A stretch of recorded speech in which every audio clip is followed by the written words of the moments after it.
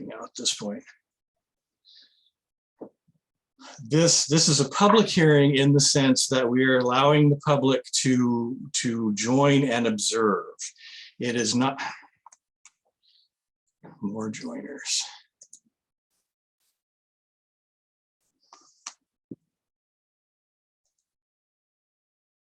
By the time we hit 9:05, I'm gonna talk, and people who come in late are gonna just not have the benefit of knowing what's going on, and you know, that's just how it goes.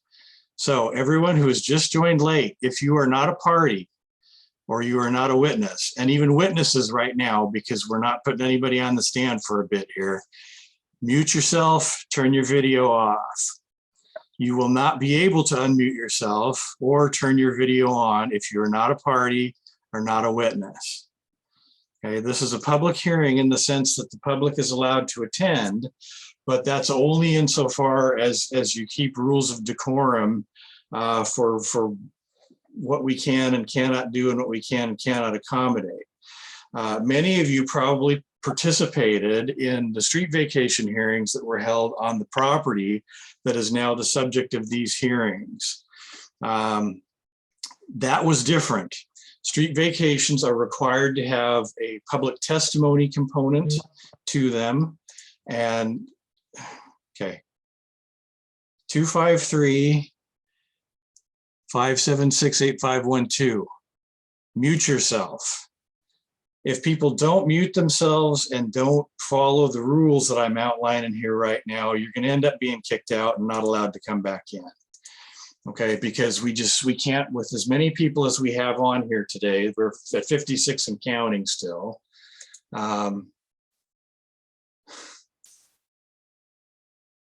You got to follow the rules or you're going to be asked to leave. And by asked to leave, I mean, I will kick you out and you won't be able to come back in.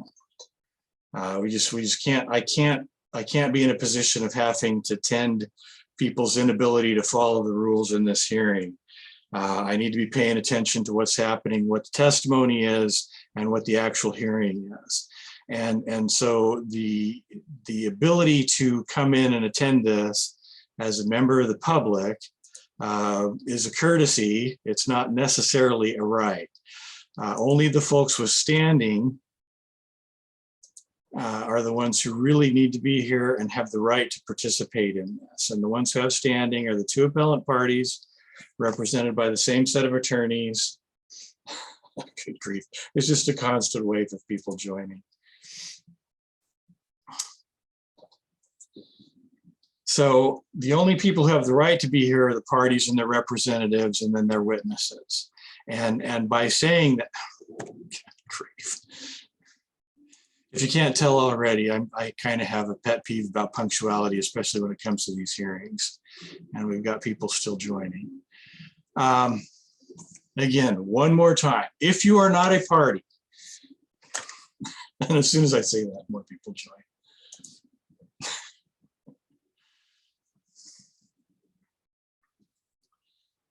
One more time, if you are not a party or one of their representatives, you must stay on mute with your video off. And at some point, hopefully when we get everybody in here and we get a settled number, which we still have not, I'm going to try to change the settings on this to hide non-video participants. And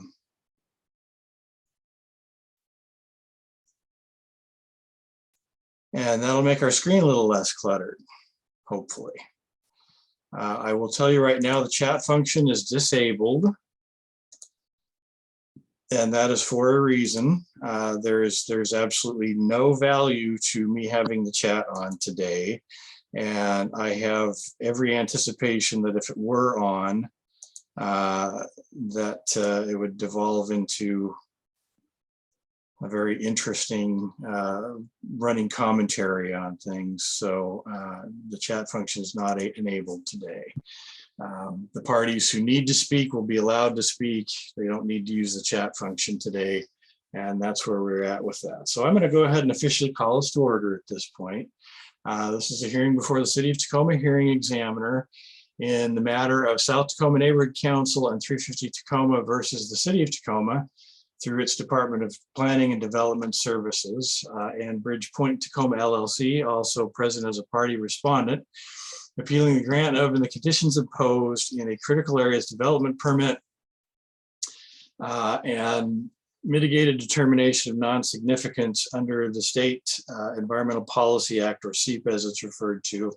And that was all done under Tacoma permit number LU, which stands for land use, 21-0125. We were present on Zoom as noticed and as the parties requested, as well as physically present at room 138 of the Tacoma Municipal Building across from the Tacoma Council Chambers, located at 747 Market Street in Tacoma, Washington. It is past 9 o'clock. That was our appointed start time. 1 second. People still joining. It is past 9 a.m. on July 25th. That is our appointed start time and date. And so we are starting. I will note this hearing is convened pursuant to the authority granted to the hearing examiner, myself, Jeff Capel, in Tacoma Municipal Code, or the TMC as we refer to it, Chapter 123.050, as well as in TMC 1305 and 1311 and 1312, specific to the subject matter that we're dealing with today.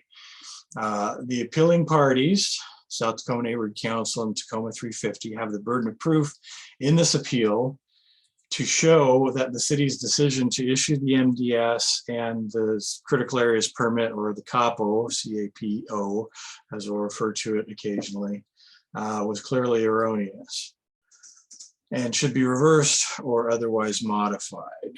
So as the appealing party,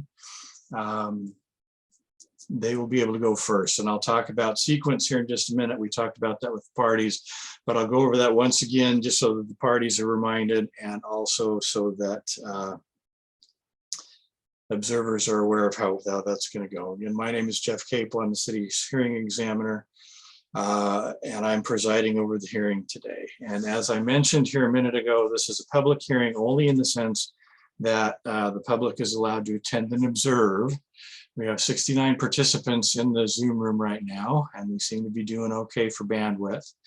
But as I mentioned a bit ago, if participants, as opposed to representatives for the parties and their witnesses, are unmuting and not correcting that in short order, or turning on their video, if you keep doing that, I'm gonna escort you out of the room with the buttons that I have to control that, because we can't have that going on today. And if you Zoom bomb, if you do it in a disruptive way, you'll probably be reported to Zoom as well, because those buttons are side by side for me and I know where they are because I've had to do it. So here's the presentation order that we're going to follow today. We will have opening arguments from the parties initially, unless a party has changed their mind since Friday and decided to reserve until presentation in their case. Presentation order will be the appellants will go first because they bear the burden of proof. They get to go first and they have to make their case. And then we will go next to the applicant's presentation and then to the city. We do have two applicant witnesses who are going to be taken out of order today. I don't know if we're going to do that first before the appellants start their case, or if we're going to do that at some point later after the appellant has begun. Ms. Kaler, maybe you can speak to that for us so that we can get that nailed down completely. I've toggled you there, so. Thank you. Yes, we discussed this with the parties, and we just have one witness that needed to go out of order. So the appellants will put on their witnesses with regard to the water issues. Overall, our one witness who needed to go out of order also is testifying regarding one subset of the water issues. He will testify. If we have time left over, after that witness testifies, then I believe there is a city witness again on water who would be the next logical witness to testify on that issue. So give me names. Give me name. Let's again, a lot of housekeeping here at the beginning of all of this, but give me names. Who are the two appellant's witnesses who are going to go first? That's Dr. Steve Emmerman and Sean Dixon. Okay. And then Ms. Kaler, your witness? Ted Shepard.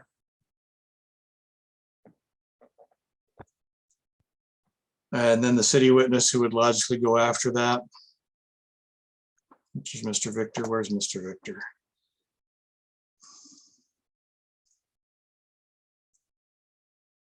Is he with us?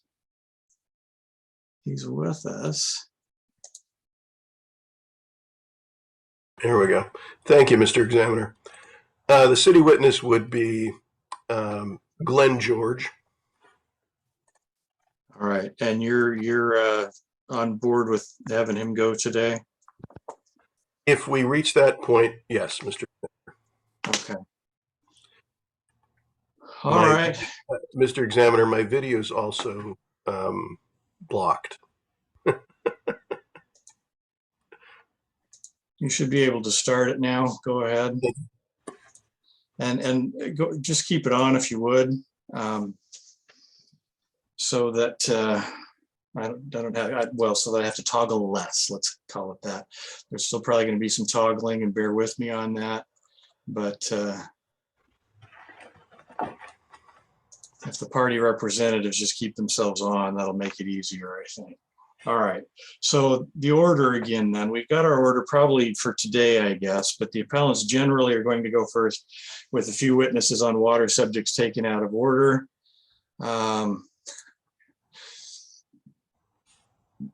It's just going to be just a constant job of mine to keep letting people in. So the appellants will go first generally, then the applicants, then the city. When a given witness is put on, they will be questioned by the party who has put that witness on. Then we will go to cross-examination by the other parties. And the intention again is that when a witness is put on, that we will exhaust testimony from that witness at that point rather than recalling them later unless there's a need for them to be recalled during rebuttal. And recall is not prohibited, but the intention is that when we put a witness on, we exhaust his or her testimony at that point. I will ask that if people have pronoun preferences at some point, if they're going to have a speaking role, that they let me know what those are when we start out with things, and I will do my best to accommodate pronominal preferences as we go along today. As far as the rest of the order, direct testimony, cross-examination by parties. If there's a need for redirect, we will do that. I don't want to get into too much ping-ponging with witnesses, so try to be effective with your initial testimony and then also with your cross and redirect, so that we're not having to have recross and redirect and all that sort of thing. If there's a need for it, you'll let me know, I'm sure, counsel, all of you. But let's try to be efficient with that, as efficient as we can without having to do what I call too much ping-ponging. I think you know what I mean by that. Once the initial presentations from all the parties are done, there will be an opportunity for rebuttal testimony. And once all that is done at the end, maybe hopefully at the end of the day Thursday, but we'll see, there will be an opportunity for closing arguments, and we will discuss any procedural matters that need to be done at that point and go from there. I should mention that I do ask questions along the way. Sometimes I interrupt with them, and I will beg your pardon for that ahead of time. Sometimes I wait until the end and try to mix it in with the cross-examination process and what goes on the end there. We'll just see how that happens. Don't be alarmed if I ask a question in the way interrupting. Doesn't mean you've done anything wrong with anything. It just means that I want to try to get clarification on something at that moment. What else? At the conclusion of everything, then I take all of the evidence, video recording, audio recording, the 13,000 plus pages of exhibits that we have at this point, and I go back and review all of those on the way to issuing a written decision. This one may take a little time, as you might surmise. Two more things. If for some reason Zoom crashes while we're doing this, we do have 74 participants now, and that's a new record for me on Zoom. I think most we had before this in a hearing since we started doing these on Zoom was around 45 or 50. So bandwidth could be an issue. If we have a crash, just hold tight for a second and I will try to get us restarted and back up and going as quickly as possible. If I crash out and you're all still there, again, just sit tight, hold on, and I'll be back as soon as I can. That has happened at least once. So there you go. I already mentioned that chat would not be enabled, and I will emphasize just one more time again, that unless you're a party representative, meaning one of the attorneys for the parties, or a witness when it comes your turn, keep yourself muted, keep your video off. Greatly appreciate that if you can do that. We are recording the proceeding today. And yes, we had a request for closed captioning to be on, so I'm going to turn that on. I will note that the closed captioning is kind of hit and miss, especially for somebody like me who tends to mumble. I will try to enunciate and speak up. Well, I don't mumble so much as I just kind of speak softly generally when I'm not doing something like this. And sometimes I slip into that. I will try not to, but again, the closed captioning, it's pretty good, but sometimes it makes some slips with things and doesn't quite capture everything. But I've got it on now, so hopefully that's helping for people. And we'll try to keep that running throughout. We are recorded, both with video and audio. We have to, so that we have that ability for me to go back and review it, and also so we have the ability to make a transcript at some point if one becomes necessary. I think that covers everything from me. I will just note also that all testimony will be taken under oath today in penalty of perjury, and I will swear in witnesses before that happens. We do need to address exhibits still at some point. Whether we're going to be able to do that ahead of time or not, I don't know. I didn't get a list of everything that the parties had stipulated to, I don't think, unless my office staff has that. I know a number of them are going to be stipulated to, and I think rather than spending a bunch more time here this morning, already being 20 minutes in, talking about exhibits and trying to get those ahead of time, I think just when an exhibit is offered, if it's a stipulated one, please let me know that, and my hearing clerk will mark that on the sheet that she keeps with her during the hearing, so we know that's been stipulated to. If it's been stipulated to, I'm not going to ask that you move for admission on it. If there's one that hasn't been stipulated to, if there's one that has not been stipulated to, we'll address that, and when its admissibility comes up, we'll address that, and objections and motions will be made and either granted or not granted at that point. The exhibit will be either admitted or not. So also, when I'm asking questions of the parties in general, just as we did in our status conference on Friday, we're going to follow presentation order. I want to hear from the appellants first, then the applicant, then the city. All right, so with that said, do we have any other procedural matters or questions that we need to address before we get underway today? Appellant. Nothing for the appellants. Applicants. Nothing for the applicant. City of Tacoma. Nothing for the city, thank you. Well, what do you know? I was thorough enough that we don't have anything. All right, then. Are we still wanting everyone, is everyone still wanting to do their opening statements up front? Yes, please, Examiner Cable. Applicants? Yes. City of Tacoma? City will waive opening statement. We All right. reserve a closing if that's, you know, seems worthwhile at the time, but we'll waive opening. Always your call whether you give it or waive it, so that's fine. So we are ready to have opening arguments then. Ms. Tack Hooper, is that going to be you for the appellant? It is. All right, then go ahead. Thank you, Examiner Cable. All the parties agree the State Environmental Policy Act doesn't mean that government agencies can't ever greenlight projects with significant environmental impacts. They certainly can and do. But unlike the federal NEPA law, SEPA does give agencies the substantive authority to say no to projects with significant adverse impacts that can't be mitigated. SEPA doesn't require that they say no, but it gives them the authority to. This case is about what is supposed to happen before the city makes that decision. SEPA says that agencies have to study a project's environmental impacts first. The centerpiece of SEPA is the environmental impact statement process. For projects that are reasonably likely to have more than moderate adverse impacts, there's supposed to be a process where members of the public get to weigh in on the scope of the EIS, helping to decide exactly which of the project's direct, indirect, and cumulative impacts will be studied and how. And the public's supposed to have an opportunity to comment on a draft EIS before it's finalized.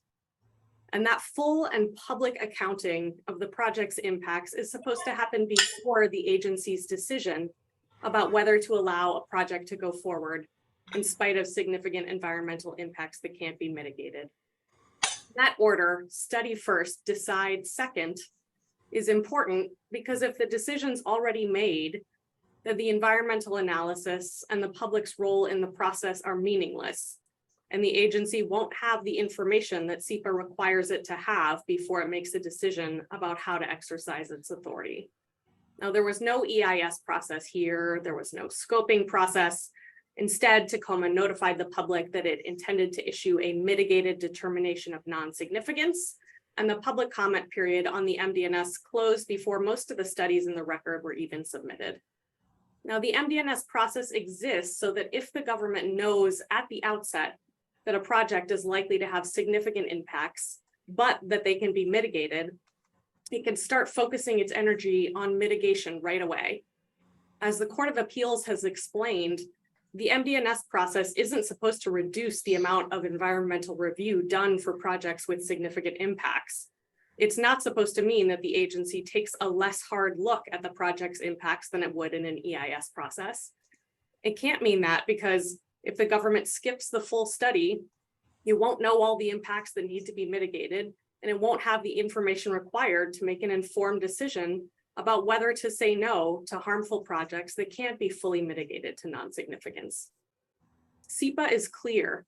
If mitigation doesn't reduce all of a project's environmental impacts to non-significance, an EIS is required. The city's use of the MDNS process in this case means that the city knew the bridge industrial project was likely to have significant environmental impacts. The questions in this appeal are whether the city studied all of the project's impacts thoroughly enough to skip the EIS process, and whether the city's mitigation reduced all of the project's environmental impacts to non-significance. The evidence will show that the city failed on both accounts. And I also want to mention some things SEPA doesn't say.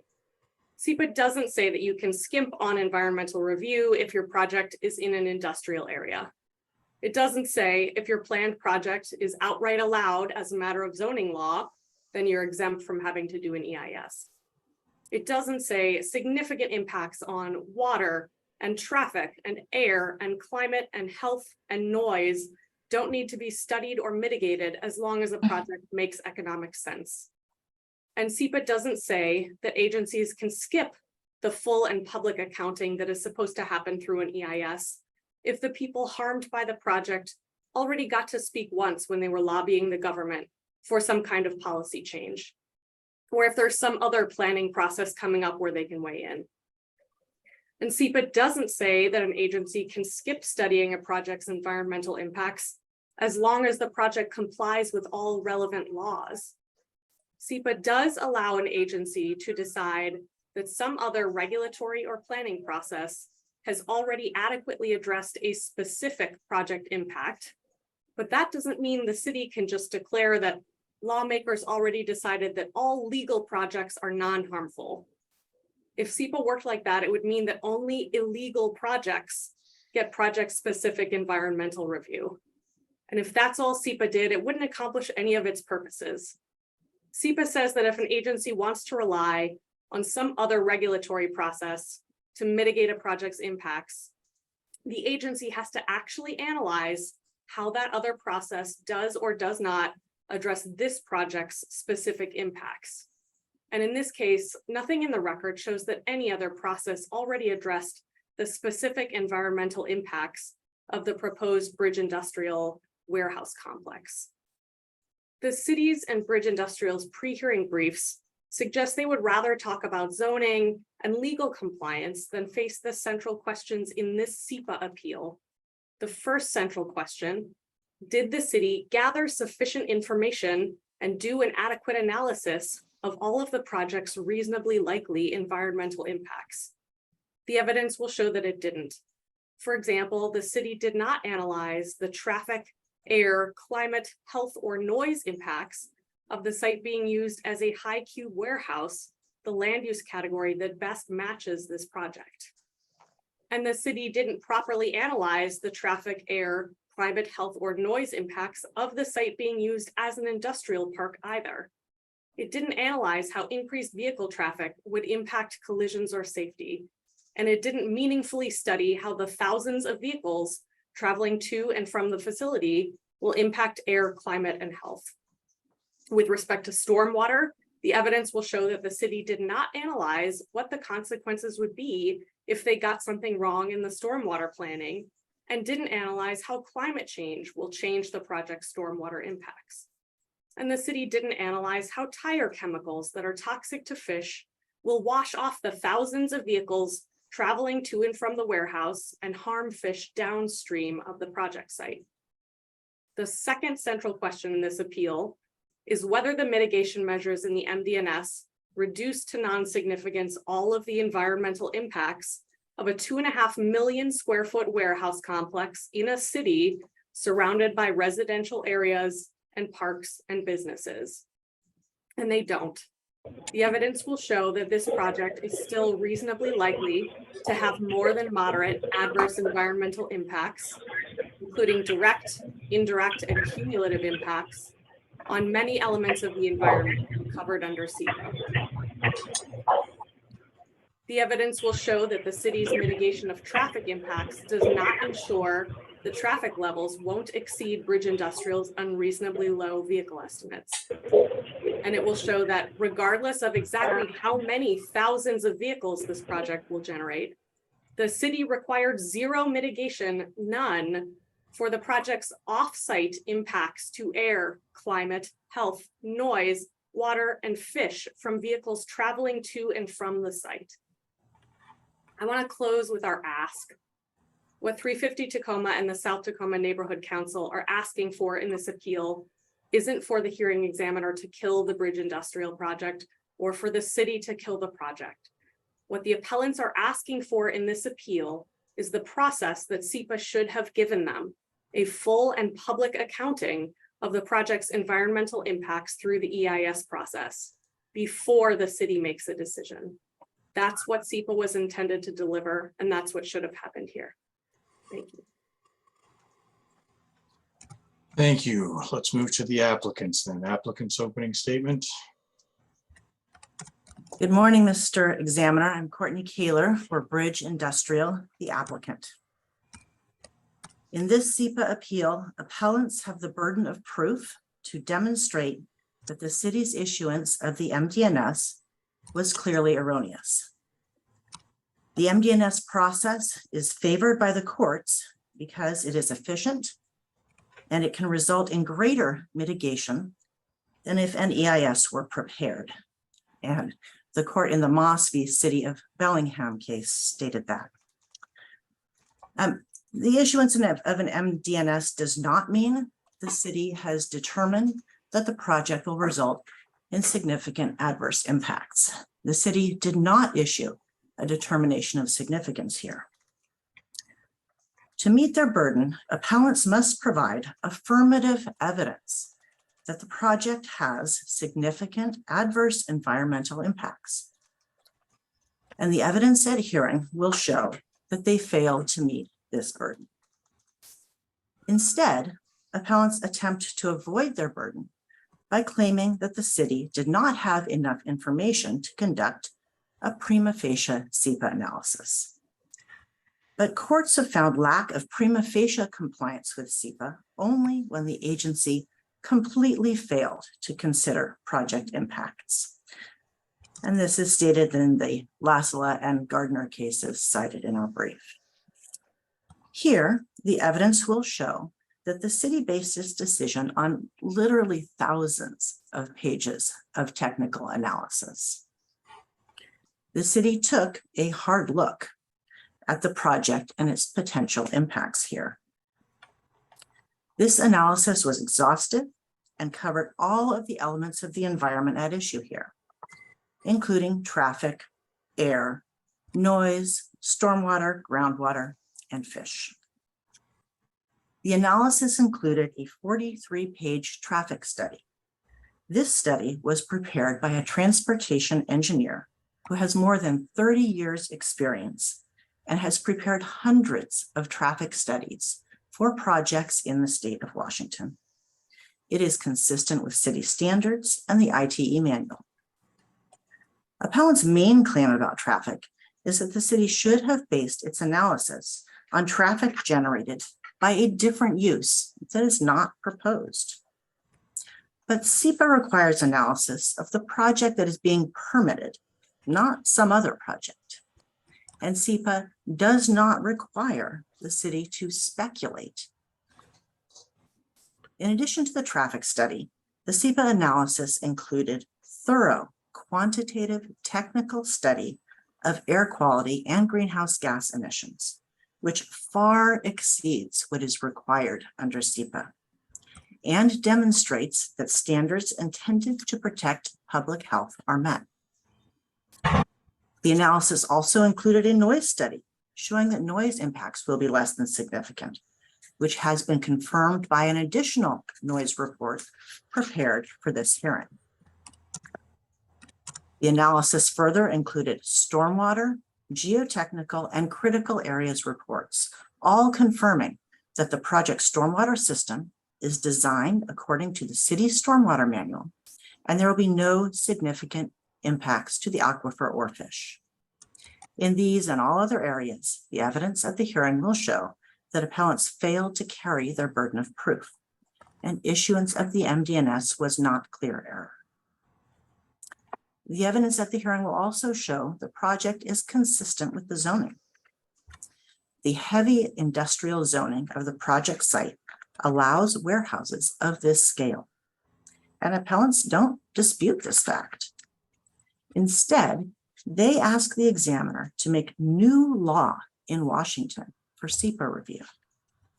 This is true of all appellants' claims, but I'll give just a few examples here.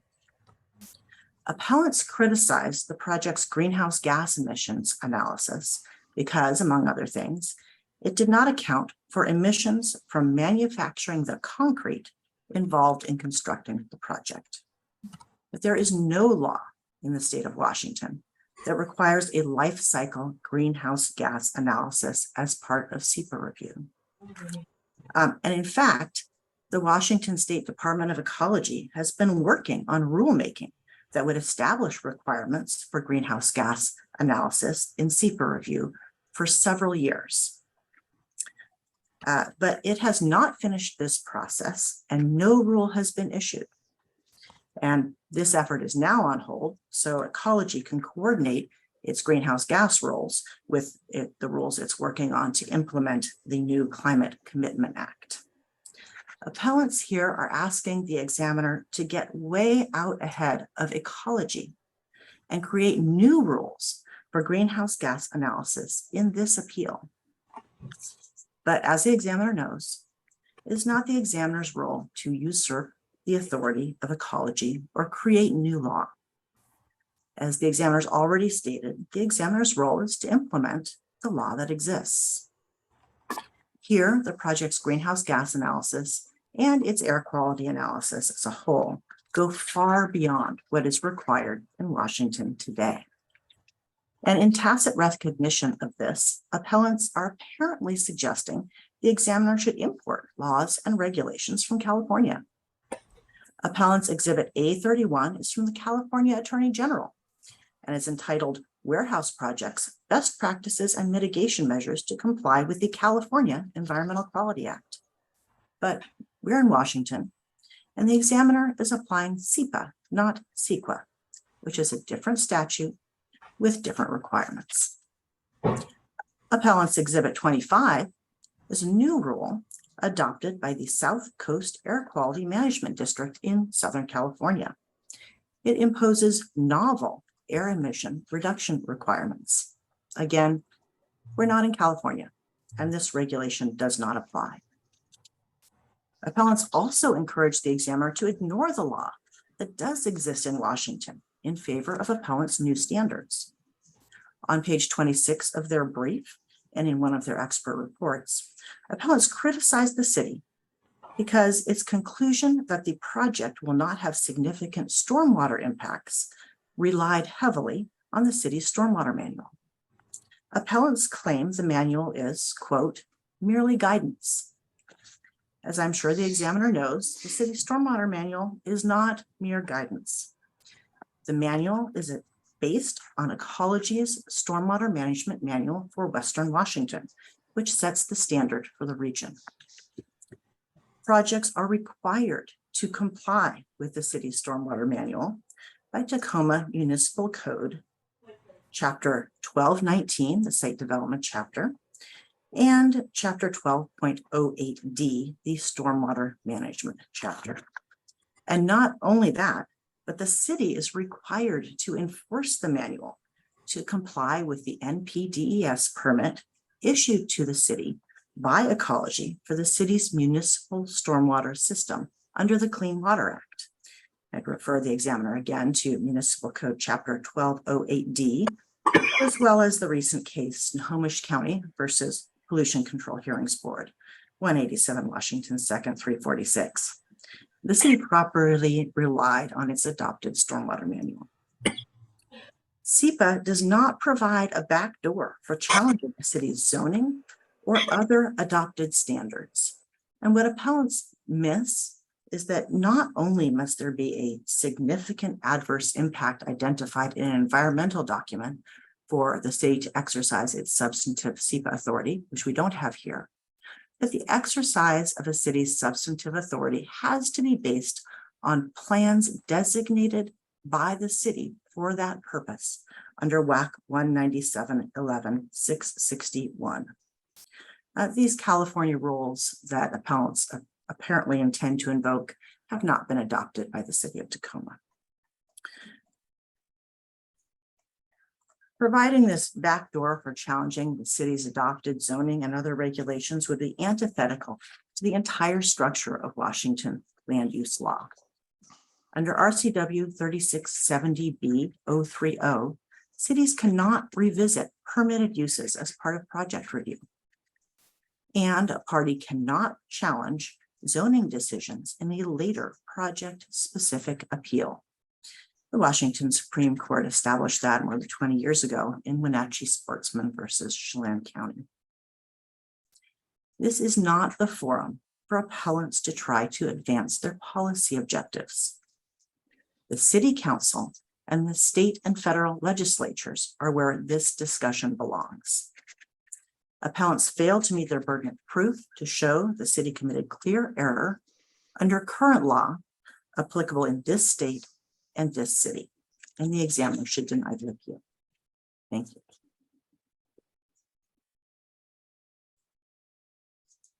All right. And the city has waived opening. You haven't changed your mind, Mr. Victor? I have not, Mr. Examiner. All right. So it looks like we are ready for the appellants to begin presentation of their case then, and we have Dr. Emmerman as the first witness. Is that correct? Correct. All right, so let me see if I can find him over here. I presume that he's in the room with us, but I'm not finding.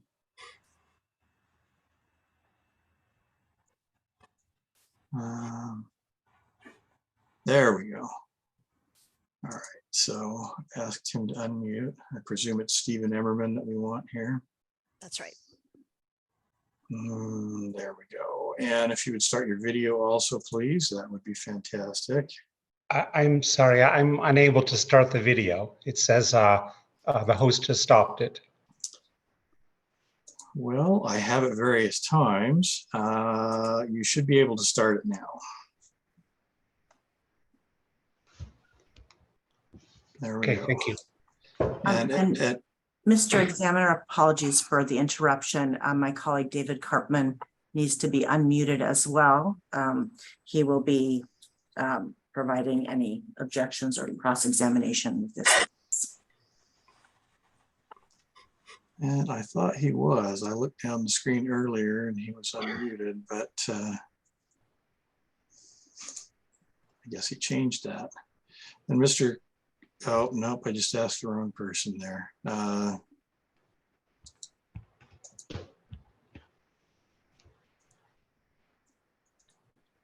I've clicked the button there for him. So. Mr. Examiner, may I try something temporarily muting myself with the space bar to see if I can then unmute myself just in case there's background noise? I don't want to interrupt. Well, see, if I turn that on for you to mute and unmute, then it's on for everybody, and then we risk interruption. So I will not then. Thank you. if you decide to mute, you'll need to be toggled back in. So raise your hand or something. Let me know that you need to do that. All right. Thank you. And okay, we've got Mr. Karpman back. And Mr. Hearing Examiner Diana Brechtel, our paralegal, will be sharing her screen for the exhibits. I'm not sure if her camera needs to be enabled for that. She doesn't need her camera enabled for that, I don't think. I will need to toggle on the share screen. And again, strong warning here, everyone who's just a participant, i.e. not an attorney for one of the parties or one of the parties' witnesses, if you decide to share screen while I've got that on so that the parties can do it, you're going to be kicked. There's just no tolerance for that today. Don't be putting stuff up on the screen when you have no place to be doing so. So I know that's, I'm sounding harsh and pointed and all that, but that's just the way it's got to be today. And we are ready for Dr. Emmerman. So Dr. Emmerman, if you would raise your hand on the screen, please. Do you swear and affirm that the testimony you're about to give as part of this hearing today will be the truth, the whole truth, and nothing but the truth under penalty of perjury? I do. All right. The appellants may inquire then. Thank you. Dr. Emmerman, can you hear me okay? Yes, I hear you just fine. Great. Dr. Emmerman, I'd like you to take a look at stipulated exhibit A16.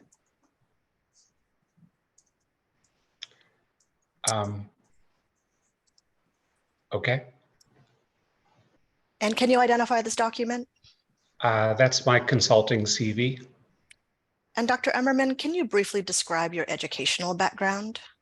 Okay, I have a BS in mathematics from the Ohio State University, 1974, MA in geophysics from Princeton University, 1980, PhD in geophysics from Cornell University, 1984. I have 3 postdoctoral appointments in mechanical and aerospace engineering, then in Department of Soil, Crop, and Atmospheric Sciences. My area was soil physics and soil hydrology. Then in ecology and systematics, and my area was forest hydrology. Thank you. And can you briefly describe your relevant professional experience? Okay, so after education, I was an engineer for 4 years. Otherwise, I've been a professor ever since then. In Africa, I was a professor at University of Botswana, University of Zimbabwe, and Eduardo Mondlane University in Mozambique.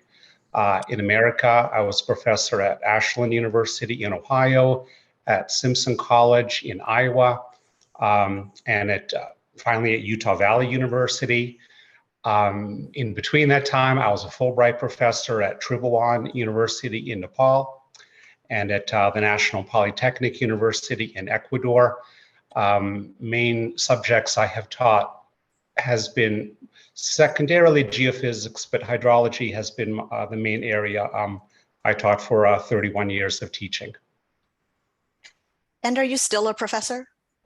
No, I retired in 2018 from Utah Valley University. And what are you doing now, if anything? Okay, so when I retired, I started my own consulting company called Malach Consulting. That's spelled M-A-L-A-C-H. And the main thing we do is we help clients who are concerned about the existing or potential impacts of large development projects, including mining, urban development, timber harvesting, pipelines, groundwater pumping. Those have been the main areas.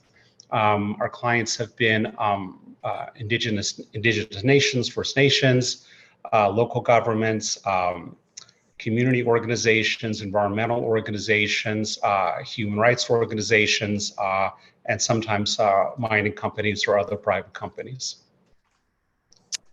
Thank you. And now I'd like you to take a look at stipulated exhibit C1, which is the city's mitigated determination of non-significance decision.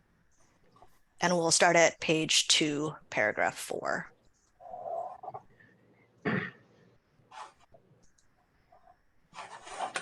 Did you review any of the listed attachments or exhibits informing the opinions you will share here today? Yes, that would be Exhibit G, geotechnical report, Exhibit H, which is the soil management plan. And Diana, can you scroll to the next page? Thank you. Okay, then Exhibit L, the stormwater plan. Exhibit N, which is also a stormwater plan. Exhibit O, which is the floodplain study. Exhibit Y, which is comment responses from the developer, and Exhibit Z, which is comments from the city of Tacoma. Thank you. Dr. Emmerman, let's start by talking about the project's stormwater analysis. What is your overall evaluation of the project's stormwater plans? Okay, let me just give just a little context to explain this, okay? So there's a very basic concept in engineering, it's probably the most important concept, it's called level of engineering, okay? So the basic idea is that the amount of work and rigor you put into a project depends upon the consequences of failure of that project, okay? So you don't put the same rigor into designing a garden shed that you would for a nuclear power plant. Okay, you put a lot more rigor into designing a submersible than a rubber ducky. Okay, it's a very basic idea. Okay, so level of engineering most commonly goes into 4 categories. There's best engineering that applies to important projects with high failure consequences. Above average engineering, which applies to ordinary projects. Average engineering, which applies to unimportant or temporary projects with low failure consequences. And finally, poor engineering, which really is not applicable to any engineering project, okay? Based upon that common scale, I would put the stormwater analysis into the poor category. That is, it would not be appropriate under any circumstances. Thank you. And as you may have heard in the opening, so SEPA is an early stage of environmental review, and the more stormwater design is going to happen later. But why do you think assessment of any risks should happen at this stage of environmental review? Okay, so there's a couple parts to this. Okay, the first is that there could be further refinement of the stormwater plan later. Okay, we could say what we have right now is a preliminary design and a final design later. Okay, and we can ask the question, but when more refined designs come up, are they going to be available for review by the public, for commenting by the public, etc.? Okay, the next question is this whole very basic question of consequences of failure. when is that going to happen? In what stage is that going to happen? That actually should be the very first stage. Okay, what kind of engineering are we talking about? Well, it depends upon what are the consequences of being wrong. Okay, and the third point is that it's not clear that the stormwater plan is even workable, would even be workable if a more correct analysis were carried out. Okay, I mean, the main part here is that the stormwater plan designs certain infiltration basins, and the stormwater will be directed toward those infiltration basins where it will hopefully infiltrate into the aquifer and recharge the aquifer. And it's planned or hoped that these infiltration basins will be adequate. Okay. A more correct stormwater analysis might show that, for example, these infiltration basins are not big enough, for example. Okay. But is it possible to make them bigger? Well, that's not obvious at this point.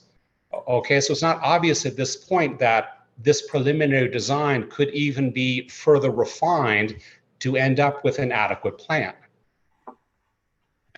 Thank you. And so you've started speaking to this, but what specifically do you think the city and the applicant should have analyzed with regard to consequences of failure of stormwater capture and treatment?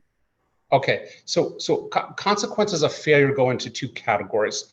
One category is non-fulfillment of the design objectives, and then another category is accidental or unintended consequences. Okay, so what a stormwater plan is intended to do, this stormwater plan, it's supposed to capture all the stormwater, convey it down a stormwater conveyance system, stormwater channels, send it to infiltration basins where it will infiltrate. Okay, so what are all the possible things that could go wrong? Okay, we could have an uncontrolled overflow of the stormwater. We ask, well, where does it go? And what is the impact of that? We could have uncontrolled overflow of the stormwater channels or uncontrolled overflow of the infiltration basins. And then where does that water go and what is the impact? Any stormwater infrastructure has an upstream infrastructure and then there's downstream infrastructure. So failure in the middle can cause failure upstream or downstream. So either upstream or downstream.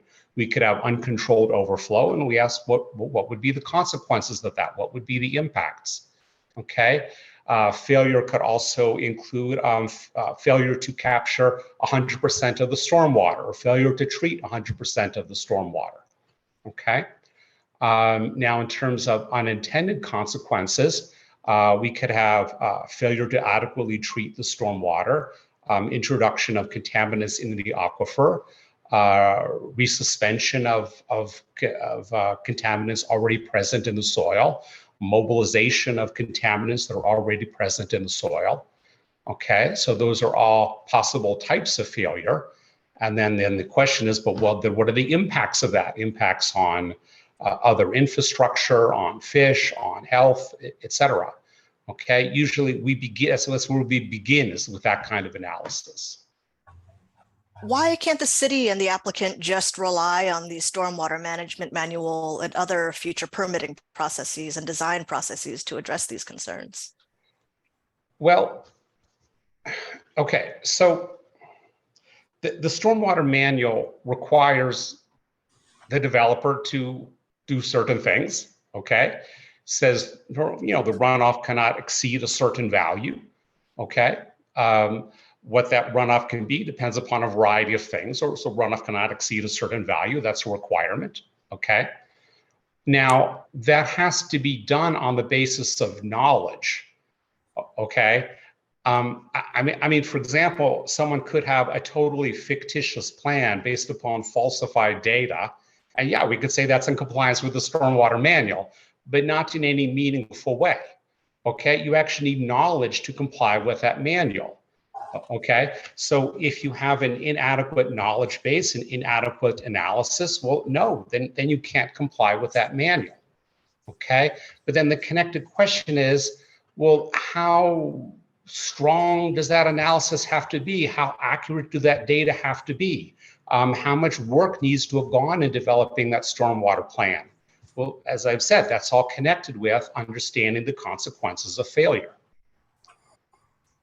What is your opinion of the stormwater model used by the consultant in this case? Okay, so it's kind of, the first part is the software used. And of course, there's nothing wrong with the software, so we'll just leave it at that, okay? The question is what was done with the software, okay? So I would say that the model is deficient in the following ways. So I'll just list them, okay? Sorry to interrupt. Not an objection, but could the witness just identify which model we're talking about? That would be helpful. Okay, so in terms of the software package that was used, I'm forgetting the exact name. It's Western Washington something. This is the model in the stormwater site plan, Dr. Emmerman? I'm just talking about the software that was used, okay? Now, when I'm using the word model right now, I'm talking about what was done with that software. Okay, so the actual analysis and the output and the conclusions that are found in that exhibit that talks about the stormwater analysis. Was this the Western Washington hydrology model? That's right, yes. Thank you. Did that answer the question? Yes, I believe so. Thank you. Okay, so I'm going to list the problems, okay? Is first of all, the assumptions that went into the model were simply false. And the main assumption being that there's no input of stormwater onto this project site, okay? That's simply an incorrect assumption, okay? And that's quite a serious deficiency. Now, if someone is going to make assumptions, those assumptions, we say those assumptions should be conservative. Okay, conservative in engineering means protective of people, property, and the environment. It's sort of a synonym for cautious. Okay, so a conservative assumption, if you don't actually want to analyze the input of stormwater, is to assume something reasonably high, not simply assume that it's zero. Okay, so that's the first point. Okay, second point is that there was no consideration of climate change. Third, there was no sensitivity analysis. Fourth, there was no validation of the model. And fifth, there was no calibration of the model. Okay, let's go through some of those. Okay. What does it mean to conduct a sensitivity analysis of the stormwater model? Okay, so any model is going to have certain inputs, okay? And there's going to be some uncertainty in those inputs, okay? We might say we have a best estimate, okay? But there might be a low range and a high range, okay? By low range and high range, I mean there might be, see what we're trying to predict is the required dimensions of the infiltration basins, okay? So you might have inputs that are predicting a low size for the infiltration basins and some other inputs that are predicting a high size, okay? So what are the kind of uncertainties we have, okay? We have uncertainties about the amount of stormwater that's coming onto the project site. We have uncertainties about the existing stormwater infrastructure that is conveying stormwater onto the project site. There's uncertainties about the upstream basins, about the soil type, for example. Uncertainties about future development, that is changes in land use in the upstream basins. Uncertainties about the magnitude of the extreme storm, either at the present time or in response to climate change. I will call those the main ones, the ones that come to mind right now, okay? So in a sensitivity analysis, you take kind of an extreme reasonable range, okay? So we might say that there's a certain soil infiltration rate for soil upstream from the basin. Let's take those extreme ranges and see what's predicted in terms of the dimensions of the required infiltration basins, okay? Now, if changing the input data within their reasonable range gives you a big change in the prediction of the dimensions of the infiltration basins, we'd say that this model is non-robust. Okay, it's very sensitive to the input parameters. Okay, and then we would go in one of two directions, usually both. Okay, one is take those input data that seem to cause a great variation in the predicted size of the infiltration basins and try to reduce that uncertainty. Okay, for example, if that's the existing stormwater infrastructure, try to do a much more careful survey and determine exactly what infrastructure is currently existing.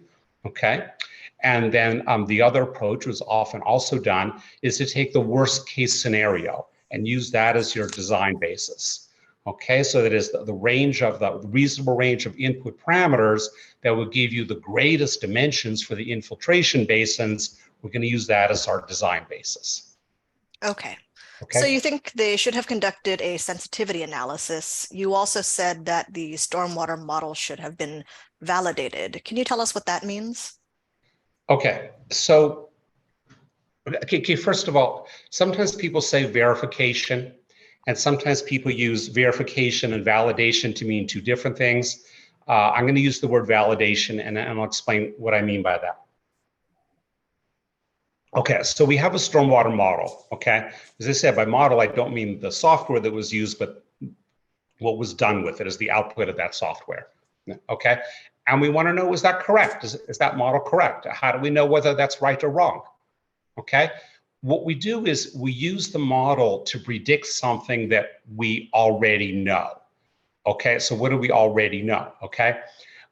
We could say that based upon the current land use, the site as it exists without an industrial development, okay, and some past precipitation event, what would that past precipitation event have predicted based upon this model? Okay, that might be the flow through some stormwater channel. It might be a watermark on a building, watermark on a tree. It might even be areas where flooding was known to occur. Okay, we'd want to use that model to back predict something that has already been observed. Okay, now if our back prediction is very different from the observation, we should start all over again. Something is seriously wrong. Okay, but usually we're somewhere in the ballpark. Okay, the back prediction does not perfectly match the observation, but usually it's in the ballpark. Hopefully it's in the ballpark. Thank you, Dr. Emmerman. I'd now like you to take a look at stipulated exhibit C27, which was exhibit Z of the MDNS. Can you tell us what this is? Sorry, I just told you what it is. We're going to turn to page PDF 44, which is the second to last page of this document. I got it. Okay. And I'm going to read you this highlighted section here. So the city of Tacoma has been collecting flow metering data on the channel. The city can provide this data to Barghausen to calibrate the model. What does it mean to calibrate a model? Okay, so, okay, first of all, what the city is saying is that they already have data that could be used to validate the model, okay? I know the city says calibrate, but usually validation is followed by calibration. So that's clear from the context, okay? So the city is saying they have data that could be used to validate the model, okay? That is, the consultants for the developer could take their model, they could put in some past precipitation event, and they could make a back prediction about what should have been observed for the flow metering data in some channel, okay?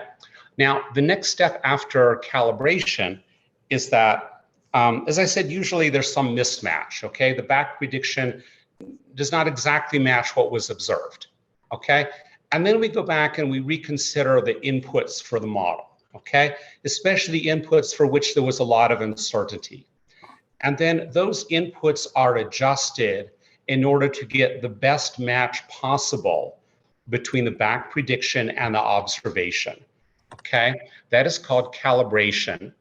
That gives you more confidence that you have the correct inputs. You got to be cautious because sometimes you can vary some inputs and they have very little effect on the back prediction. So we'd say that this calibration is that these inputs are not very sensitive to this process of calibration, in which case you might want some additional observations. In the best circumstances, the engineers are doing a continuous calibration as they keep updating the model as more observational data become available. Okay, so as I understand, the city of Tacoma is telling the consultants for the developer that they have data that could be used for validation and calibration. Okay, now I just want to add that all of this sounds like a lot of work, which it is, but it's what you actually do when you actually care about the results of the model, about the output. Okay, that is when there's serious consequences to being wrong. Thank you. And in your review of the record documents, did it appear that Barghausen, the consultant, had in fact used the city's data to calibrate the model or validate the model? I did not see any indication of validation or calibration. So my understanding is that consultants did not take this comment into account or have not done so yet. Okay, thank you. Now I'm going to direct us to stipulated exhibit C16, which was MDNS Exhibit N, the applicant's stormwater site plan.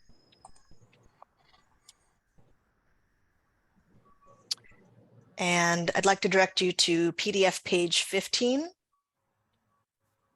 So earlier you said that the stormwater site plan assumed that no stormwater could enter the project site from upstream. I'm going to read you this highlighted sentence.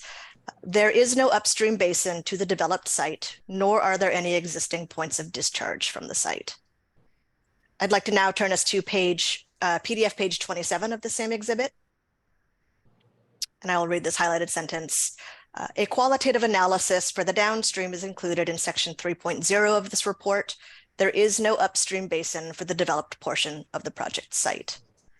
Dr. Emmerman, are these statements what you were referring to when you said the stormwater site plan assumed no stormwater could enter the project from upstream? That's what I was referring to.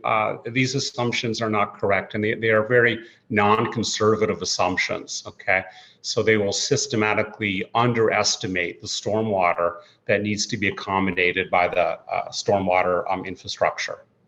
Okay, now I'd like to direct us to stipulated exhibit C17, which is exhibit O of the MDNS, and that's the applicant's floodplain analysis.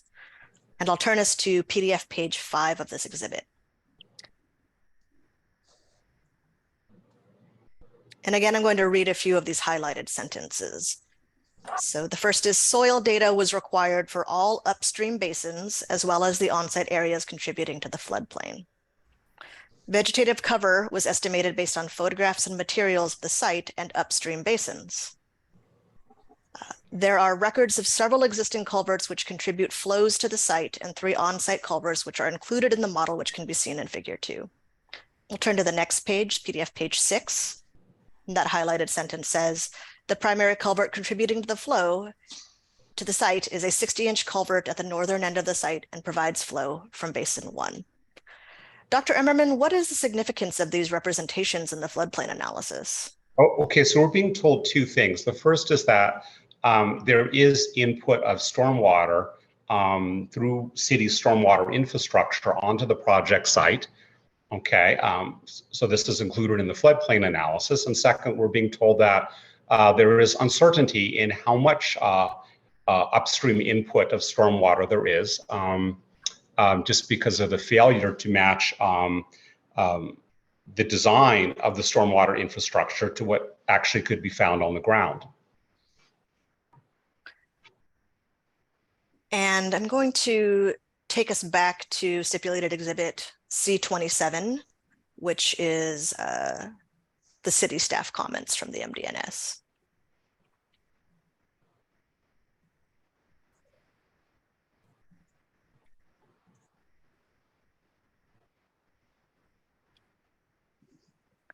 So I'm going to, let's see. Diana, this will be page 10. Thank you. So I'm going to read this last paragraph, paragraph S. This project is located in the natural drainage course of abutting properties. Adequate provisions shall be made to collect drainage that naturally flows across the project site. And I'll turn us to PDF page 34 of this same document.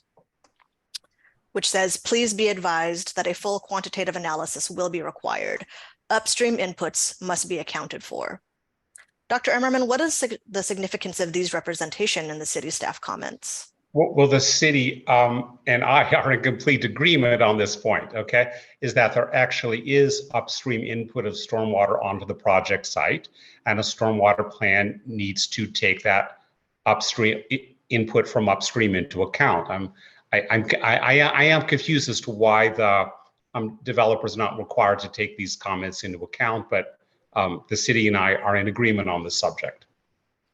So then again, what is your opinion of the assumption in the stormwater site plan that there are no upstream inputs to the site? Well, this is the assumption that I'm saying puts the whole stormwater analysis into the poor category. Okay, so a very basic assumption has been made, which is both false and non-conservative. Okay, that assumption is that there is no input of stormwater onto the project site. Okay, meaning that there is a systematic underestimation of the amount of stormwater that needs to be accommodated by the stormwater infrastructure. Okay, if you're going to make any assumption about the input of stormwater onto the project site, you should assume something significant. That would be a conservative assumption, okay? But the better engineering, which you would need just to move into the average category, would be to make some assumption. Well, it'd be to actually consider what should be the input of stormwater onto the project site from the upstream areas. So Dr. Emmerman, I will represent to you that the city, and I believe the applicant, believe that during SEPA review, which we're in right now, they only need to determine that the project can comply with the stormwater management and that compliance is feasible. In your opinion, can they make the determination with the information that they have? Well, I would say they can't, okay? And the reason is that at this point, it's not clear that the entire project is feasible. It's not clear that the very basic elements of the design are feasible. Okay, so the idea is that all stormwater will be collected through conveyance channels and sent to infiltration basins. Well, that's the most important thing of all, is how big do these infiltration basins have to be? Okay, so an assumption has been made that makes those infiltration basins as small as possible.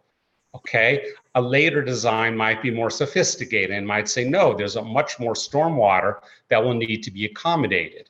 Well, can the infiltration basins be made big enough to accommodate a more realistic estimation of the stormwater that will need to be accommodated? That is not at all clear at this point. So to that point, is there anything else the stormwater analysis should have considered with regard to upstream inputs? Oh, okay. Yes. Okay. So if you're looking at the current upstream inputs, it's mostly based upon stormwater flowing over forest soils. Okay. So then there's a question about, well, what are actually the soil types and what will be their infiltration rate? Okay. But another consideration is that those upstream basins might change in the future.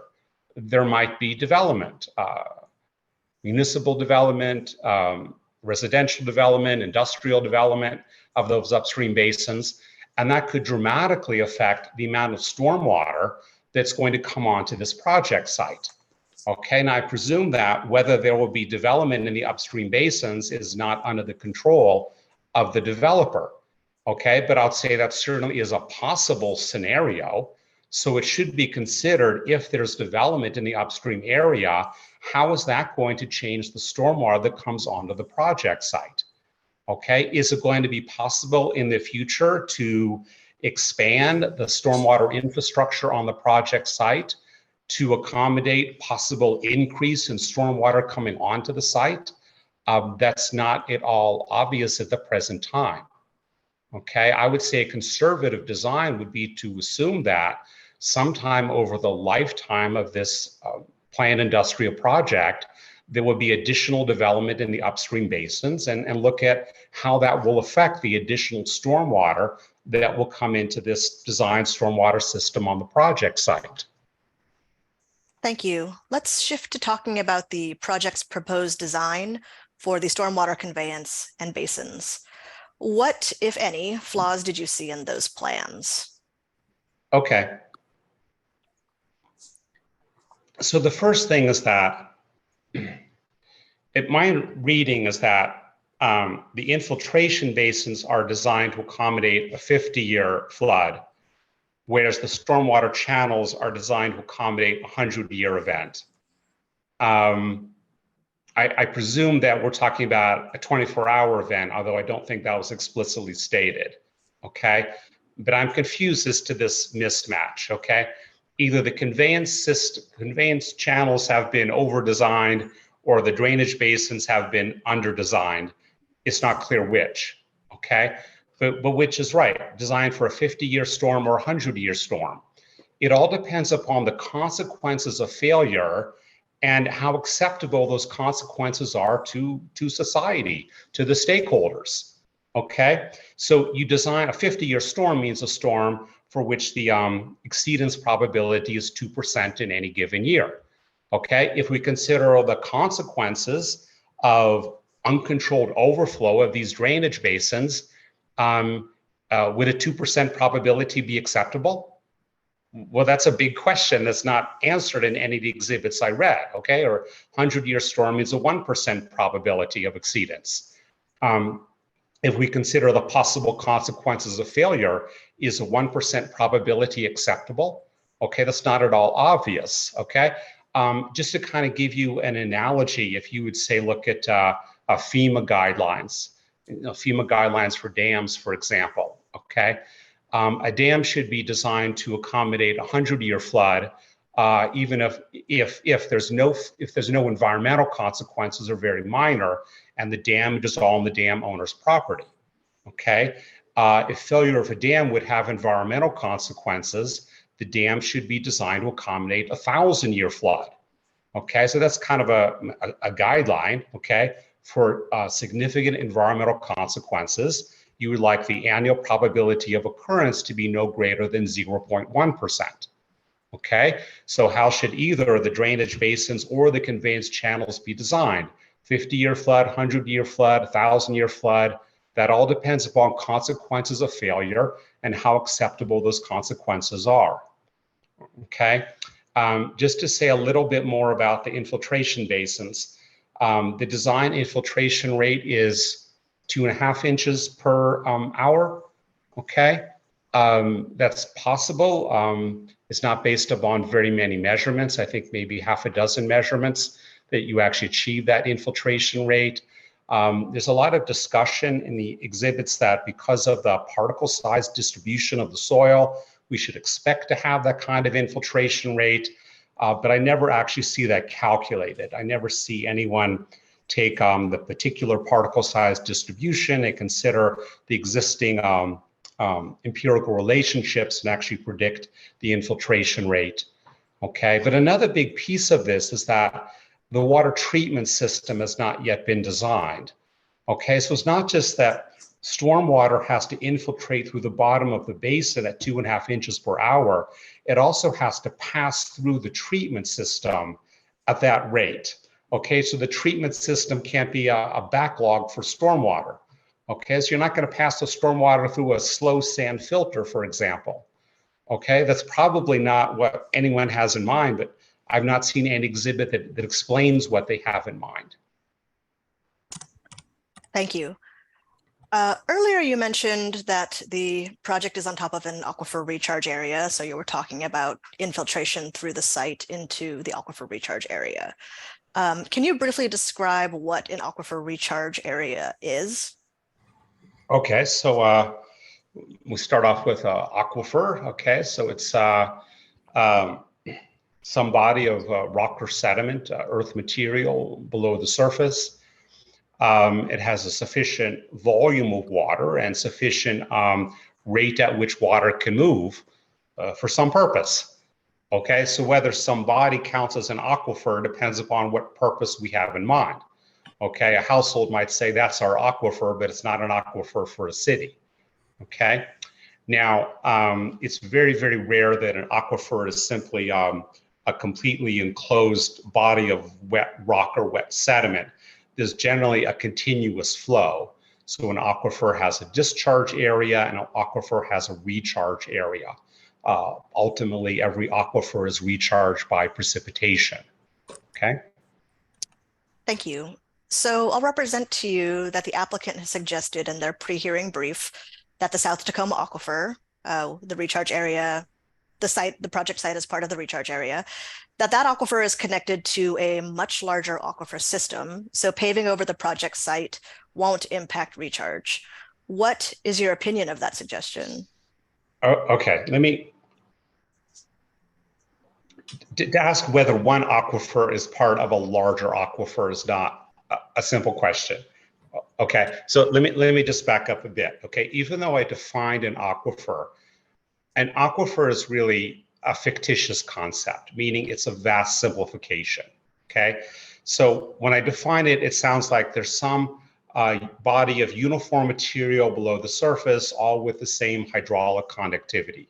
Okay, and really nothing like that exists. Okay, an aquifer can have hydraulic conductivity, that's rate at which water can flow, that can easily vary over 4 orders of magnitude, that is vary by a factor of 10,000, that can be a mixture of permeable and impermeable units, that can be connections or lack of connections between different parts of the aquifer. You can have horizontal barriers, you can have vertical barriers.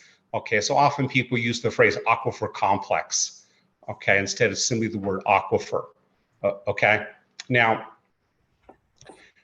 if we ask the question, this South Tacoma aquifer, is that simply a subset of a larger aquifer? Okay, that argument is not really made in any of the exhibits that I studied. Okay, so what is it you'd like to know? Okay, we might say that ultimately, if we take water, if we reduce the infiltration rate from South Tacoma aquifer, but we keep pumping groundwater out, or that keeps discharging water, we could say ultimately that will be recharged by other parts of that aquifer complex or other aquifers. Okay, but then a big question is, but at what rate? At what rate will that happen? Okay, we could have a future where we're pumping groundwater out of the South Tacoma aquifer and the water table is dropping because there's been a drop in infiltration rate or a drop in precipitation. And yes, eventually there could be recharge from the surrounding aquifers, but at a rate that we don't know. Okay, now none of that is analyzed in any of the exhibits that that I gave, that were given to me, okay, that were connected with this permit. Okay, so we don't want to end up in a future where the city of Tacoma needs more water from that aquifer. They're pumping more groundwater. The water table is dropped and simply waiting for when recharge will occur from the surrounding area. Well, it's better to do that analysis ahead of time, like now, okay, before development actually occurs. Thank you. So to that point, how would paving over permeable surfaces at the site impact aquifer recharge? Okay, so I understand the concept is that you have stormwater channels that will collect 100% of that stormwater, convey it to infiltration basins, okay? So we could say on that very theoretical basis, all of the existing precipitation will, again, simply infiltrate in the future as it does now, okay?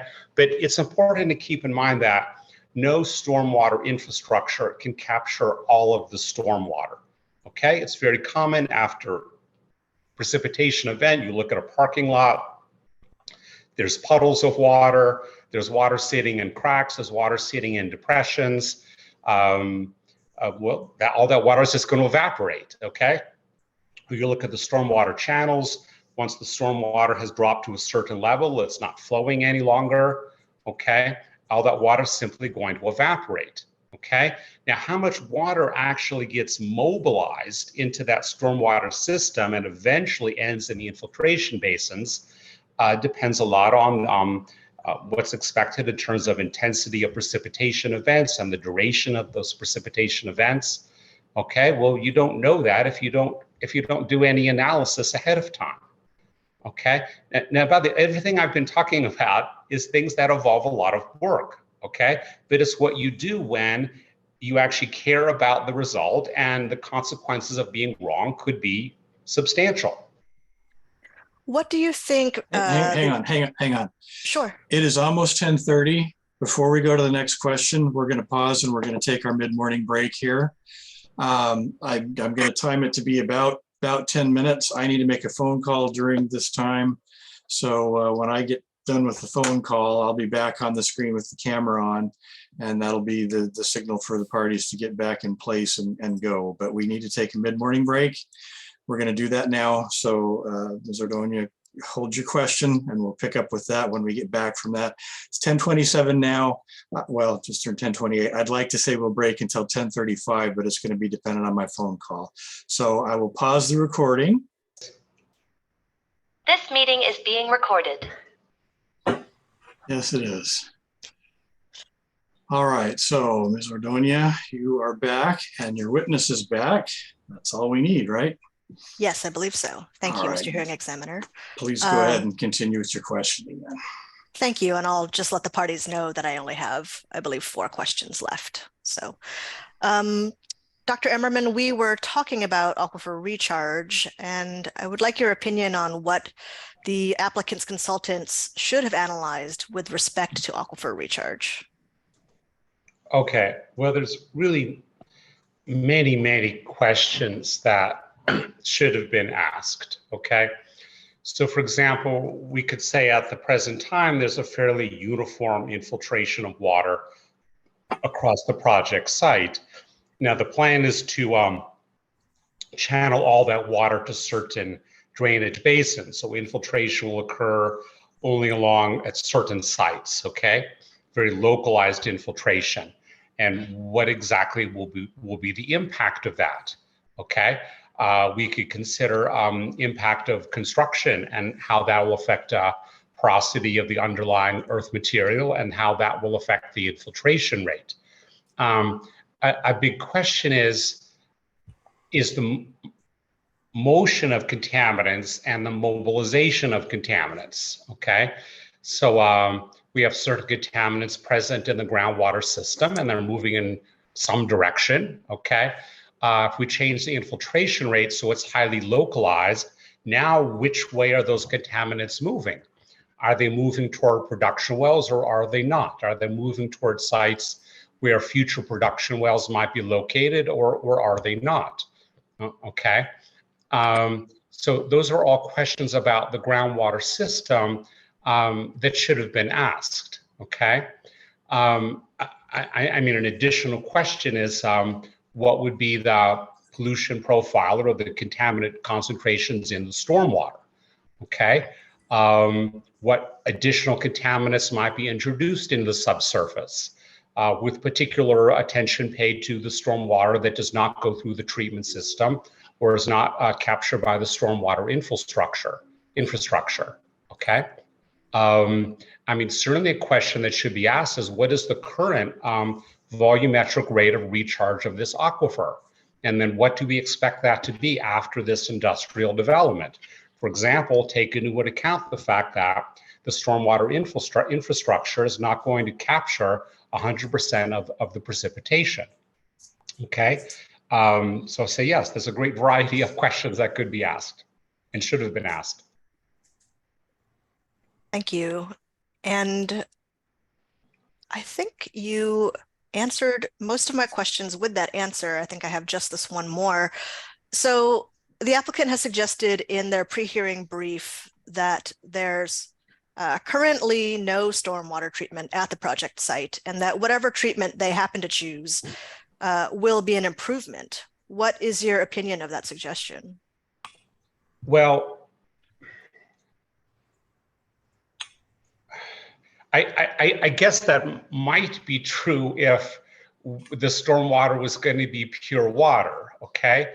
But we're going to have stormwater somewhat contaminated. In what way it's going to be contaminated has not been determined, and what way it's going to be treated has not been determined.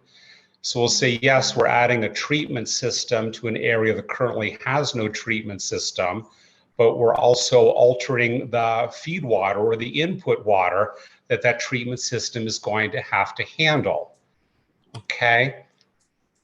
I mean, kind of a general concept here, which is not an unusual concept, but the general concept is that you can carry out an industrial development, and while you're at it, you can improve the environment. You can reduce flooding, you can improve groundwater quality, okay? It's kind of a theoretical concept, and it could be the output of a model, but I've never actually seen that happen in practice. I'd like to, okay? I'd like to see a case study in which that has worked out in practice, but I'm not really aware of one, okay? The general problem is that you tend to have two competing goals. You have an economic goal, which is the industrial development, and then there's an environmental goal, which is improve the environment while you're at it. And the economic goal tends to take precedence. Okay, so I really don't know, I could be wrong. I don't know of an example in which that has actually played out in practice, that after development, you have improved surface water, groundwater quality. Thank you, Dr. Emmerman. And before I turn you over to Mr. Cartman for cross-examination, is there anything that I've missed, any other opinions that you formed in the review of the applicant's materials that you'd like to share? I think there's just two things I'd like to draw your attention to. Please. The first is that there's no consideration of climate change in the stormwater analysis. And that is really standard at the present time. Okay, I would say some consideration of stormwater, of climate change would go into the average level of engineering. Okay, and there's simple ways to do that. There's sophisticated ways to do that. What some cities do is they just require, take the current 100-year flood and increase it by 10%. Okay, well, fine, that's a conservative assumption, doesn't take much effort. You know, quite a simple approach would be, let's start with the precipitation record as it existed as of, say, 1900. And on that date, and that year, what would we have predicted for the magnitude of the 100-year flood? And now redo that every year up to the present, and let's see what the trend is. Okay, just based upon that, those historical data, let's predict what would a 100-year flood be by, say, 2040, 2060, whatever is planned to be the end of the lifetime of this industrial development. That would be a fairly simple approach. There's much more sophisticated approaches that take global climate models and they downscale them to a specific city. There are cities that do that, cities that require that. Of course, that takes a lot more work, okay? My concern is that nothing was taken into account in terms of climate change, okay? The other thing I want to draw your attention to, something that was not considered in any exhibits I saw, is that you currently have a situation where you have contaminants that are fixed in the soil, okay? Now, this is an important point, okay? Just by example, arsenic is toxic in water at 50 parts per billion, but any old soil has arsenic at 10 parts per billion. Well, why is any water drinkable? Because the vast majority of arsenic is fixed onto soil particles, okay? Now, that can change when there's change in soil chemistry that can result from change in land use. Okay, paving over a forested area changes the oxygen content, the water content, the pH, other aspects of soil chemistry. That could result in mobilization of contaminants that are fixed at the present time with the migration of those contaminants into a high water table, for example. Okay, and I did not see this analysis carried out or this possibility considered. Okay. And I guess that'll sum it up for me. Thank you, Dr. Emmerman. I'm finished with my direct. All right, so I presume that cross-examination is going to happen from the applicants first and then the city. So cross-examination from the applicant side. Good morning, Dr. Emmerman. My name is David Cartman. I'm one of Hi, the attorneys for the applicant. I'm sorry. I'm sorry. I should have said Mr. Cartman. I'm sorry. No problem. Okay. Dr. Emmerman, I just want to ask a few questions about your background. I believe that you mentioned that earlier in your career you worked as an engineer for 4 years. Is that correct? Let me see. Starting in 1989, ending in 1993. Yeah, we'll make that 4 years. Thanks. What type of engineering work was that? I was a mechanical engineer, mostly involved with questions of fluid flow. I was working for a biomedical company. They're working on devices to measure blood flow using ultrasound. So basically fluid mechanics, fluid dynamics. Have you worked as a civil engineer? No. Have you worked as a stormwater engineer?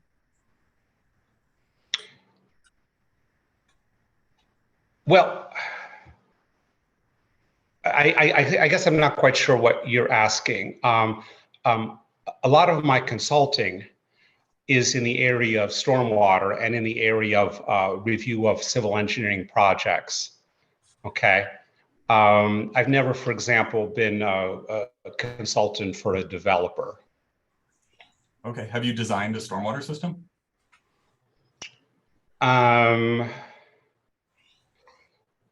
Let's see. I've explained why other people's stormwater systems are incorrect, and as part of doing that, done a high-level design of my own, okay, to show what should have been done.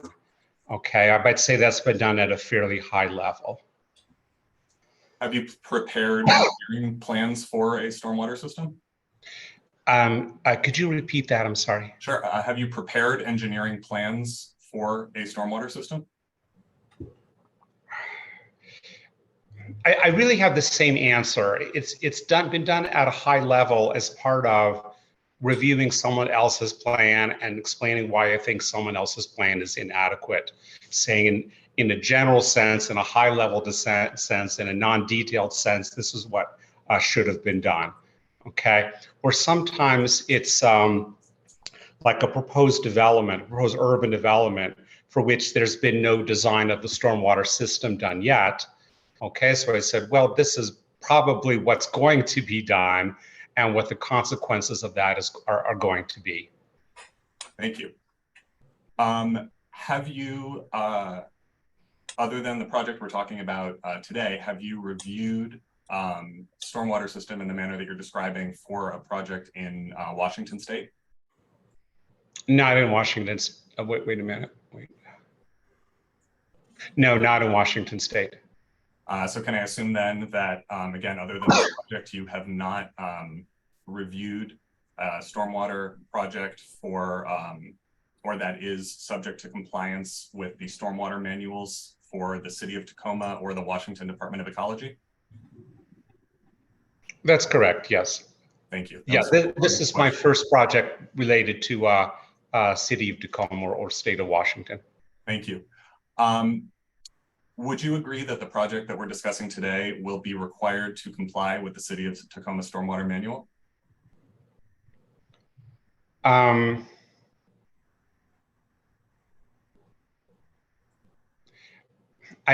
not quite sure what you're asking when you say would I agree. So I guess that's a matter of law. That's not up to me to decide. Fair enough. I will represent that in the brief filed by the appellants in this matter, there was a statement that the stormwater manual is guidance. Would you agree that the stormwater manual is guidance? I think a statement like that needs full explanation. Okay, I mean, someone could use the word guidance, but what that needs a full explanation as to what exactly is meant by that. Okay. Sure.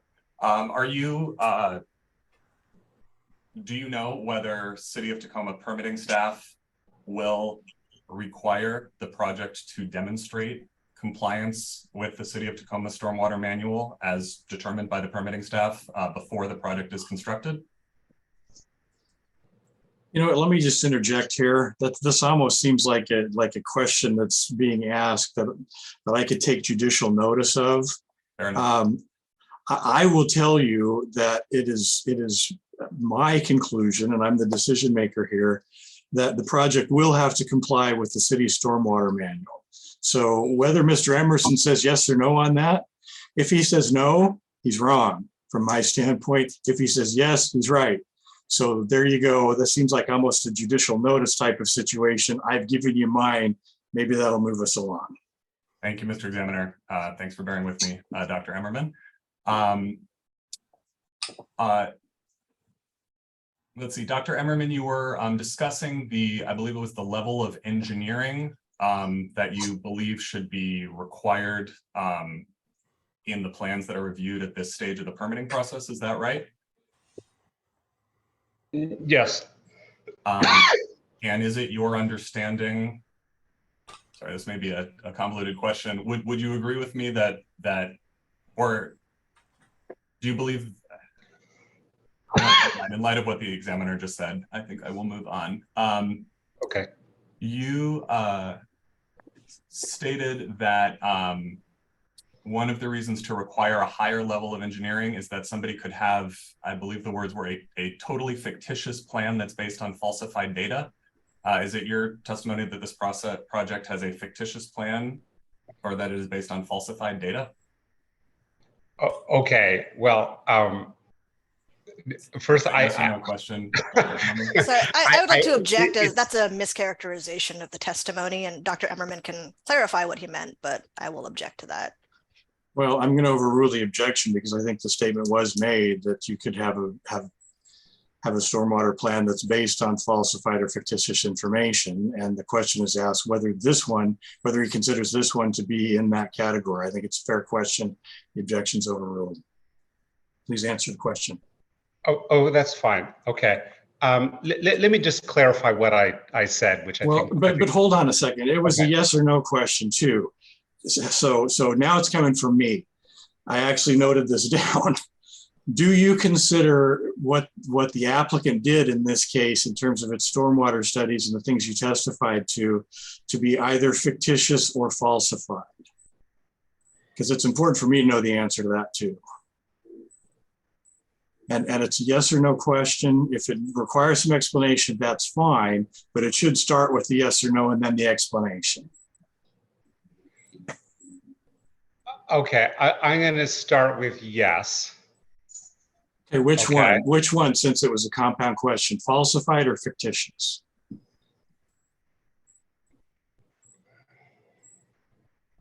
Or yes to both? I'm going to say yes to both. Okay, now the explanation then. What do you consider fictitious or falsified about the applicant's studies, please? Okay. Kind of my hesitation was that I would not have used that kind of language because it seems to imply some malicious intent. Well, but hold on. You used the language. That's why the question is being asked to clarify. And I'm hitting on it now because I wrote it down as a question for me to ask too. When you said it, I heard it the same as Mr. Karpman did. And so I'm trying to get clarification there. Because if there are parts of what the applicant did that you critiqued in your direct examination that you consider to be fictitious, in other words, erroneous because it's not applicable to the situation here, or falsified, you need to pinpoint those for me in addition to the applicants, I guess, because the applicants asked the question too. But if they hadn't, I was going to. So that's why I'm interrupting here. And your statement that you wouldn't have used those words, I'm not sure where that's coming from because you did. That's why the question is being asked. So please identify the parts of the applicant's analysis that you think is either fictitious and or falsified. Okay, thank you. I did not use those words with particular reference to the developer or the consultants. And that's fine. I appreciate that. And that was part of what I wondered when the statement was made. But it seems like you have now, with the question being asked. So either there's a backtracking from that, or you identify the parts that are fictitious or falsified. Okay. My point was that you could have a plan that simply had no basis in any kind of fact or reality, and you could say this fulfills the requirements of the stormwater management manual. You could, Okay. but do we? Okay. I will answer that. That's the question. I will answer that now. Okay. Thank you. Okay. I would say that the assumption that there's no upstream input of stormwater onto the project site is a very serious incorrect assumption. Okay, I would say that's a false assumption. We could say, yes, all assumptions are false, okay? But the important point is that it's a non-conservative assumption, okay? If you're gonna make assumptions, you should err on the side of caution. And this assumption is the opposite of the side of caution, okay? The comments from the city staff talk about very liberal assumptions, and I would not use that language either, but that also means to making assumptions that are not conservative, okay? I am not implying any malicious intent on anybody's part. That's very different from making a non-conservative assumption. Okay, and that's helpful. And you testified about the inconsistency between some of the information and exhibits about whether there are upper basins that flow onto the property or not. So that's helpful tying that in. And is there anything else?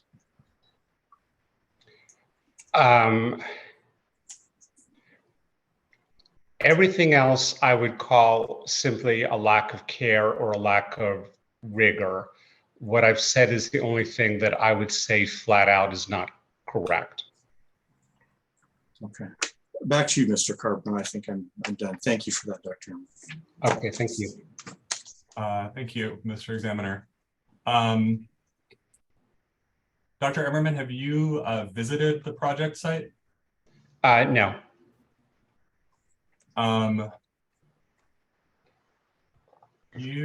I'm sorry, I'm looking for one thing in an exhibit, but I'll try to ask a different question while I do that. I believe I heard you testify that assumptions were made so that the infiltration galleries could be sized, I believe your phrase was, as small as possible. Is that correct? That's correct. And what assumptions were those? Okay, it's what I just talked about, okay? The assumption is that there's no input of stormwater from upstream that flows onto the project site or is introduced onto the project site, okay? Now, that results in a minimum volume of stormwater and rate of stormwater flow that will need to be accommodated by the stormwater infrastructure, okay? So that then gives you the minimum required dimensions for the drainage basins. Thank you.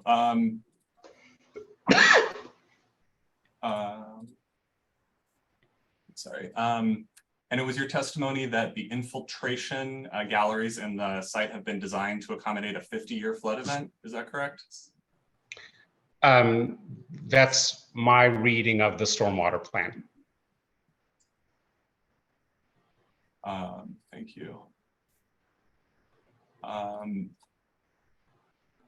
You said that, I believe, and it may be paraphrasing, I'm sorry, that the conclusions in the infiltration and mounding analysis, I believe you were referring to, were not based on very many calculations. Is that right? No, I was referring to actual measurements of infiltration rate. There were some sites where experiments were carried out on creating basins and measuring the infiltration rate. I think it was 6 sites, maybe it was great as 8.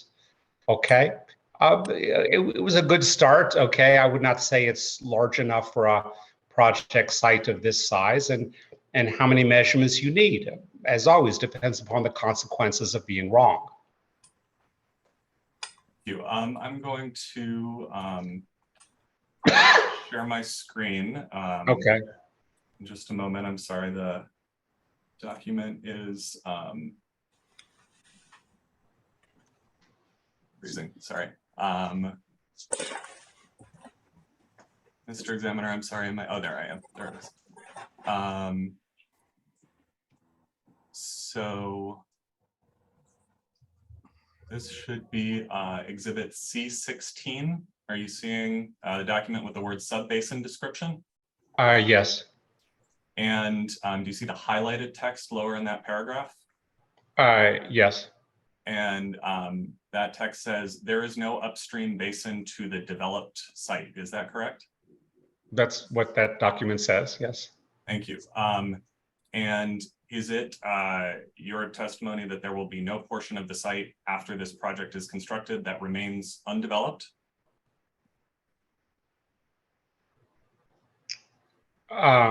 No portion. Let's see.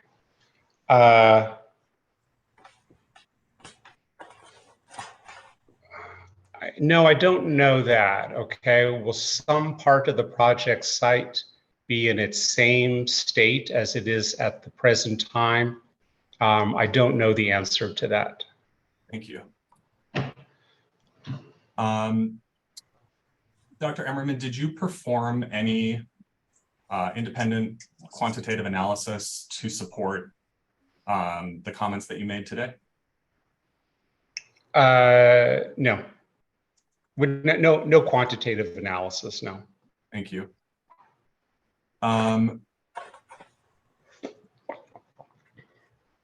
Dr. Emmerman, you testified that the documents that you reviewed in preparation for your testimony today, I believe you said did not adequately describe the planned water quality treatment system. Is that correct? That's what I said, yes. And would you agree that the project will include a water quality treatment system? Well, I understand that's the current intention. Okay, what happens in the future is not under my control. So to the extent that, as the examiner stated, the project will be required to comply with the City of Tacoma Stormwater Manual, would you agree that the project will incorporate an enhanced water quality treatment system?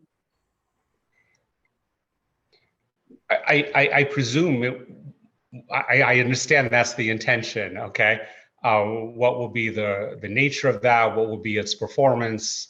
How it will be designed, monitored, tested? I don't have any information about that. Are there any aspects of the requirements for enhanced water quality treatment under the City of Tacoma Stormwater Manual that you believe are insufficient? Well, the important thing is the knowledge that has to go into the water treatment system. Okay, you have to know what will be the pollution profile of the stormwater, what contaminants you're going to expect. Then you determine what would be an appropriate water treatment system. You have to know the past performance of that treatment system with the same kind of pollution profile and what's gone wrong in the past and how that has been corrected, how all of that will be tested and monitored. Okay, an important consideration is the rate at which stormwater will move through that system. Okay, so yes, there's many questions that will need to be answered. And is it your testimony that those questions will not be addressed by the requirements of the City of Tacoma Stormwater Manual? That's not something I can say at the present time. Thank you. Mr. Emmerman, Dr. Emmerman, you testified that you believe the project poses a risk of disrupting the recharge of the South Tacoma aquifer. Is that correct? It certainly poses a risk. Okay, it poses a risk in that there's a possibility of degradation. Yes. And I believe the mechanism that you identified as the possibility was that water could evaporate from the roofs after it travels, after some of the water that falls on the roofs of the project travel to the infiltration system, that some water could remain behind and evaporate. Is that accurate? Well, I mean, there's always stormwater that remains behind in the stormwater infrastructure. There's puddles, there's cracks. It's shallow enough so that it's not flowing any longer. Okay. Other than puddles and cracks, is there any aspect of the stormwater system that you think will not allow for sufficient infiltration of water into the aquifer? Besides puddles and cracks, the general category of depressions, when the depth of water becomes shallow enough, there's too much friction with the surface and the water isn't flowing any longer. Okay, and is there anything else, any other aspect of the system that you were saying will reduce the water supply to the South Tacoma aquifer? If we're just talking about water quantity, that's the most important consideration. Okay, and is it your testimony that the amount of water that is in puddles and cracks and that perhaps remains behind after the majority of the water flows, as I think you were just describing, that amount of water will represent a significant impact to the drinking water supply of the city of Tacoma? It can under certain circumstances. A lot depends upon the nature of the precipitation patterns, okay? The duration of precipitation events, the intensity of precipitation events, okay? Yes, that's right. Do you have an estimate as to the amount of water that you would believe would fail to infiltrate? Have you performed any quantitative analysis on that issue? No.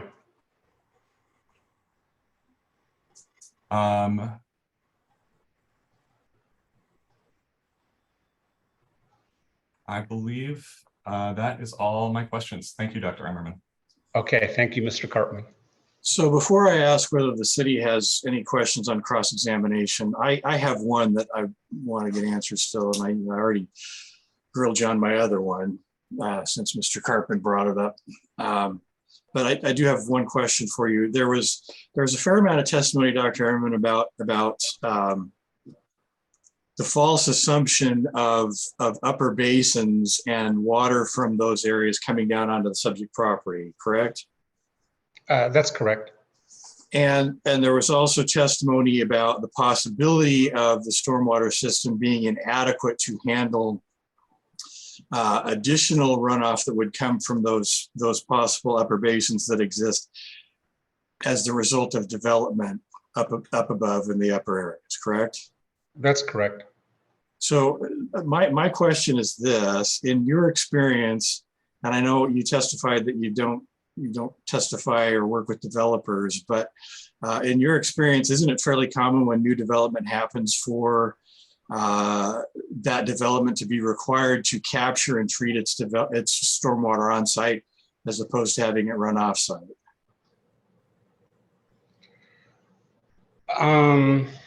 Well, it's a bit hard to say what's most common, okay, but let me kind of give some examples. Okay. Well, I'm not sure we need examples. If you don't think it is common for that to happen with development, that's fine. You can just say so. Okay. It happens sometime. Okay. So the question is, we have an upstream development. Okay. Will they be required to handle their own stormwater and not transmit it to the downstream property? That's the question. Isn't that a fairly common requirement? It's a common requirement. It's commonly not adequately carried out or enforced or actually required in practice. Okay, fair enough. That's my only question then. Mr. Victor, do you have cross-examination questions for this witness? I do, Your Honor. Or two, Mr. Examiner. Good morning, Dr. Emmerman. Good morning. I'm just trying to get a little more context for the opinions you've expressed. Are you familiar with the requirements and guidance on stormwater that cities get from the Washington State Department of Ecology? No. Are you familiar with the requirements of Tacoma's municipal stormwater permit, discharge permit? Not except what was available in the exhibits. Okay.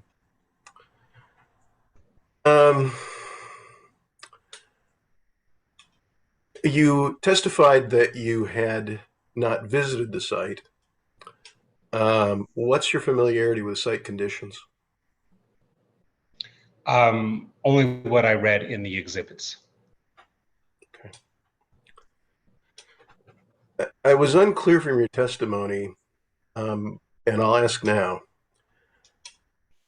Is it your understanding that stormwater management within the developed area of the site and stormwater discharge to adjacent channels is the same analysis?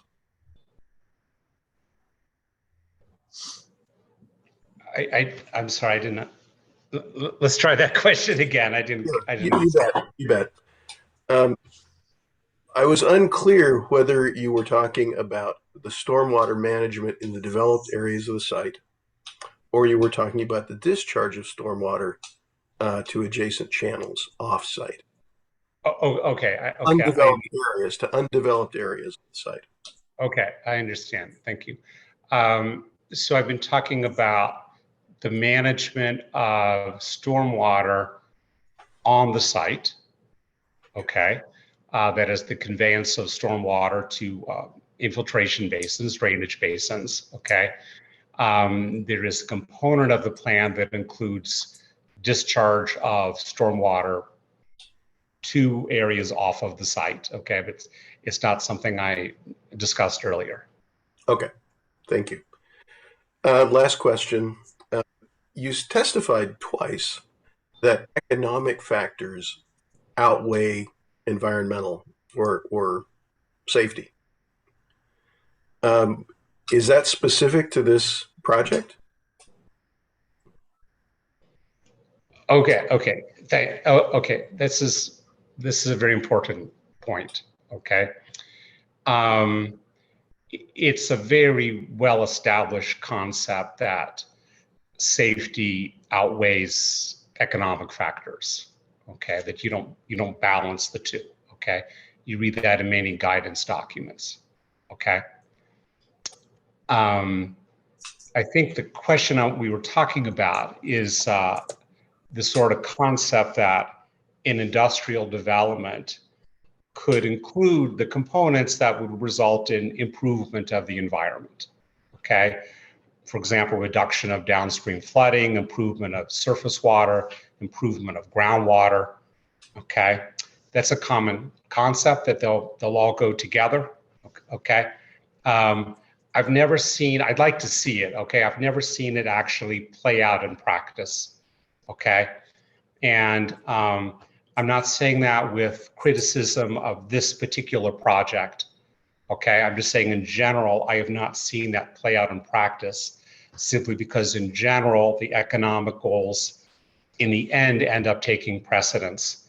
But that's not a criticism of the city or this developer or these consultants. That's just a general global perception. Okay, thank you, Doctor. I have no further questions. Okay, thank you. Is there redirect? No, there is not. All right. So Dr. Emmerman, thank you very much for your testimony here today. I know I was a little pointed in my questioning.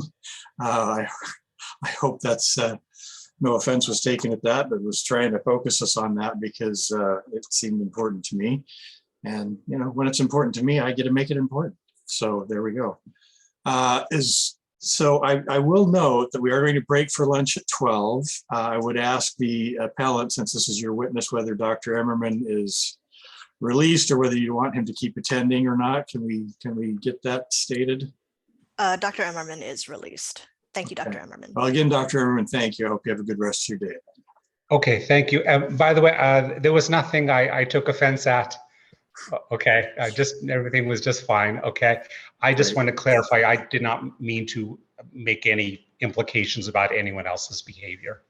Well, and your answer was very helpful to me too. So thank you for that. I appreciate it. Okay, When you tied it into other things, that was very helpful. So you're free to go, and we will move to, I think we said this morning, the next witness is Sean Dixon. Is that right? Yes. I will note that we will start examination with him. If we're able to conclude by 12, that's great. If not, we will break at 12 for lunch. And I guess I'll just ask now. Normally we break from 12 until 1:30 to give people a little bit of additional time. If the parties would like that, that's fine. I am very willing to just go 12 to 1 since we've only handled one witness thus far this morning. I think we may need the additional time, but I'm asking for the parties' input on that now. We will break at 12, but whether it's 12 to 1 or 12 to 1:30, I want input from the parties right now. And again, appellant, applicant, city. For the appellant, Mr. Hearing Examiner, 12 to 1 is fine. All right, applicant then. We'd appreciate that. There are a lot of witnesses still to go. Indeed there are. So you're outruled, city. If you want until 1:30, I'm sorry, we're going to reconvene at 1. All right then. So Mr. Dixon, if you would please unmute, and if you would raise your right hand on the screen, please. You swear to affirm that the testimony you're about to give as part of this hearing today will be the truth, the whole truth, and nothing but the truth under penalty of perjury. I do, yes. All right, the appellant may inquire. Thank you, Mr. Hearing Examiner. Hi, Mr. Dixon. Thank you for joining us today. Let's start with your Mr. Hearing Examiner, is your hand up? It does that when I have on my hand up on the screen swearing people in. It's down now, so ignore that if it happens again. If I need to say something, whether I raise my hand or not, I'll say it. So you're good to go. Thank you. Well, we're going to start with a brief summary of your qualifications. Mr. Dixon, could you tell us about your educational background, starting with your most recent degree? Sure, yes. So my most recent degree is a LLM in climate change law, which I obtained from the Elizabeth Hobbs School of Law at Pace University. There, for my LLM thesis research, I looked at climate change impacts to fisheries, aquatic ecosystems, wetlands, and the management of those resources. Before that, I received a JD from Pace University as well with a certificate in environmental law. I also received a master's of environmental management from the Yale School of Forestry, which is now known as the Yale School for the Environment. And for my master's degree, I also studied the management of fisheries and aquatic resources in an era of climate change. Prior to that, I received a bachelor's degree at Boston University's marine program, where I double majored in marine biology and geology earth sciences with a focus on oceanography. Thank you. And can you tell us about your non-academic professional roles, starting with your most recent position? Currently, I am executive director at Puget Soundkeeper, located in Seattle. We've been working for almost 40 years, though I've only been in this role for a little over 2 years, on clean water, Superfund, toxic, climate issues, pretty much anything affecting Puget Sound itself, its resources, watersheds, and communities. In this role, I oversee all of our staff, about 12 to 15, depending on the year, our budget, all of our advocacy, and all of our events and programs. Before that, I was chief of staff at EPA Region 1 in Boston, where I advised the regional administrator and the acting regional administrator for 3 years on just about every issue affecting the region, which included all of the New England states. Immediately before that, I was senior attorney at Hudson Riverkeeper, working in New York City, where I focused mainly on railroads, railroad safety, Superfund sites, and clean water issues like stormwater and combined sewer systems, focused again on New York City, New York Harbor, and the area and the watersheds immediately around there, largely, which is New York City. Thank you. And what positions have you held outside of work, including current roles? I've been an adjunct professor of law at Pace University, teaching oceans and coastal law. I've been an adjunct at Clarkson, teaching engineers about environmental law and policy issues. I've been a lecturer at Yale University or Yale College, teaching marine resource management and ocean resource management issues. I've also been active at the American Bar Association section of Environment, Energy, and Resources, where I've held past roles as membership and diversity officer, council member, and planned various conferences and activities to the American Bar Association for about 14 years. Thank you. And finally, what publications have you authored, if any? A few law journal articles, a couple trade publication articles, including the most recent one was, I think, just last fall in October on 6,4-D quinone, the chemical that's affecting salmonids, especially in this region. And before that, a host of them on varying issues affecting coastal and watershed-based resources. Thank you, Mr. Dixon. I'm now going to ask Ms. Bechtel to show us stipulated Exhibit A1, which is a copy of your resume. Can you confirm for us that this is a current and correct copy of your CV or your resume? It does appear to be so, yes. Thank you. And I'm now also going to ask Ms. Bechtel to show you what's been marked as exhibit, or what's stipulated Exhibit C1, the city's MDNS, and specifically the list of record documents on PDF page 2 to 3. Can you please identify for us which documents you reviewed as part of your engagement in this matter? Sure. So I've reviewed attachments, the first two attachments, A and B. I've looked at exhibits E, F, G, H. I briefly looked at I, but largely at L, M, N, O, Q, R, S, T, I believe U, although it is opaquely described here, I believe U, V, certainly, and Z, double A, and parts of double B. Thank you for that. Before we get started into your testimony, I'd like you to get us oriented to the site. So I'll ask Ms. Bechtel to pull up what's been marked as Exhibit A2, a stipulated Exhibit A2. Could you explain what this map is once it comes up? Sure, this is a map of Tacoma. South Tacoma is centered. The groundwater protection district is in fuchsia outlined. And the project site is kind of in the middle of that fuchsia block, a little bit off to the left of center. Thank you. And can you identify the project site on this map as best as you can? Yeah, right where there's a kind of, you look in the middle of the page, in the middle of the fuchsia block of the groundwater district, it's to the left of where there's a giant curved road, kind of square center, and it runs along the length of that very tall column of plots of land. Thank you, Mr. Dixon. Ms. Bechtel, you can go ahead and take it down now. Mr. Dixon, with that backdrop, we're going to start talking about potential impacts from climate change on Tacoma's drinking water supply, and the South Tacoma aquifer. I'd like you to look at what's been marked as Exhibit A3.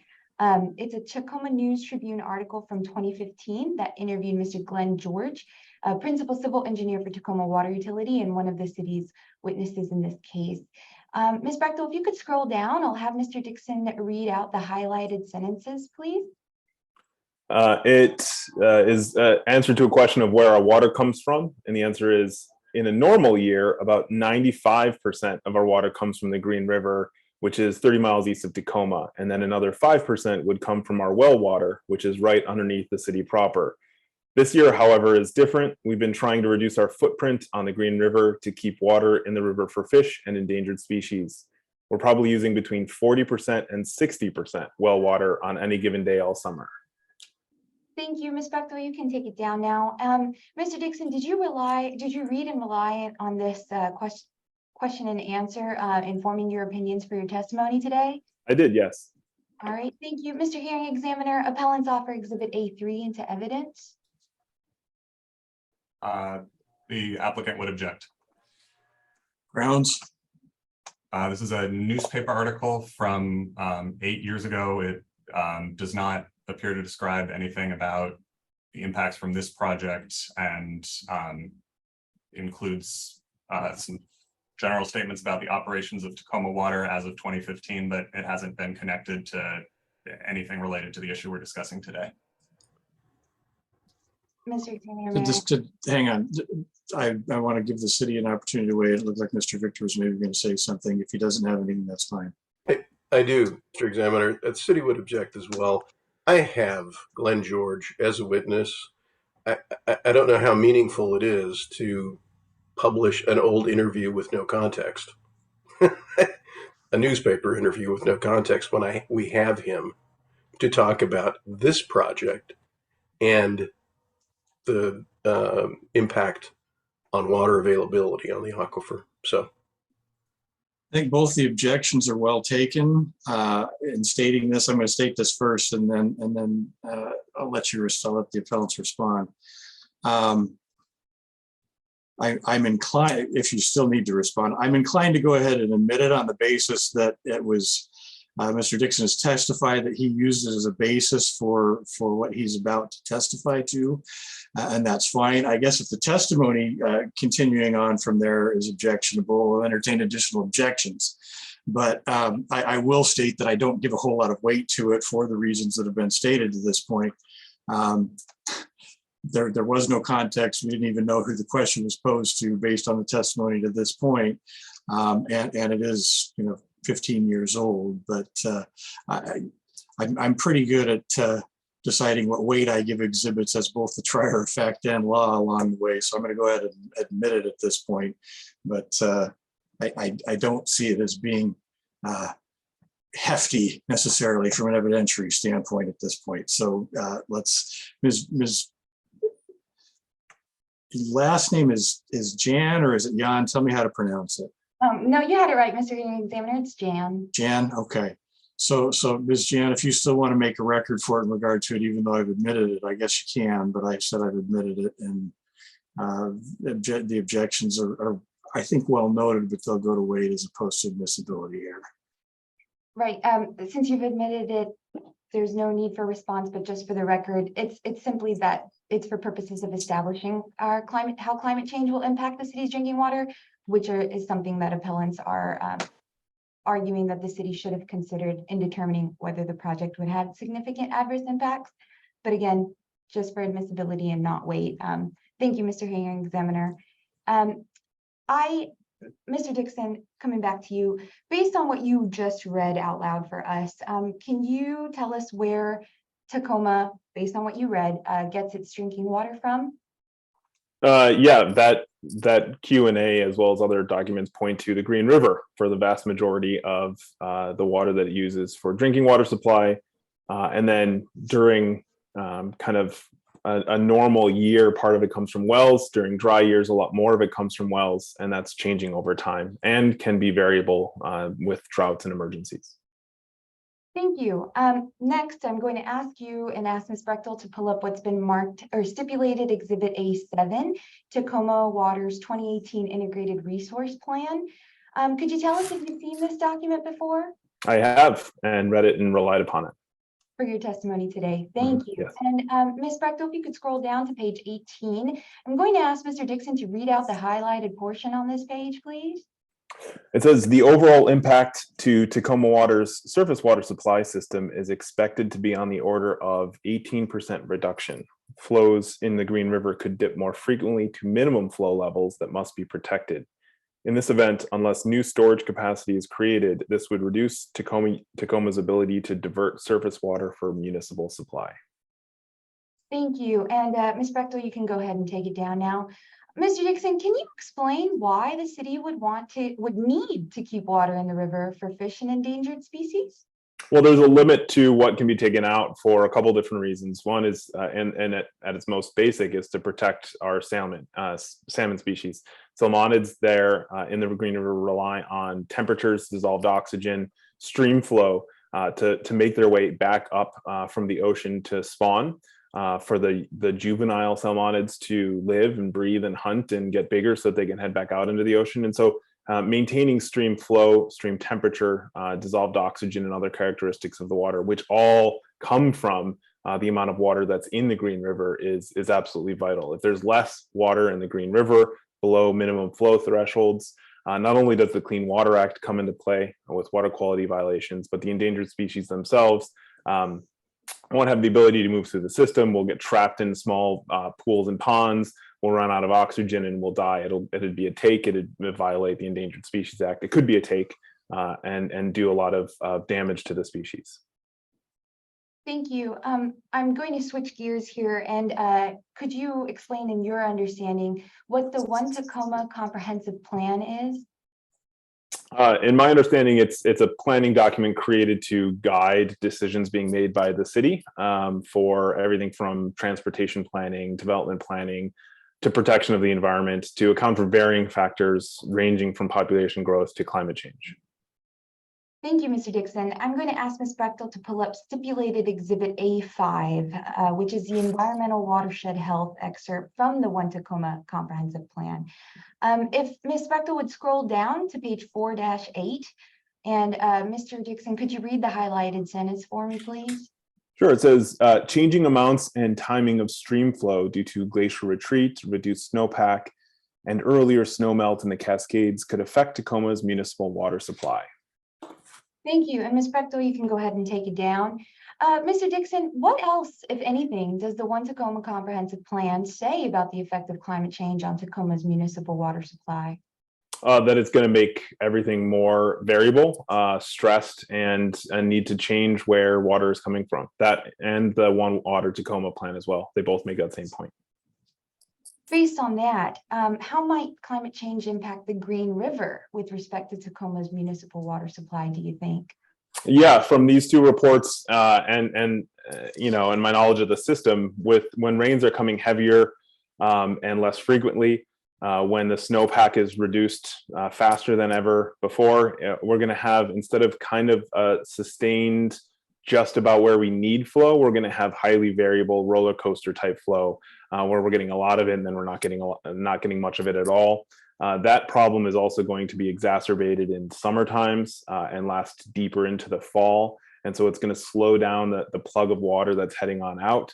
As the grounds around these rivers and these watersheds dry up as well, it's going to change the way that the system as a battery can operate. And as a battery, what I mean is that it's not just rain that falls on the top of the Green River that kind of goes into the channel and runs down to the Puget Sound. It's in any of these systems, it's the soils around it that grab onto that water and act like a sponge, where it slowly falls out into the streams as it moves down gradient. And so you really want that whole rain system to land on functioning soils and forests to keep a certain amount of water moving at all times through the system. And so with climate change around the Green River, around this project site, soils are going to get harder, are going to get more compacted, are going to lose their organic material. They already are in a lot of places, especially when you take away existing trees and groundwater covering and you put in, you know, smaller, younger trees. Or any sorts of developments that increase the heat, the localized heat impacts to sites. All of those things in the Green River or in any watershed system in the Puget Sound are all going to lead to systems where the soil itself can't hold on to the water, let alone the snowpack or anything else. So it's going to be a much more highly stressed system. Thank you, Mr. Dixon. I'm now going to ask Ms. Bechtel to pull up what's been marked as Exhibit A6. It's the University of Washington's 2018 report, the Climate Impacts Group. And it's titled An Unfair Share, Exploring the Disproportionate Risk from Climate Change Facing Washington State Communities. If Ms. Bechtel would, Mr. Dixon, have you read and reviewed this document in order for your testimony today? Yes. Okay, Ms. Bechtel, thank you. Could you scroll down to the next page and have Mr. Dixon read the highlighted passage, please? It says, in 2015, Washington State experienced low snowpack conditions arising from warmer than average temperatures, which led to significant water stress for irrigators, managers of small water systems, fisheries, and forests. These conditions are analogous to what is expected in the future as a result of climate change. Specifically, the temperatures experienced during the winter of 2015 are similar to the average conditions projected for the middle of the 21st century. In many locations, the snow in 2015 resembled the average conditions projected to occur at the end of the 21st century. Thank you, Ms. Bechtel. You can go ahead and take it down now. Appellants would offer Exhibit A6 into evidence. Objection. Grounds. Your basis for the objection. We would not object to admitting a version of that exhibit that consists only of the highlighted paragraph that was just read. However, the full document is a 73-page report on an issue that the examiner has excluded from the hearing. City? City concurs in the objection. Also, what is the I have not understood the relevance to this project's review so far from this witness? So both. So again, I'm going to admit it as being a basis for what Mr. Dixon is testifying to today, so that it's in and part of the record. We have that. I can tell you right now that what Mr. Dixon has to say, having used that in order to testify here today, is going to be far more important to me than anything that's in that document beyond the highlighted portions that we've already talked about. So again, the objections are overruled. It's coming in, but you're going to have to trust me on weight as opposed to admissibility here with it. And like I said, it's a basis. And now let's hear what you have to say about it, having used that as your basis. Thank you, Mr. Hearing Examiner. Mr. Dixon, based on what you just read and your review of that document, how do you think, and can you opine upon how climate change might impact Tacoma's municipal water supply? Based on all of these documents that have come up, I think that it's crystal clear that Tacoma is going to be relying more and more on wells. The One Tacoma plan itself says that the best case scenario for the city to avoid violating the law, to avoid breaking their requirements, is to make more use of groundwater. The only thing that's described in this entire system that is quote unquote more stable than, and I'm using that my own quotes, not quoting the One Tacoma report, more stable than the Green River supply, given climate change impacts to the Green River itself, is going to be groundwater, aquifer sourced water. And so from my review of all these documents put together, Green River, less useful moving forward. Groundwater supply going to be more and more the basis for which a lot of the drinking water comes from in this region. Thank you, Mr. Dixon. Sorry. I'm now going to ask you to look at what's been stipulated as Exhibit A4, the One Tacoma Plan Introduction and Vision chapter. We've been discussing the One Tacoma Plan. Ms. Brechtel, if you could scroll down, and Mr. Dixon, I'm going to ask you to read that highlighted statistic on the side of the page for me, please.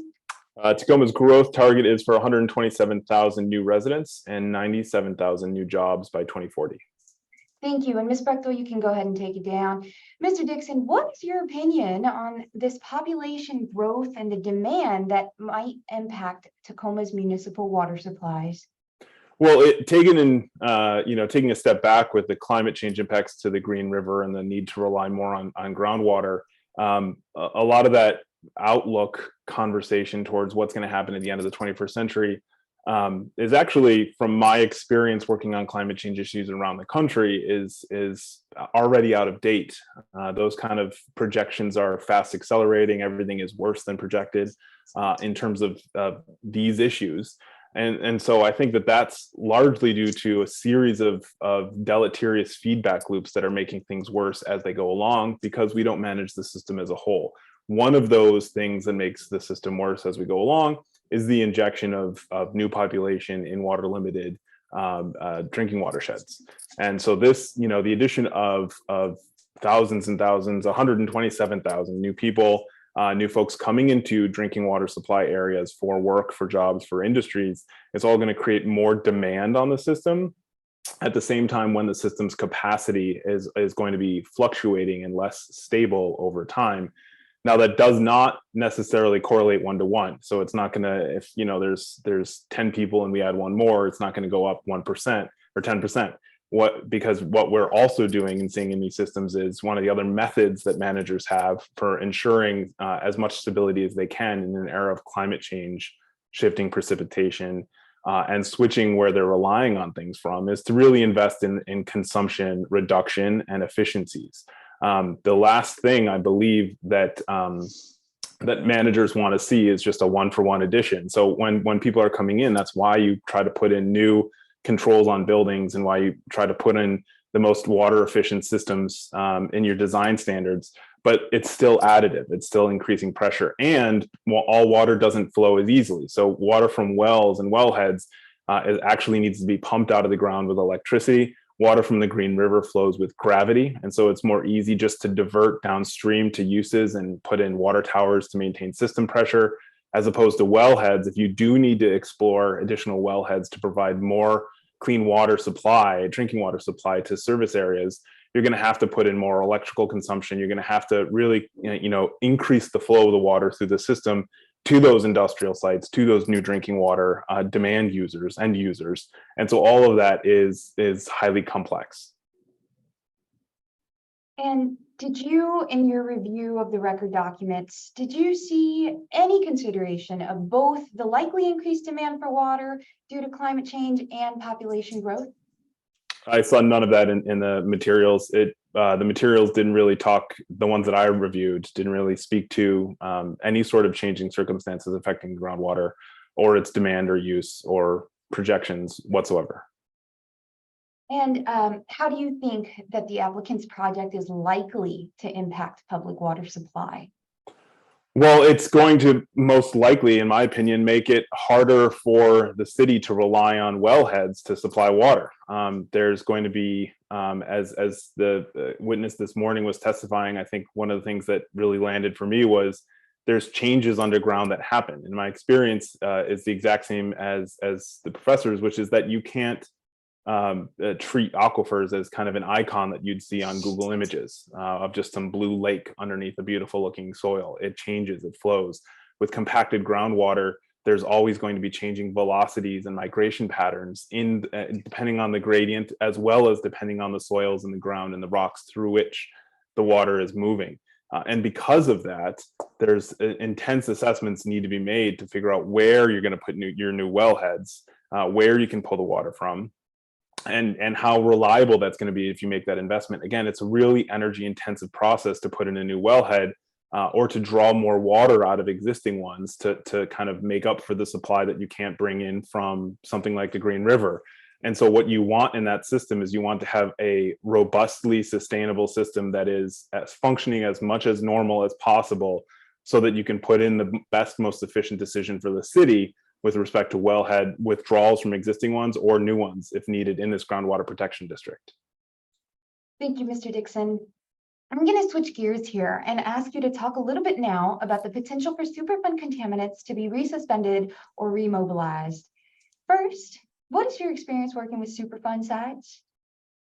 I've been working on Superfund sites since probably the last 10 years. My earliest experience was working on the Newtown Creek and Gowanus Canal Superfund sites in New York City, which are sediment mega sites with lots and lots of people living right on top of it, lots of industrial uses, really thoroughly involved in the record of decision processes, members of the community advisory groups and technical advisory groups, working on not just those Superfund sites, but engagement with New York City and New York State on the brownfield sites and the sites just upland of all of those sediment mega sites, as well as the migration of sediment contamination around those sites, given sea level rise and a variety of other factors, things like burst pipes underneath industrial facilities, resuspending contamination in sites adjacent to these sediment megasite parcels. I've also worked at Region 1, EPA Region 1, where Superfund sites and brownfield sites are a regular portion of the job, part of the job. And here in Seattle, I spend a lot of time working on the Duwamish River and the Harbor Island Superfund sites, both of which are, looking at cleanup measures right now or have already done some cleanup. I was looking at comments just this past weekend on one of them, actually. Thank you, Mr. Dixon. I'm now going to ask you, well, I'll just ask you, what does it mean for contaminants to become resuspended? Well, right now, you hope that contaminants are locked in place, that they're stuck in whatever soil they're on. They're not moving up, they're not moving down, they're not interacting with a mole or a vole or a person, or getting into the food web by getting sucked up by a tree or a shrub and turned into a berry. You want them locked in place and not moving anywhere. Now that even when you close a soil site, because you're quote unquote done, metaphorically quote unquote done, not quoting any part of the record, when you're done with a site, you're not actually done with the site. It's reviewed at length, almost in perpetuity. So the 5-year reviews, the regular assessments of what's going on at the site, the oversight, the restrictions put on a site are all designed to ensure that that when we've locked something in, it is actually locked in. But those things that are locked in can become reconnected to those risk vectors, whether it's through an animal, through a plant, or something that humans can engage with. And that reconnection is going to guide my next question. In your opinion, is contaminant resuspension a concern for this project? 100%, yes. And can you explain why you're concerned about contaminants becoming resuspended with this project? Yeah, well, for one, there's a lot of them that are going to be moved and messed with. So a lot of contaminants are going to be picked up, moved, mixed, sloshed around, aerosolized as dust, and hopefully captured with the mechanisms that the applicant has put in place in its sediment management plan. But they're going to be moved. And when you move things that are locked into place, you're moving them around, and no program is foolproof. And so that's one of the areas where I'm very concerned that there's going to be, reactivation of the risk here. Another one is in the ground itself. So when you compact soils, when you create new flow patterns, so instead of right now rain percolating slowly through the whole site, because the site right now is mainly soil, it is mainly just something that rain lands on and slowly percolates through. That is going to change to these infiltration basins that are going to be kind of like, instead of a nice garden hose shower or mist going over a garden, you're going to put the spigot on jet setting, and you're going to be jet setting all this water in highly directed places in the groundwater, which will change the way that the water moves through the surface levels as well as through the ground, coupled with compaction, which is going to be compressing the ground underneath all these buildings. During the time of construction, compaction can actually change the way water moves through those soils as you're compacting those soils in new and emerging ways that have to be monitored and managed on site in groundwater testing to make sure that they're not affecting or reactivating those chemicals. And then even when something is placed underneath a cap, those caps need to be monitored because something can always go wrong. And right now, I believe the record points to several areas of concern in the southeast, southwest, and western side of the property where there's still some lead issues going on in some of the tests that have been run. And so even if you've capped contamination underneath, building B, for example, there can always be an issue with water getting into the system. I've seen it happen quite regularly where water lines, water mains, water sewers, or stormwater systems crack and leak into the water around it. And especially with contamination that's hydrophobic, in that it is afraid of water. It doesn't like going near water, so it gloms onto whatever else is near it. It can actually cause those particles to kind of run along the sides of buildings, run along the sides of any pipes that are through those areas, any pilings that are driven through those areas, and actually move through pore spaces that have been created and affected by compaction activities or regrading activities in new and different ways. And so it's absurdly vital to monitor, robustly monitor where the water is moving and whether or not any of the groundwater migration patterns are changing where there's ever any contamination. So on a site that's a normally sized parcel, think of a gas station, it's very easy to monitor that. You can go to the edges, you can go to the middle, but at a site like this, there's, I would have expected there to be a whole suite of wells scattered throughout the system that test first how the water moves through the system and through these caps to know how the construction, regrading, the moving, the mixing, the stormwater operations, the construction operations are all going to affect how the chemistry and the movement of water through the surface level as well as infiltrated into the groundwater below. Thank you. Mr. Dixon, I'll now ask Ms. Brechtel to pull up stipulated Exhibit C12, the applicant's soil management plan. And if you could scroll down, Ms. Brechtel, to PDF page 12, page 8. Mr. Dixon, can you read that highlighted portion of the text, please? It says, as a result of the redevelopment of the project area, all soil with contamination exceeding residential land use cleanup level established under the Model Toxics Control Act regulation will either be covered with asphalt or concrete, with the exception of 9,000 square feet within the wetland buffer. And can you briefly explain your opinion on leaving contaminated soils in place in the wetland buffer, please? I think that's pretty dangerous. I think that the EPA, in their decision not to get at this stuff, assumed things that are now going to be changed with this site. And so with this site, almost everything that's not in the wetland buffer and part of the wetland buffer are going to be turned into impervious cover. And that's going to change the way stormwater moves and flows over the site.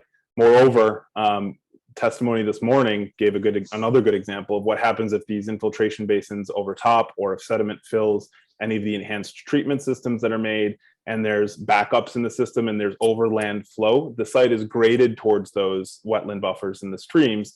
And so there's a very real risk that if anything goes wrong, or even if something that happens in the operations, like a truck rolls over and there's diesel fuel, or a water truck rolls over that's used to spray down dust during construction, and that leaks, that overland flow will go right over all these contaminated sediments in the wetland area in a way that wasn't envisioned by the EPA in their record of decision. Thank you. Ms. Bechtel, if you could scroll down further, I'm going to ask Mr. Dixon to read. It's starting at the bottom there, that highlighted text, and it'll go into the next page. While there are some documented areas of deeper soil impacts in isolated areas of the project area, the documented concentrations only marginally exceed the CUL for lead and are very limited in extent. Given the volume of soils to be moved and handled, these limited quantities of contaminated soils will be mixed with very large volumes of surrounding non-contaminated soils. And in your opinion, what is at stake with this effective mixing of non-contaminated and contaminated soils, even in small part? Yeah, again, I'll point to the controls recommended by EPA in their record of decision, which was we put hard caps in and we cap things with a foot of soil. And the number one institutional control in my mind, I think it may be number one in the deed restrictions itself, is maintain those caps. It is absolutely vital. When the EPA did their 5-year site review, they walked around, they looked to see whether or not there were divots in the soil, whether anything could be exposed, whether there are any problems with the soft or hard caps that were put on the site. And so when you violate that number one institutional control recommendation of maintaining caps on the site, you're risking resuspension, reactivation of those chemical constituents. Thank you. And finally, with this exhibit, Ms. Bechtel, if you could scroll one more time. Mr. Dixon, could you read that highlighted passage? Sure. The information presented in this SMP has been shared with EPA. Bridge has since obtained a comfort letter from EPA on August 18th, 2021, as a condition that the SMP is consistent with the ROD, the record of decision, the environmental covenant, and any O&M plans for the site, and confirms that the implementation of the SMP and redevelopment of the project area will not affect the current regulatory status of the site. Thank you. Ms. Bechtel, you can take it down. Mr. Dixon, based on what you just read, does that mean that the EPA's assessed the project risks and thinks everything is okay, that they sent a comfort letter? No, that's not at all what a comfort letter is. And I think that there's room for misunderstandings when you read this paragraph that should be clarified. And that's that a comfort letter is literally designed to do no such thing as make decisions or say that something is protective or that there will be no impacts from or risks due to. A comfort letter is designed by the EPA, by a policy of the EPA that must be followed, to be an advisory document that just tells you what the public information already is about a site.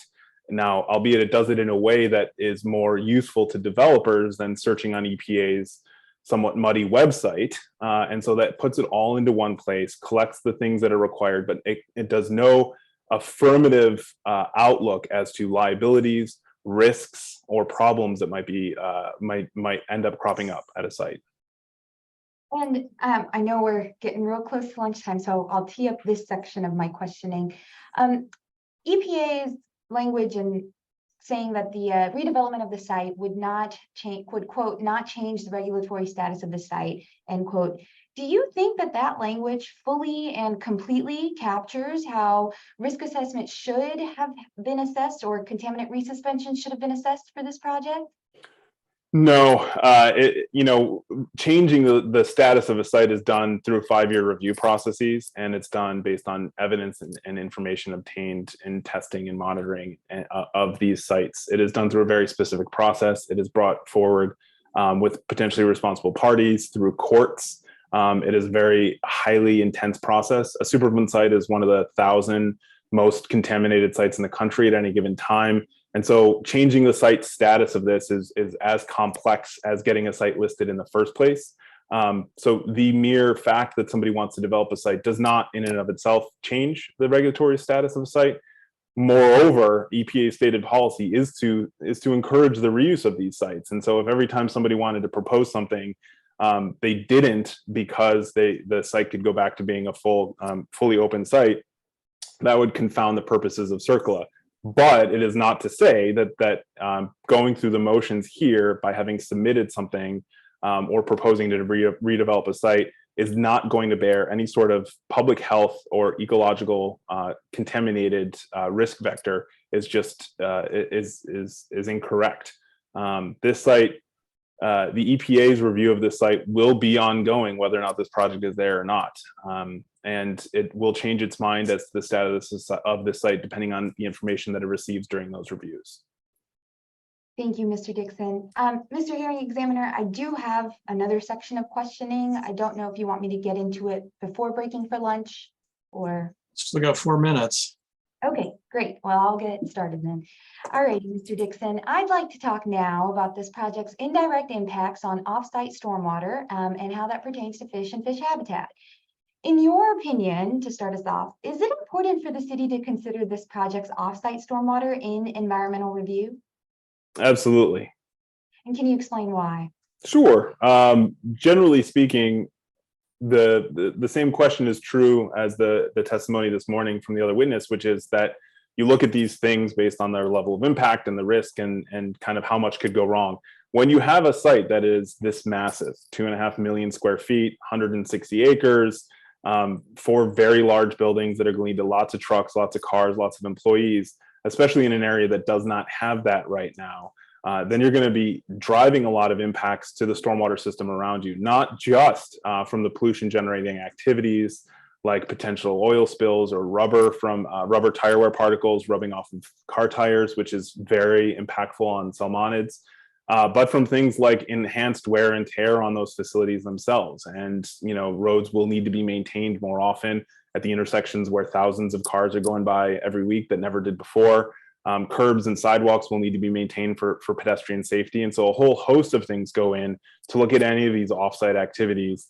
And all of my experience working on sites and redevelopment parcels and projects, whenever you have something this massive, there is a robust assessment of stormwater impacts and storm service area impacts around the parcel itself.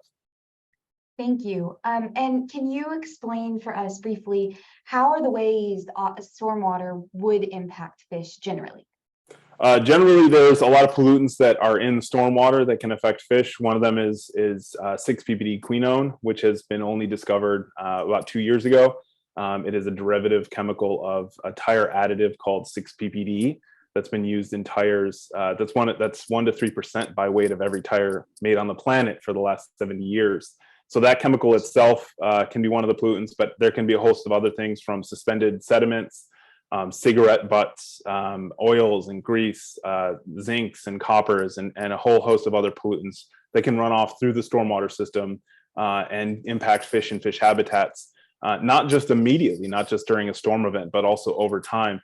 There's something called the first flush problem for a lot of these systems. Most stormwater systems have this, especially in areas where, like we are seeing here with climate change, there's a lot more dry and then wet, dry and then wet.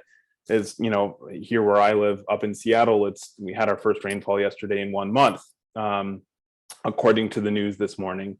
And so during that month, all of the garbage, all the oils, all the contamination built up on the street. And when the rain hits, all of that gets flushed out as kind of a big plug of pollution into the surrounding waterways, receiving waters and pipes. It can build up in those pipes and systems, even if it's not a free-flowing creek, and wait for that water to be shunted into the system as opposed to going into the ground, and then gets pushed downstream and affects fish and fish habitat. Thank you. With the conclusion of that answer, I think I am going to stop us because it is 11:59 at that point. And unless you had a really short one for the next one, I think we'll probably just stop there. So everybody take lunch break, 12 o'clock till 1 o'clock. And we will come back at 1 o'clock and continue with the direct testimony of Mr. Dixon. I will note also too, for purposes of afternoon scheduling and all that, We're going to start at 1. We've already agreed on that. We will take an afternoon break, similar to this morning, between 5-10 minutes at around probably 2:30, since we're starting at 1. And then we will need to conclude today at, well, actually, I will check with my office staff. If there are people attending in room 138 at the Tacoma Municipal Building, we'll need to be out of there and conclude it at 4:30, because the council needs that as their overflow room. So probably conclude at 4:30 today in any event. And that's the afternoon schedule. And with that said, have a good lunch. Recording.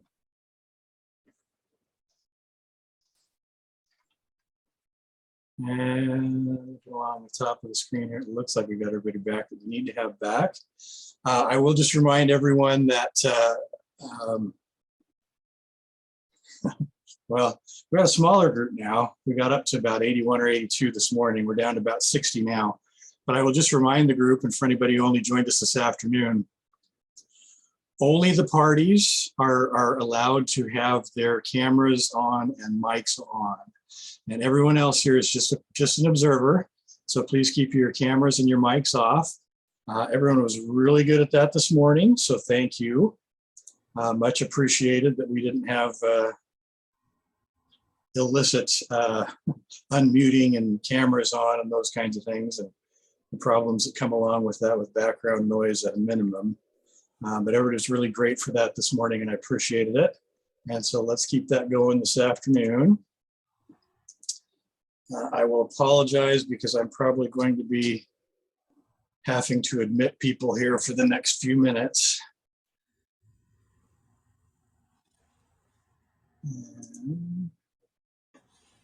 There we go. Need a couple folks here. Turn off the video. All right. Well, let's get back to it. We were in the middle of the direct testimony questioning of Sean Dixon by the appellants, and we will pick up with that now. Mr. Dixon, you are still under oath. Lunch doesn't change that. And Ms. Jan, you can go ahead and continue your inquiry. Thank you, Mr. Hearing Examiner. Mr. Dixon, and actually Ms. Brechtel, I'm going to ask you to show for us Exhibit A9. This is what's called the RIA 12 Enhancement Plan. Mr. Dixon, could you tell us if you've seen this document before? Yes, I have. And can you define, well, can you tell us what this document is first, and then also tell us what RIA stands for? Sure. Well, I'll start with that first. RIA is the Watershed Resource IA, and it's always just RIA 12, and it's the Watershed Protection Plan for the Chambers and Clover Creek watershed. So it looks at stream flows, it looks at salmon habitat, it looks at groundwater aquifer levels, and it's the kind of joint planning document that municipalities and state agencies work on to coordinate their efforts to try to find the best watershed-wide programs, projects, infrastructure initiatives to achieve the goals for the watershed, which can be anything from protecting salmon to increasing groundwater flow. Thank you. And can you tell us what agency this document comes from? The Department of Ecology, State of Washington. Thank you. And did you rely upon this exhibit in forming your testimony and opinions today? I did, yes. Thank you. Ms. Brechtel, you can take it down now. Mr. Hearing Examiner, appellants offer Exhibit A9 into evidence. Nothing from the parties? No objection. No objection. Respondents, rather. All right. With no objection, A9 will be admitted and made part of the record. Thank you very much, y'all, sir. And Mr. Dixon, can you identify for us, starting at the outer level and then zoning into the specific sub-basin, what watershed is this project in? So this is all in the Flet Creek watershed, which flows downstream to Chambers Creek and then out to Puget Sound. And so from RIA 12 working inward, can you tell us the flow of the water? Yeah, so if you were a salmon swimming back up, you would swim up from Puget Sound and from the ocean into Puget Sound, up Chambers Creek and then up Flet Creek.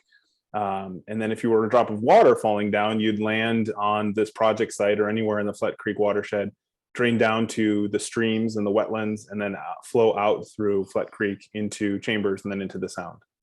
And I want to make sure I'm hearing you right. The Flet Creek watershed is a subshed within RIA 12, correct? Correct, yes. Great, thank you. And so where does, now zoning back out, where does the Chambers Clover watershed get its water from? All of it comes from stormwater eventually, just like all of the drinking water in a well comes eventually from stormwater, as well as anything snowpack flowing down a mountainside. This whole area gets its water from rain.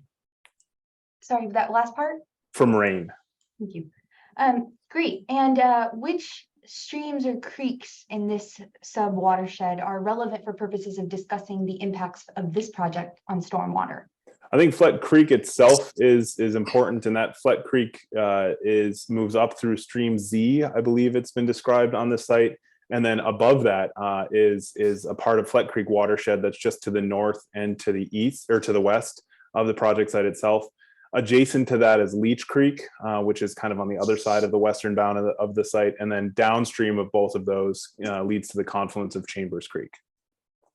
Thank you. And to be clear, I think I heard you say that there's a connection of streams. I want to make sure that you're relaying your testimony accurately. That's where can you explain again? It's Flet Creek and Chambers Creek? Correct, yes. Gotcha. Sorry, there might be some feedback on my end. Thank you. And now, could you describe for us Flet Creek, please? Yeah, Flet Creek is a creek that runs in kind of the South Tacoma area that runs through, the watershed runs through this project parcel, as well as a lot of the neighborhoods that are to the south and to the east of this project parcel. Thank you. And can you explain for us, before we get into the specifics of this portion, the difference between on-site and off-site stormwater? Yeah, so on-site stormwater is easy. It's just what's on the project site. What are they doing with the drop of rain that lands on one of their buildings, or on one of the roads, or in the in the approach or on the sidewalks alongside those roads. Off-site stormwater is everything around the site. So stormwater that's coming onto the site from up in the watershed through the force mains that we talked about earlier. And also stormwater that is generated in the approach areas. So a lot of these streets that abut the parcels and places where you take a left to go in to work in the morning at this bridge industrial site, they're all kind of connected, and the storm drains themselves interconnect with the storm sewer system for the city of Tacoma. Thank you, Mr. Dixon. I'm now going to get specific about that second part, the off-site stormwater, and I'll ask you specifically about Flet and Chambers Creeks, and then about one contaminant in particular that you've already discussed, 6-PPDQ. For this part, I would like to ask Ms. Brechtel to show, I'll ask Ms. Brechtel to show Exhibit A10. These are screenshots of Salmonscape mapping tool. Mr. Dixon, can you tell us what Salmonscape is and where it comes from? Salmonscape is a web portal, a mapping tool from the Washington State Department of Fish and Wildlife that allows you to zoom in on watersheds and take a look at what salmonids have been found to be there or projected to be there, and in some cases whether they're spawning or just present. And on this page, can you tell us what the colors red, blue, and brown mean for in this Salmonscape legend, please? Sure. Red is documented spawning. Blue is documented presence. Which doesn't mean that they're not spawning, just that it's presence has been the only thing that's been documented. And brown is below the screen here if you just zoom down, and that's presumed presence. Thank you, Mr. Dixon. Ms. Brechtel, we can take that off momentarily. Appellants would like to offer Exhibit A10 into evidence before continuing. No objection. No objection. All right, with no objection, A10 will be admitted and made part of the record. Thank you. So, Mr. Dixon, going back to Salmonscape, Ms. Brechtel, could you please pull up the exhibit one more time and scroll down into the screenshots?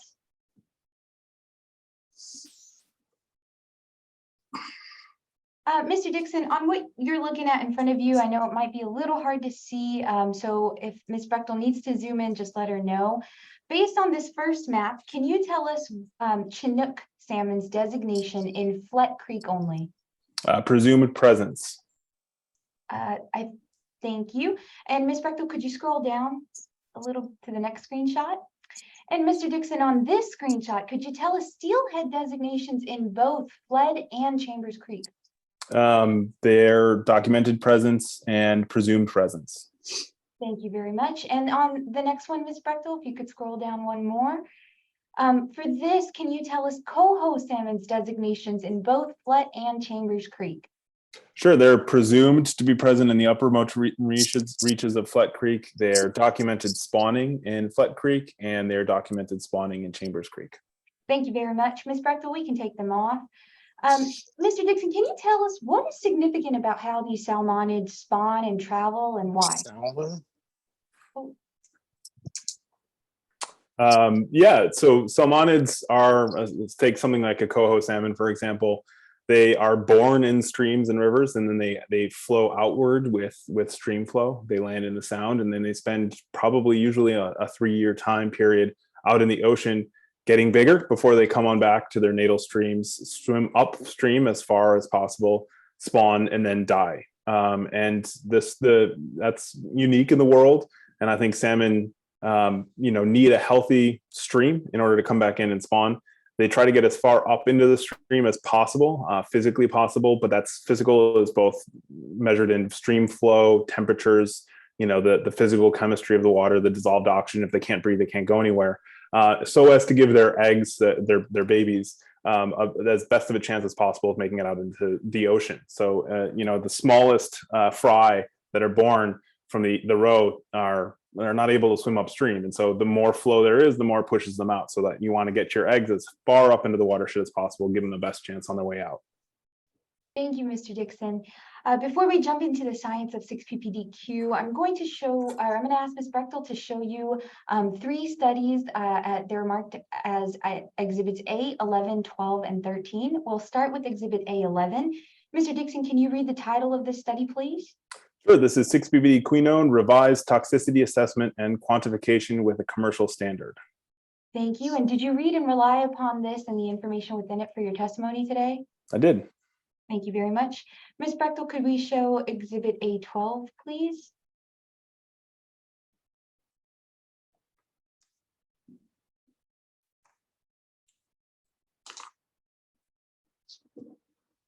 And Mr. Dixon, can you read the title of this article, please?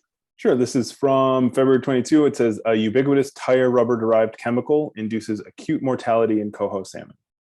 Thank you. And did you read and rely upon this and the information within it for your testimony today? I did. And to clarify, this is from January 2021, not February 2022. Thank you. And Ms. Brechtel, could you pull up exhibit A13, please?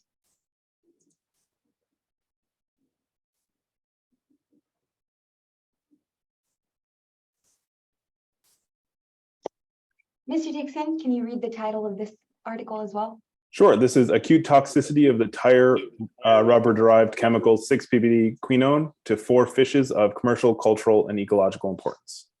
Thank you. Ms. Brechtel, you can go ahead and take it off. And Mr. Dixon, did you read exhibit A13 in informing your testimony today? I did.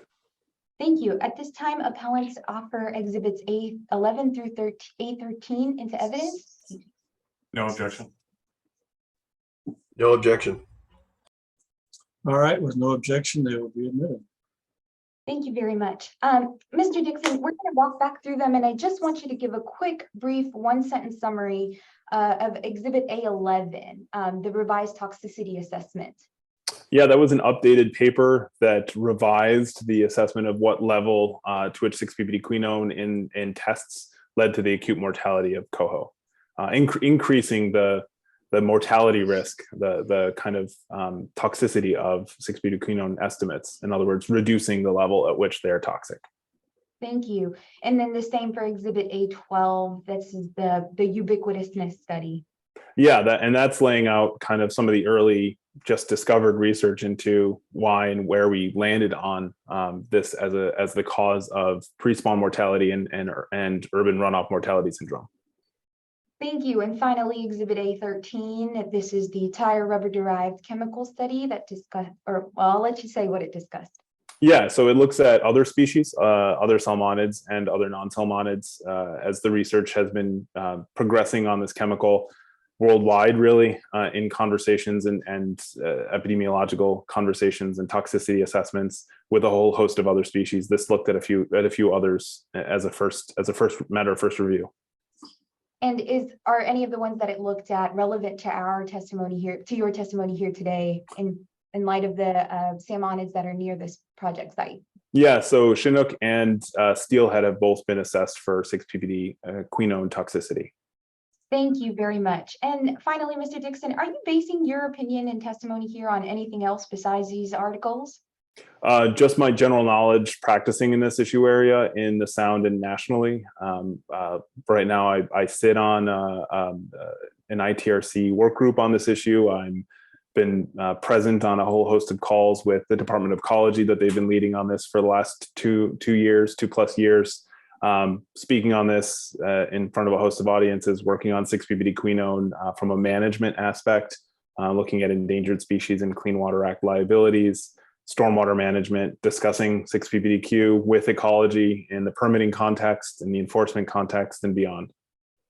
Great. Thank you very much, Mr. Dixon. Now, I know you did this at the beginning of your testimony. We've all went to lunch and came back, though. So can you tell us briefly again what 6-PPDQ is? Sure. So 6-PPDQ is a derivative chemical, which means it's not what's added to tires. It's what a chemical that is added to tires turns into. So something that's added to tires is called 6-PPD, just without the Q or the quinone at the end of it. 6-PPD itself is 1 to 3% by weight of all tires. Tires that are going to come off all the track. Okay. Stay muted, please, observers. So it's in tires. It's a chemical added to tires that is an anti-ozonate, 6-PPD. And so what that does is it prevents the tire rubber itself from decomposing when it hits air, ozone in the air. And instead that ozone binds to the 6-PPD and doesn't bind to the chemical constituents in the rubber itself. And so that's what 6-PPD is used for in the tires. 6-PPD quinone is what is created when the ozone binds to that 6-PPD. And 6-PPD quinone was only discovered as a chemical in late 2020 here in the Puget Sound by researchers. Thank you. And can you explain, I guess, in the simplest terms, how 6-PPD causes, what impact does it have on salmonids? What is happening to them? And what symptoms are they exhibiting when they meet 6-PPD? Yeah, so to take a step back, one of the findings of 6-PPDQ is that when ranked against the fish that it's most acutely toxic for, coho, it's the second most toxic substance known to science presently. All the other ones in the top 10 have EPA standards, have been well studied, are the kind of things that even if you touched, you'd probably want to go to the hospital, colloquially. So the 6-PPDQ is quite lethal to coho salmon in that regard. And so what it does is being studied right now, but all of the early indications from the last 2 years, because again, 6-PPDQ has only been known to exist since December 2020. All of the research says that it affects the blood-brain barrier, and so it literally makes fish into what some have called zombie-like fish, where they're bleeding into their brain, where they're unable to react to the world around them. We've seen this at Puget Sound Keeper in our community science efforts in creeks around the region, where it's called zombie fish, where they just swim around gaping and then they die before they can spawn. And so those fish that are exposed to this do not spawn. They do not migrate up past where they get exposed to this contaminant, and they die, leaving all of their eggs, their roe, inside the body, thus not helping propagate the species. This is pretty pronounced and has been studied since the 1990s. The syndrome, the fact that fish are dying because of stormwater in their waters before they're able to spawn. And that syndrome, is there a name for what it's been called since the 90s? Yeah, there's kind of two umbrellas terms that have been used. One is pre-spawn mortality, which is cleverly described as mortality pre-spawning. So when fish die before they can spawn. Now, of course, that can happen if a fish is eaten by a raccoon or a bear. That is also pre-spawn mortality. So within pre-spawn mortality, looking at what of the pre-spawn mortality is due to stormwater toxicity versus other factors. And so that is urban runoff mortality syndrome, or ERMS, which is what it's been called colloquially. And that was largely identified or narrowed down conversations to that in a 2011 paper led by some NOAA researchers that really said that this is something that's coming from streets and cars. That further led to research over another 9 years that identified this as being a byproduct from tires. Thank you, Mr. Dixon. Ms. Brechtel, I'm going to ask you to pull up an excerpt from Exhibit A14.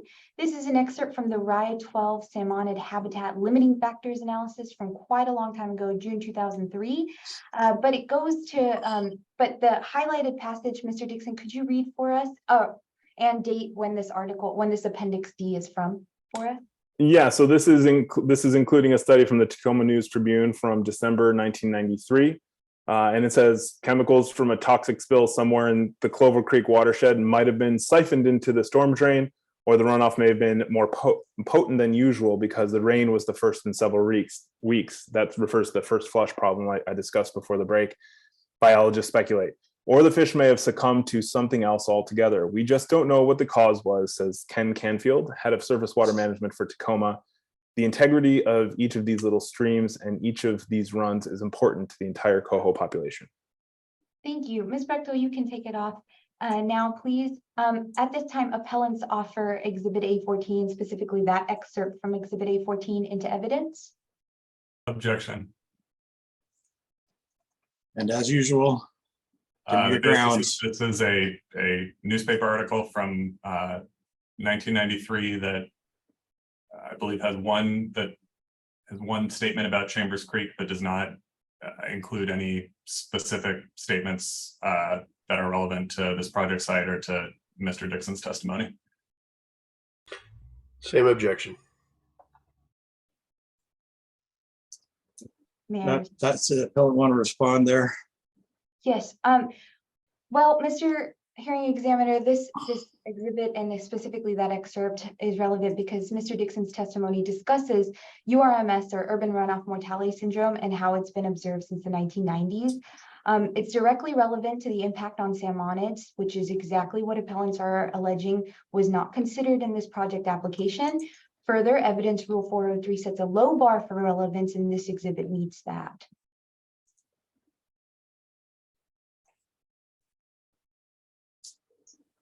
I'm going to let it in, but again, it's just used to show that this syndrome has been around since 1993.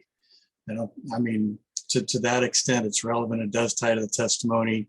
The reference to Chambers Creek in the larger sense has tied us to the watershed that the property sits in. So I'm not sure that it's, I mean, it seems relevant to me. The breadth of that relevance, is another thing.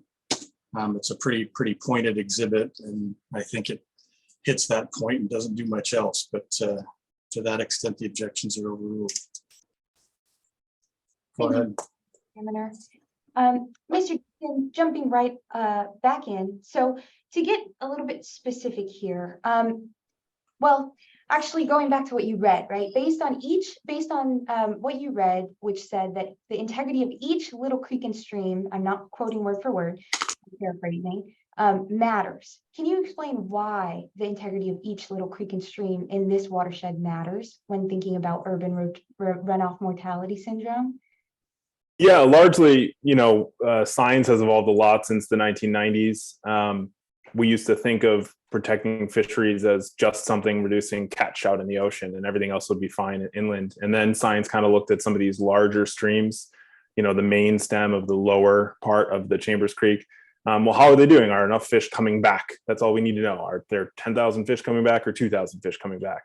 But then, science evolves and we're realizing that stormwater, temperature stress, barriers are all important all the way up into the uppermost reaches of a creek. For 6 ppdq, that's hugely important because tire wear particles themselves, so little pieces of rubber from tires that fly off the tires or rub off the tires onto streets, sidewalks, curbs, or can fall off as the car is driving. Those can be long-term sources of 6 ppdq as it leaches out of those small tire wear particles. In addition, the 6 ppdq that comes out the side of a tire, which has been, explained to me by the researchers that are studying this as that brown stuff that's on the outside of your tire, if you're looking at it in direct sunlight, that stuff can wash off in a rainstorm and can blow off if it's heavy winds, but it washes off in a rainstorm and goes into the storm sewer systems and can flow downstream without being filtered by some sort of bioinfiltration system. So some organic media 6 ppdq will persist in the environment, and tire wear particles can float downstream, can wash up onto creek beds, can coat the side of a rocky stream and sit there until water levels drop again, at which point they're exposed to more ozone and generate more 6 ppdq, and can act as a kind of a battery for toxicity into the future. Thank you, Mr. Dixon. I'm going to ask Ms. Brechtel now to show what's marked as Exhibit A15. This is the City of Tacoma's Regional Stormwater Facility Plan and appendix or attachment to that, specifically the Flood Creek watershed map, or Flood Creek watershed, excuse me. Mr. Dixon, did you read and review this in preparation of your testimony today? I did, yes. Thank you very much. Ms. Brechtel, could you scroll down for me, please? And Mr. Dixon, can you identify figure 1-3 for us on your screen? Sure, that's a conceptualization of or a satellite street map overlaid with some GIS lines for the Flood Creek watershed boundaries, with some generalized direction of flow in greens and some key areas for the watershed highlighted in blue. Thank you. And appellants will pause here and offer Exhibit A15 into evidence, specifically this figure. I believe this one is stipulated, so we have no objection. Oh, great. Sorry about that. Thank you. Right, so going back to questioning, Mr. Dixon, based on what's on your screen, could you just walk us through how might this project's off-site stormwater get to anadromous or upswimming salmonids? Yeah, sure. So the offsite stormwater here can affect the salmonids that are coming in, most of all coho coming up Flood Creek here, by generating a whole host of stormwater pollution activities that then flow into the system. So just below the kind of vertical oval here that is the South Tacoma Channel, which is kind of centered on the project site. If the project site doesn't take up most of that, I'd be surprised. And so all of the offsite flow around there, any of the increased traffic, any of the use, any of the redevelopment, any of the paving, any of those stormwater features will all direct pollution into the drainage system that flows south to where there's a giant circle called the Flood Creek Holding Basin, which is where it kind of all flows to before it enters the free-flowing Flood Creek system below there. And so any pollution activities that happen there, whether it's the normal course of business or emergency or overflow from a stormwater feature, or sheet flow that wasn't expected, or construction flow that was poorly managed or what went unmanaged, will all flow into that system and head south directly to the Flood Creek Holding Basin area. Great, thank you. Ms. Brechtel, you can go ahead and take it down now. Mr. Dixon, in your knowledge, is the Flood Creek Holding Basin designed to treat stormwater? It is a holding basin, to my knowledge, that grabs the water, and if it overtops, it gets released. And it can also be released to maintain some stream flows, but is largely just a barrier to hold volume. Thank you. And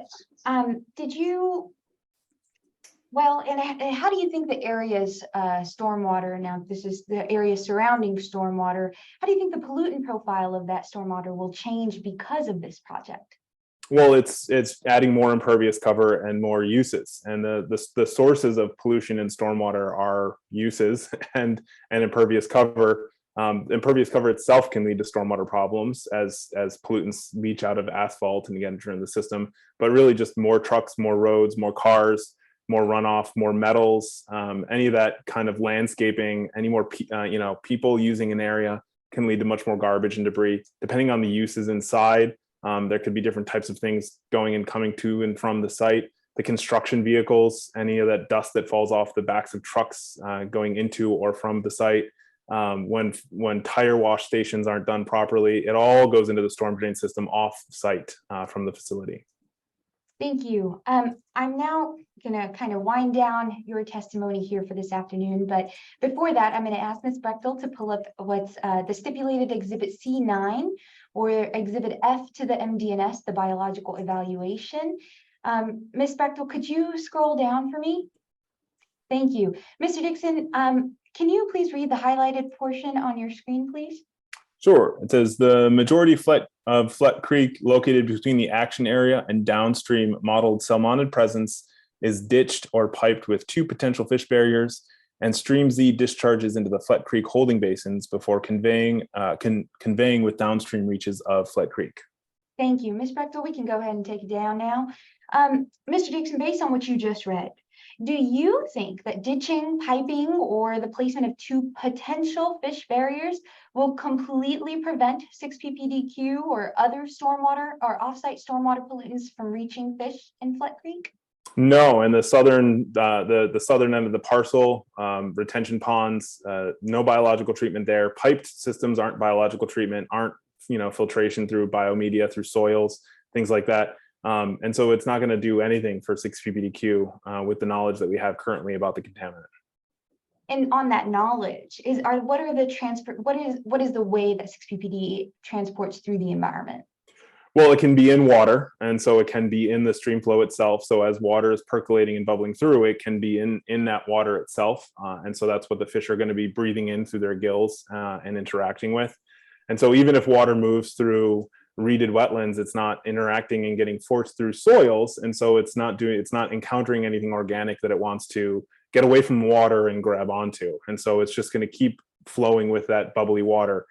In addition, like I mentioned earlier, suspended sediments and solids, tire wear particles themselves running off of tires and cars and asphalt and other sources of rubber can flow down with the system. And they don't, if they do dissolve, they dissolve and release contaminants into the system. And if they don't dissolve, then they persist as sources of contamination. And when water levels go up and go down, you can have pieces of rubber that's sticking onto the side of the stream banks and can release more contamination later. And so it's really important to keep stormwater out of our systems and percolate it through robust, healthy soils. Thank you. And finally, and kind of teeing this up, what do you think is at stake here from a huge influx of 6 ppdq as a result of this project impact? Well, I think that this site, largely the RIA 12 report points to the need to have more water go into the groundwater to feed Flet Creek's groundwater fed water levels. So we need more water to go into the soils to act, like I mentioned before the lunch break, as kind of a battery of water to maintain stream temperature, stream flow, and have a healthy stream so that the fish downstream of this site can persist and can get as far up as possible. And so that's number one, is that this site right now isn't imperviously covered, piece of asphalt that we're just changing the uses going on top of it. It is a field, and water goes into the ground, and more water needs to go into the ground in this site, according to RIA 12 and their assessment in this record document of Flet Creek and Chambers Creek watershed. But also, we are changing all the things that are going on at this site, and thousands of additional cars and vehicles, especially many of them heavy, which lead to more tire wear particles, especially many of them coming from residential streets in the surrounding neighborhood, leading to more difficult turns, lefts and rights, going over curbs, getting the sidewalls of tires worn down a lot more readily than you would if you were going straight. All of these things lead to increases in tire wear. And that's beyond all the other stormwater-driven sources of pollution that can affect downstream fish habitat. Thank you, Mr. Dixon. Now, you did read the biological evaluation in preparation for your testimony today, correct? Yes. Thank you. And where do the record documents mention 6 ppdq, if at all? I couldn't find any mention. Alrighty. And where do the record documents mention coho salmon, if at all? And what do they say? They point to the fact that they're not present on the site and then pretty much leave it there. Thank you. And what are the known mitigation measures in your extensive experience nationally on 6 ppdq and locally? What are mitigation measures for the impacts of this contaminant? Largely bioinfiltration or prevention or source control. So getting a tire that doesn't have 6 ppd in it would be the best, but that will probably take a long time as there's no alternatives identified. Source control, meaning stopping tires from building up and capturing tire wear particles, but largely treating your stormwater runoff with green infrastructure, specifically green infrastructure that filters stormwater through some sort of biomedia, soils being one example, compost another. Thank you. And specific to off-site stormwater, in your review of the documents, did you see the city or the applicant have any of that proposed mitigation? No, I didn't see any sort of review from the city of Tacoma about all the changes that they may want to consider making in their stormwater management plan for the parcels around this, nor any other developers or site owners. Thank you. And so finally, my last question here. Would you, Mr. Dixon, consider the city and the applicant's analysis of off-site stormwater pollutants complete? And no, I would not. Thank you very much, Mr. Dixon. It's y'all's witness. The respondent, excuse me. Okay, so before I turn Mr. Dixon over for cross-examination to the respondents, a couple of questions. I want to ask mine first because it may influence how the cross goes, and these are pretty quick, I think. Mr. Dixon, taking you all the way back, we looked at the TNT article from 2015 and the other document, which is in my notes somewhere, but it was the one that came right after. Also, I think of 2015 vintage, talking about the city's drinking water supply and what the 2015 drought meant for that. Did you check? Well, and you also testified that where's the wording here? That the projections, that reality always ends up being worse than the projections for these kinds of things, correct? Yeah, in my experience, yes. Did you take a look at anything after 2015 to see if it just kept on getting worse, or whether it was different, or anything with that? I mean, because 2015, that's the better part of a decade ago now. Did you have anything in between those years? Yeah, the two other exhibits right after that, I think the comprehensive plan and the one Tacoma water plan are both after that and point to the same climate change. And the thing that I was pointing. Right. But they were just talking about conditions in general. I'm talking about specifics. What happened in 2016? What happened in 2017? What actually happened in 2018? The comp plan stuff and the city's water document, those were just talking in generalities, kind of with the overall projections of what we think is going to happen. I'm talking about actuals. And the answer is no, but may I offer a little bit of brief context? Sure. So the answer is no, but in my experience working in climate issues, looking from year to year is not indicative of the trends that we're looking at. We want to look from decade to decade. And so my testimony today was based on my knowledge that as a globe, everything is accelerating, and the best practice in climate mitigation management is to, since 2015, is to look at things as being worse than what we thought they were in 2015, but not specifically to the rain falling over Tacoma. No, sir. Okay. Yeah. So I guess before we can get anything meaningful, we've got to wait a couple more years. Or assume the worst, which would be prudent. Well, yeah. Assuming is hard for me because, as you know, being an attorney, speculation is generally not considered evidence. So that's where we run into a little bit of a problem. Couple more questions for you really quickly. You testified about soils in the wetland buffer, 9,000, I think, cubic feet of soil still in the wetland buffer that are contaminated. Is that correct? It was actually square feet. I was a bit befuddled as to why they didn't go with cubic feet. So I don't know actually the volume of contaminated sediment, just the square footage. Okay, so that's a surface measurement then. Yes. All right. And EPA allowed that to be left, correct? Subject to several some site management practices, yes. Right.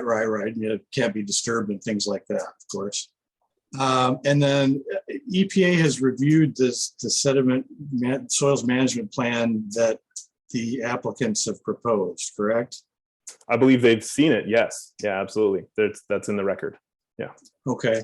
And then that ties into the comfort letter, and I understand about comfort letters and all of that, and how EPA approaches those in order to limit liability, to limit giving sort of any kind of repose to the requesting party in terms of certainty, but they will state this is where things are right now, and if that were to continue and whatnot. But EPA reviewed the soil management plan.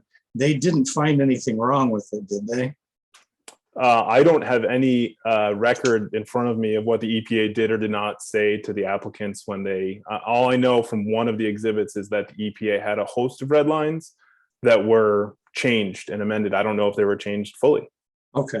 And I asked that question because I'm not entirely sure. I got that sense from my review of the exhibits, but then again, I got 13,000 plus pages of things with less than a week to go for the hearing. So I assume maybe you had more familiarity with, that's why I asked the question. But fair enough. When I was still practicing as an attorney, I always tell my witnesses prepping them, if you don't know, say you don't know. And that's fair. Last question then. You talked about this 9,000 square feet of contaminated soils in the wetland buffer as still being problematic, and I get that. Would the solution be to remove and replace those soils? Yeah, that would be the most protective thing to be done. Absolutely.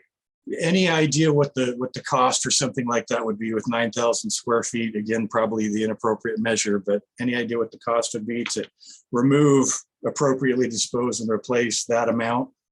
No, sir. And I think that would be something that the EPA would look at in comparison to the economic impacts that they probably did for this ROD 30 years ago are way different than they are today. And I think that the reason that they left them there in my review of their ROD was because of the inability at the time with technology and costs or concerns to get into those areas. Whereas we know now there's better technology, maybe a better way of doing things. There certainly are a host of better ways of doing things for remediating contaminated sediments in very critical areas now than there were 20 years ago, 30 years ago. Okay, last thing, then, are there other options than remove and replace? Well, leaving in place was kind of the EPA's final assessment. That's why they said the number one thing that you can do is just leave what we've done in place and not mess with it. Okay, so nothing in between. Yeah, you could do other ways of not messing with it. One of the ways is put a fence around it. There's things that you can put on top of it. But largely leaving it as is was the EPA's best, I think, assessment, again, decades ago, for how not to make this problematic. Sure. Okay. All right. That's all I had. I presume, Mr. Karpman, you're going first. Is that correct? On cross? Sure. All right. Have at it. Thank you. Mr. Dixon, good afternoon. Hello. My name is David Karpman. I'm one of the applicant's attorneys. I just want to start with a couple of questions about your background. You mentioned that you received an undergraduate degree in marine biology. Is that right? And earth sciences, yes. Since receiving that degree, have you worked as a biologist? Yeah, I was an at-sea fisheries observer for National Marine Fisheries Service for about, I think, 250 to 300 days at sea in Alaska. When was that? 2004 and 2005. Anything other than that? I founded and ran a sustainable seafood wholesale business in New York City for about 5 years, where I regularly engaged on marine biology management, sustainable seafood advocacy, marine resource management, literally buying and selling fish from fishermen to consumers, restaurants, and the like, where my marine biology degree was absolutely part of our entire business model. Okay. And have you worked as an earth scientist? No, earth scientist, my focus was mainly on oceanography. And so most of what I've done with the oceanography degree has been in my advocacy work on ocean issues, ranging from offshore oil and gas development issues, seismic surveys, placing oil and gas rigs, wind turbines, LNG facilities, into limnology and things associated with freshwater systems. I'm sorry, could you say that last part again? What's the relation to freshwater systems? From offshore to onshore, freshwater and saltwater. Thank you. Have you worked as a geologist? That has never been my job title, no. Have you worked as a hydrogeologist? No. Are you an engineer? I am not an engineer. Have you designed a stormwater system? Similar with this morning's, I've collaborated on many systems, but I have not stamped any as a professional engineer that's developed that plan, no. Thank you. Have you reviewed projects for compliance with the City of Tacoma or Washington Department of Ecology stormwater manuals? I have. And which projects? Many over the 2 years that I've been working in here, working in the Puget Sound. Great, thank you. Would you agree with the examiner statement earlier this morning that compliance with those stormwater manuals would be required for this project? Of course, I would agree with the hearing examiner. Who wouldn't? I think that there's a little clarification there that's needed beyond that answer, though. Thank you. Moving to, let's see, your discussion of groundwater and the aquifer. Other than the documents that you discussed during your direct examination, are you basing your statements about where the city of Tacoma sources its drinking water on any other information? I could not find anything in the entire application material that was provided more details that I needed. No, yeah, or that you might ask about. No. So that's a no. Those Right. are the sources of the statements that you made about Tacoma's drinking water supplies. Yes. Thanks. You talked about reasons to keep water in the Green River. Is it your testimony that this project will result in the removal of water from the Green River? It may in part, yes. Okay, how is that? By increasing demand on the system itself. And so I don't know what City of Tacoma is going to do. They could pull the water that might increase demand for this site from the wells underneath it, or they could use more flow from the Green River if they so need to provide that buffer. I don't know the answer to that, but it could. Thank you. And were you listening to Dr. Emmerman's testimony earlier? For the most part, yes. Okay. Is it your testimony, Mr. Dixon, that this project will decrease the water supply that is available in the South Tacoma aquifer? Yes. Okay, and is that based on Dr. Emmerman's testimony? Well, he certainly reinforces my understanding of how systems work. For one, being things that evaporate off of the system or get shunted from going into the ground and instead run off or get shunted into surface water systems. Is there anything else that on which you're basing the statement that this project will decrease the water supply, the groundwater supply in the South Tacoma aquifer? I mean, that's those are pretty broad things. I can't point to anything specific at the moment. No. Okay. Is it fair to summarize that as what Dr. Emmerman said about that? I just want to make sure I'm not missing anything. I would leave that to y'all. I can't speak to that. All right.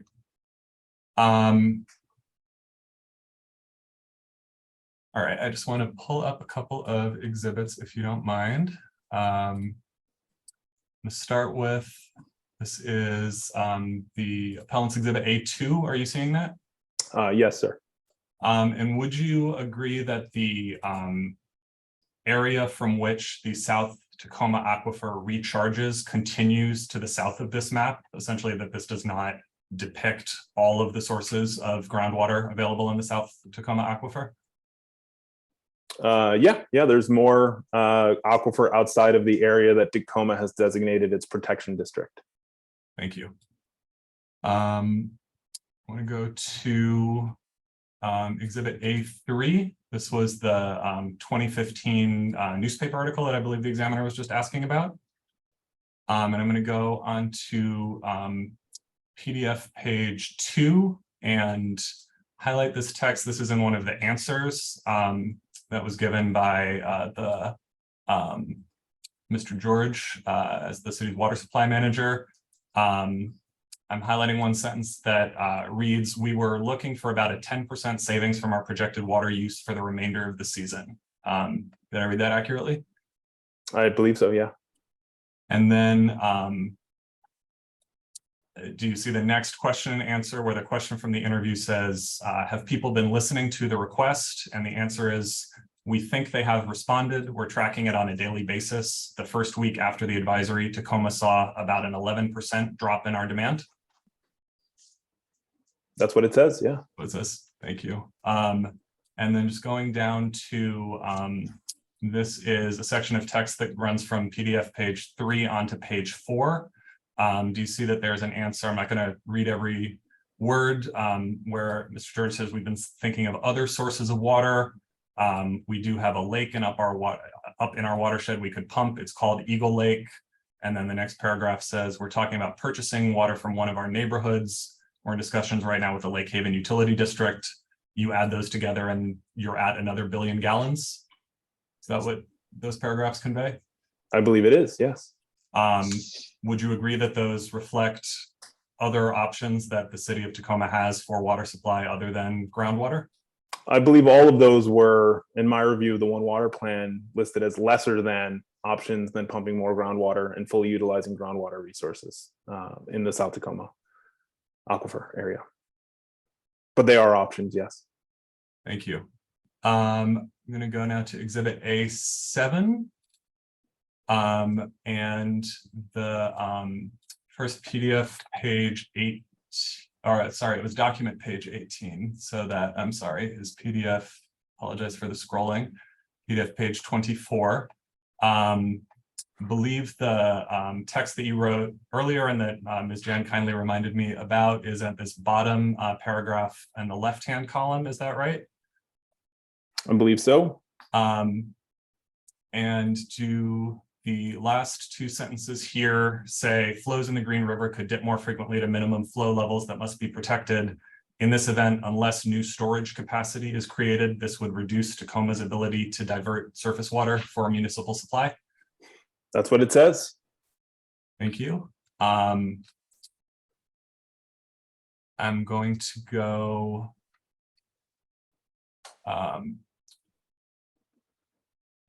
sorry, I think I wrote this page down inaccurately, but I'm scrolling down through the document to, this is document page 35, PDF page 41, and I apologize again for the scrolling.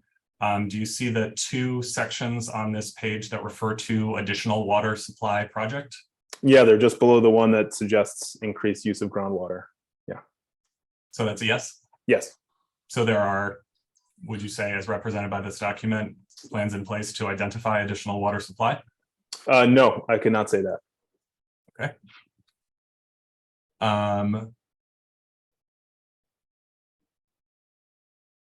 See, you testified earlier that you believe water demand in the city is likely to increase. Is that right? With more people living in the city, usually they like to drink water, and so demand does increase. Yes, but I also frame that within the context of conservation initiatives also come to play, and so it's not a direct one-to-one relationship with demand on the system and demand from consumers. Okay. I'm going to go to PDF page 31 of this document. Do you see this section called Forecast of Water Demand? I do. Yeah. And you see figure 3.1 and figure 3.2 on the right side of this page? I do. Is it fair to say that figure 3.1 depicts the line for per capita demand generally trending down? Yeah, it does. Absolutely. And is it fair to say that figure 3.2 depicts the line for total customer demand essentially remaining steady? It appears to be, but I don't know how the intricacies of their projection there, whether it's a steady but rising or a steady but steady. Yeah, Thank it you. looks steady. Thank you. I will take that down. You said something towards the end that I just wanted to make sure I understood. You were stating that the project will reduce the water supply that's available specifically to Flett Creek. Is that right? I believe it will, yes. And is that based on the statement we discussed earlier that that your testimony is that the project will reduce the amount of water that is infiltrating into the South Tacoma aquifer, will reduce groundwater infiltration? And divert stormwater flow off-site, yes.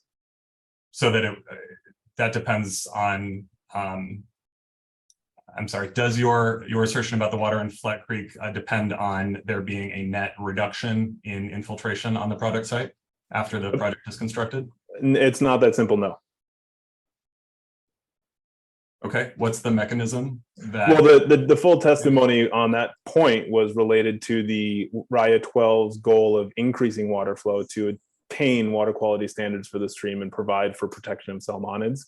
So it's not that simple in that, A, yes, there's going to be, in my opinion, less water that infiltrates into the ground from this site. But B, at the same time, the RIA 12 report on the record shows that we need more water going into the system certainly not less, and certainly not the same. And so that's why there's a little complexity there with respect to what I was talking about.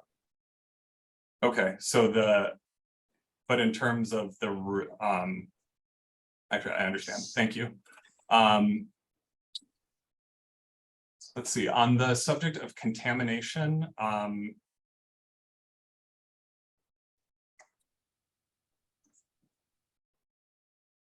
is it your testimony that EPA is going to cease monitoring the site and will no longer be involved?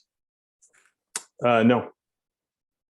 And so would you agree that the project as constructed will need to continue to manage soil and other development plans in accordance with EPA requirements? I believe that the site has to follow the rules of the restrictive covenant on the deed. But as to whether or not you create a new superfund or erode a cap, I don't believe that that's something that paperwork and a permitting process can prevent against. So if the applicant creates more contamination risk, then the applicant creates more contamination risk. And the EPA's presence every 5 years or even more regularly than that isn't going to stop it. Okay. On the subject of fish, the last subject that you talked about, I just want to make sure we're on the same page about terminology. I understand that your testimony is that stormwater that falls on the site eventually runs off the site and so becomes off-site stormwater in that way. Is that correct? I'm just trying to make sure we're talking about the same concepts. I'm not trying to put words in your mouth. Basically, I want to separate talking about precipitation that falls on the project site and then what you were talking otherwise about road runoff from other areas. I think that you're not precisely right in that. So there's drop of rain that falls on the roof of building A, for example, is on-site stormwater. There can also be rain that falls on the edges of your site that, depending on the hydrology of the area, the way that the roads are slanted, could actually be brought back onto the site or run off of the site into the city's municipal system. And then there's the on-site stormwater that runs on that's not infiltrated in the southern part of the parcel, which the exhibits show will just go straight into the city system to the south. And then there's the issue of activities and issues around the site, like more truck traffic, more pedestrian traffic that are leading to increased stormwater pollution sources off-site. Okay, so for, I suppose, a drop of water that falls within the property line of the project, would you agree that some amount of that water will be captured by a stormwater treatment system that will be designed and constructed as part of the project? Some of it will, yes. Okay, and is it, I believe it was your testimony, as I understood it, that some of that water will not be treated prior to being discharged into the stream. Was I understanding that right? Some of it will certainly sheet flow into Stream Z. Are you speaking about south into Flet Creek? I'm speaking about water that falls on impervious surface on the project site that is constructed as part of this development project. So which receiving water are you referring to? I'm referring to a water that falls on the roof of a building that's being constructed, or a parking lot that's being constructed.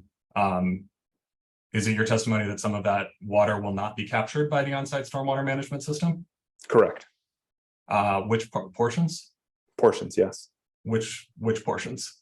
Well, as we've heard now, this is, I think, the testimony from earlier today. This is the same recurring theme. Some of it will evaporate. Some of it will sheet flow. Some of the roads on site, the private roads or the parking lot systems, if you have violations or a full storm drain or a catch basin insert that gets clogged with debris, can overtop and sheet flow over systems into Stream Z.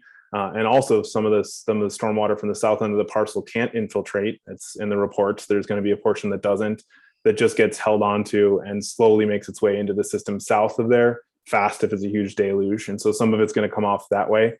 And then also, again, I'll say it again, even if you've got at the edge of a parcel, and think of any given intersection, the roads are designed to allow a drop of water to flow in multiple different directions so they don't pool in the middle of an intersection. And so water that lands on the edges of your parcel, depending on the grading, can also flow off site as well into the storm drain system controlled by the city. Lots of different ways to have stormwater come off of this site into the city. Okay. I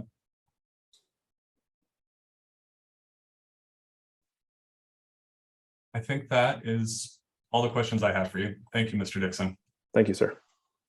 Does the city have cross-examination questions for this witness? Just very briefly, Mr. Examiner. Mr. Dixon, in your testimony about 6 ppdq, you alluded to recommended treatment. Can you elaborate on what the recommended treatment is and who is recommending it? I cannot, because that's not how treatment recommendations work. Generalized systems that have proven to be effective at taking 6 ppd out of a system to protect salmon, such as coho, generally rely upon bioinfiltration. So some sort of organic media that you filter 6 ppdq through. Tests show that when you do that, the salmon at the other end of the system are protected in laboratory experiments and some limited field studies. So are there recommendations currently from an authority, for example, in Washington? Yeah, so the Department of Ecology has put forth an initial review of high-level places to look for things exactly like this with respect to 6 ppdq, getting it out of your stormwater. And the treatment recommended? It's never recommended to say use this here and you'll be fine, because this can always be designed differently for any given site, and the here part also depends entirely on what recommendations are deployed. Okay, thank you.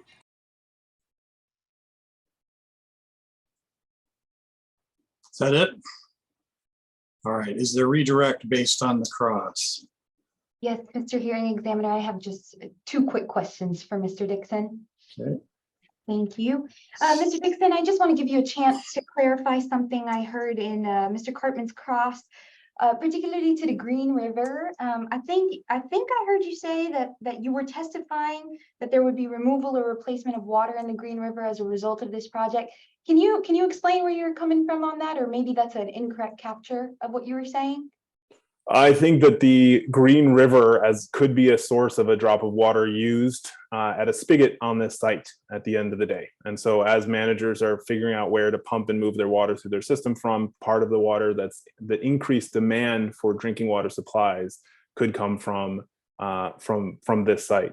And if you look at those 2 charts that were tossed up about residential versus total use, given that residential apparently is trending down and total use is the same, there's a lot of industrial and commercial use that goes into that wedge to fill the gap there. And so increased demand on the system, even within the sector that is saved from consumption reductions and demand side reductions at the residential level, can be made up for, or can be from and because of this site, yes.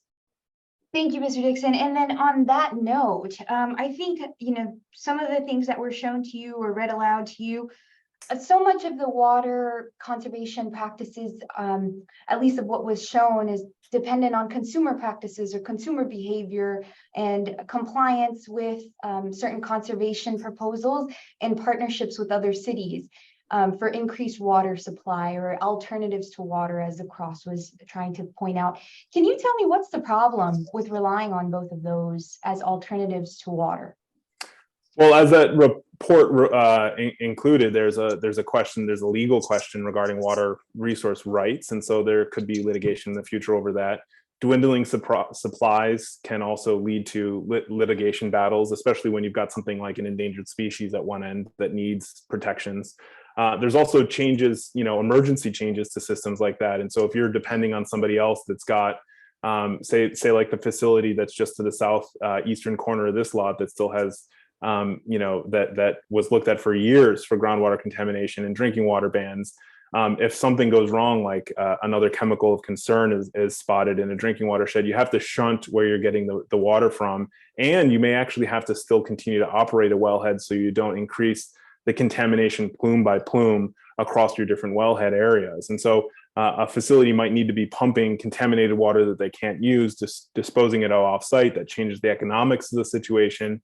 and can redraw the entire set of agreements that are in place for that sustainable supply, let alone kind of the climate-induced behavioral challenges in front of us as we have hotter summers. And as we look at more need for street trees and open space and green space for community health, for urban heat island effect reduction, for all these things, that all takes water. And so there's a lot of demand increase in hot summers when people want to, cool off, or they need more water. Water is a safety factor. Water can be helpful for cooling centers. Water can be helpful for a whole bunch of things. And so the warmer the summers, the hotter the summers, the more water demand there may be, even on the best intentioned consumer reduction side of things.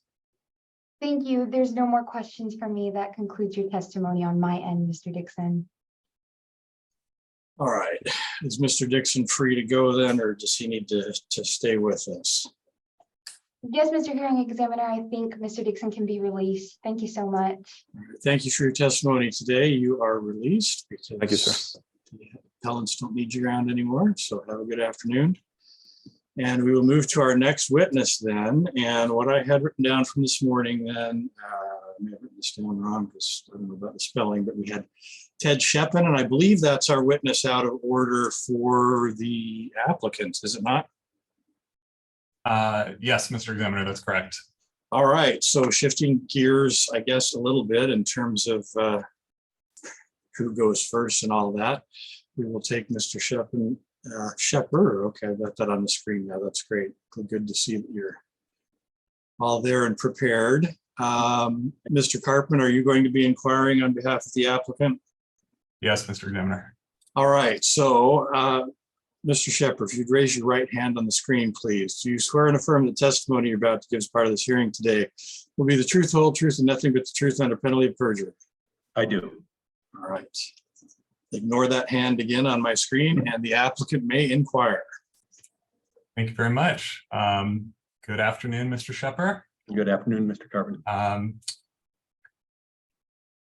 Just to make sure it's clear, could you please state and spell your name for the record? Yes, Theodore Shepper. Spelling on the last name is S-C-H-E-P-P-E-R. Thank you. I am going to show you now Exhibit B7, which I'm sorry, I don't have the list in front of me. I believe was a stipulated exhibit along with the other resumes. Mr. Shepper, can you tell us what this is? Yes, that's my resume, my CV.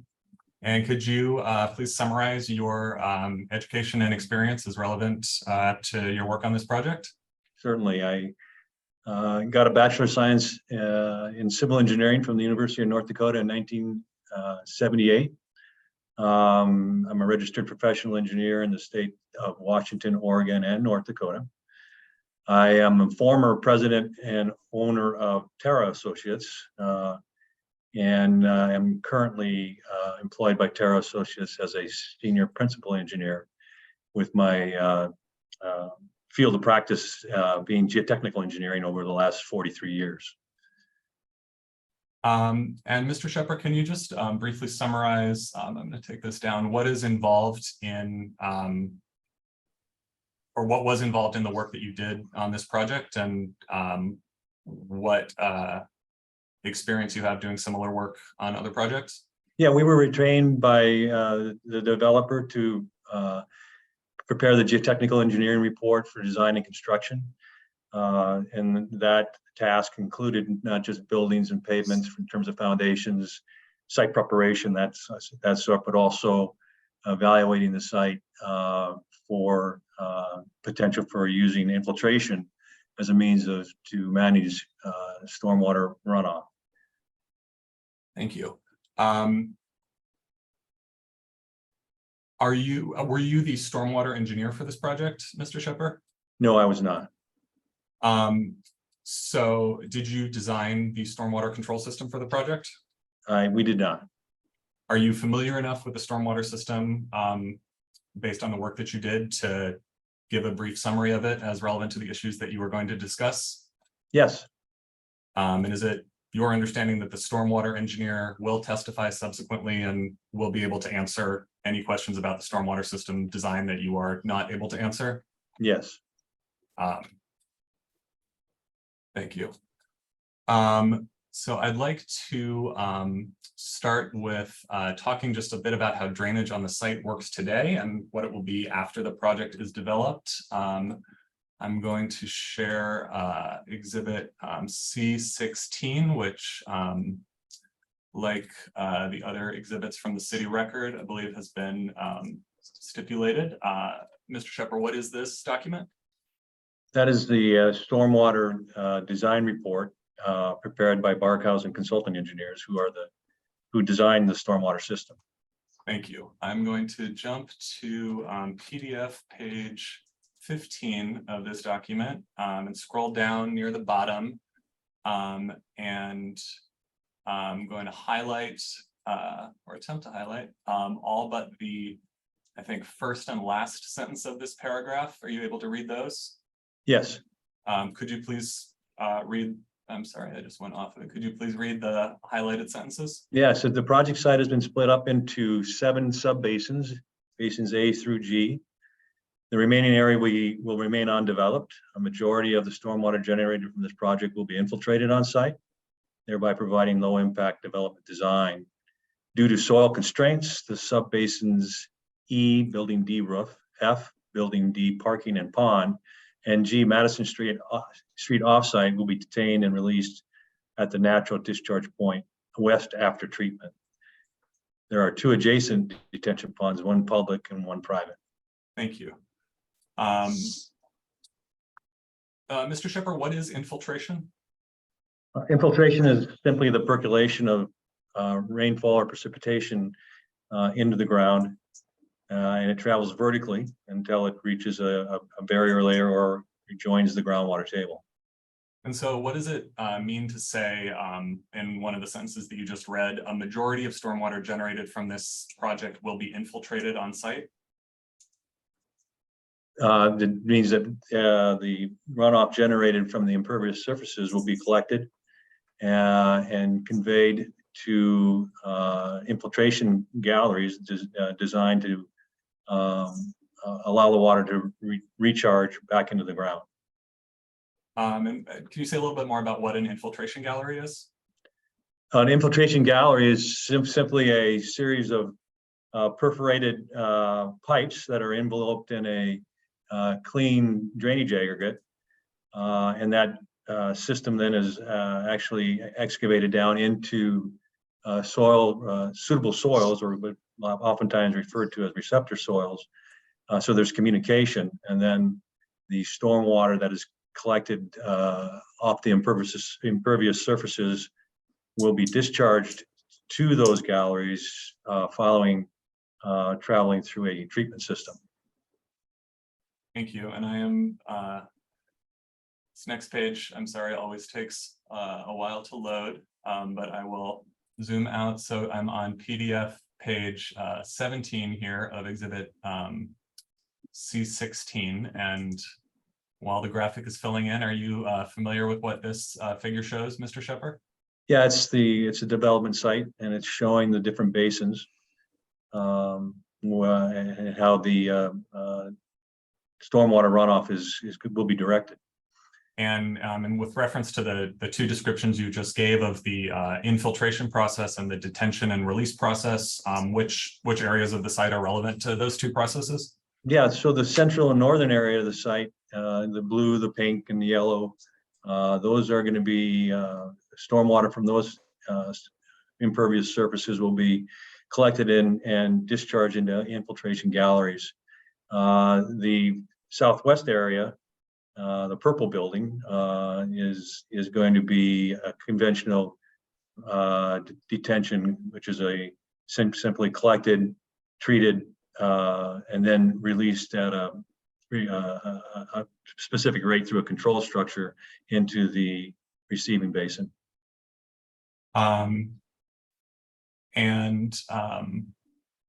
You've mentioned treatment a couple times, Mr. Shepard. So just to perhaps unnecessarily emphasize what we said earlier, is it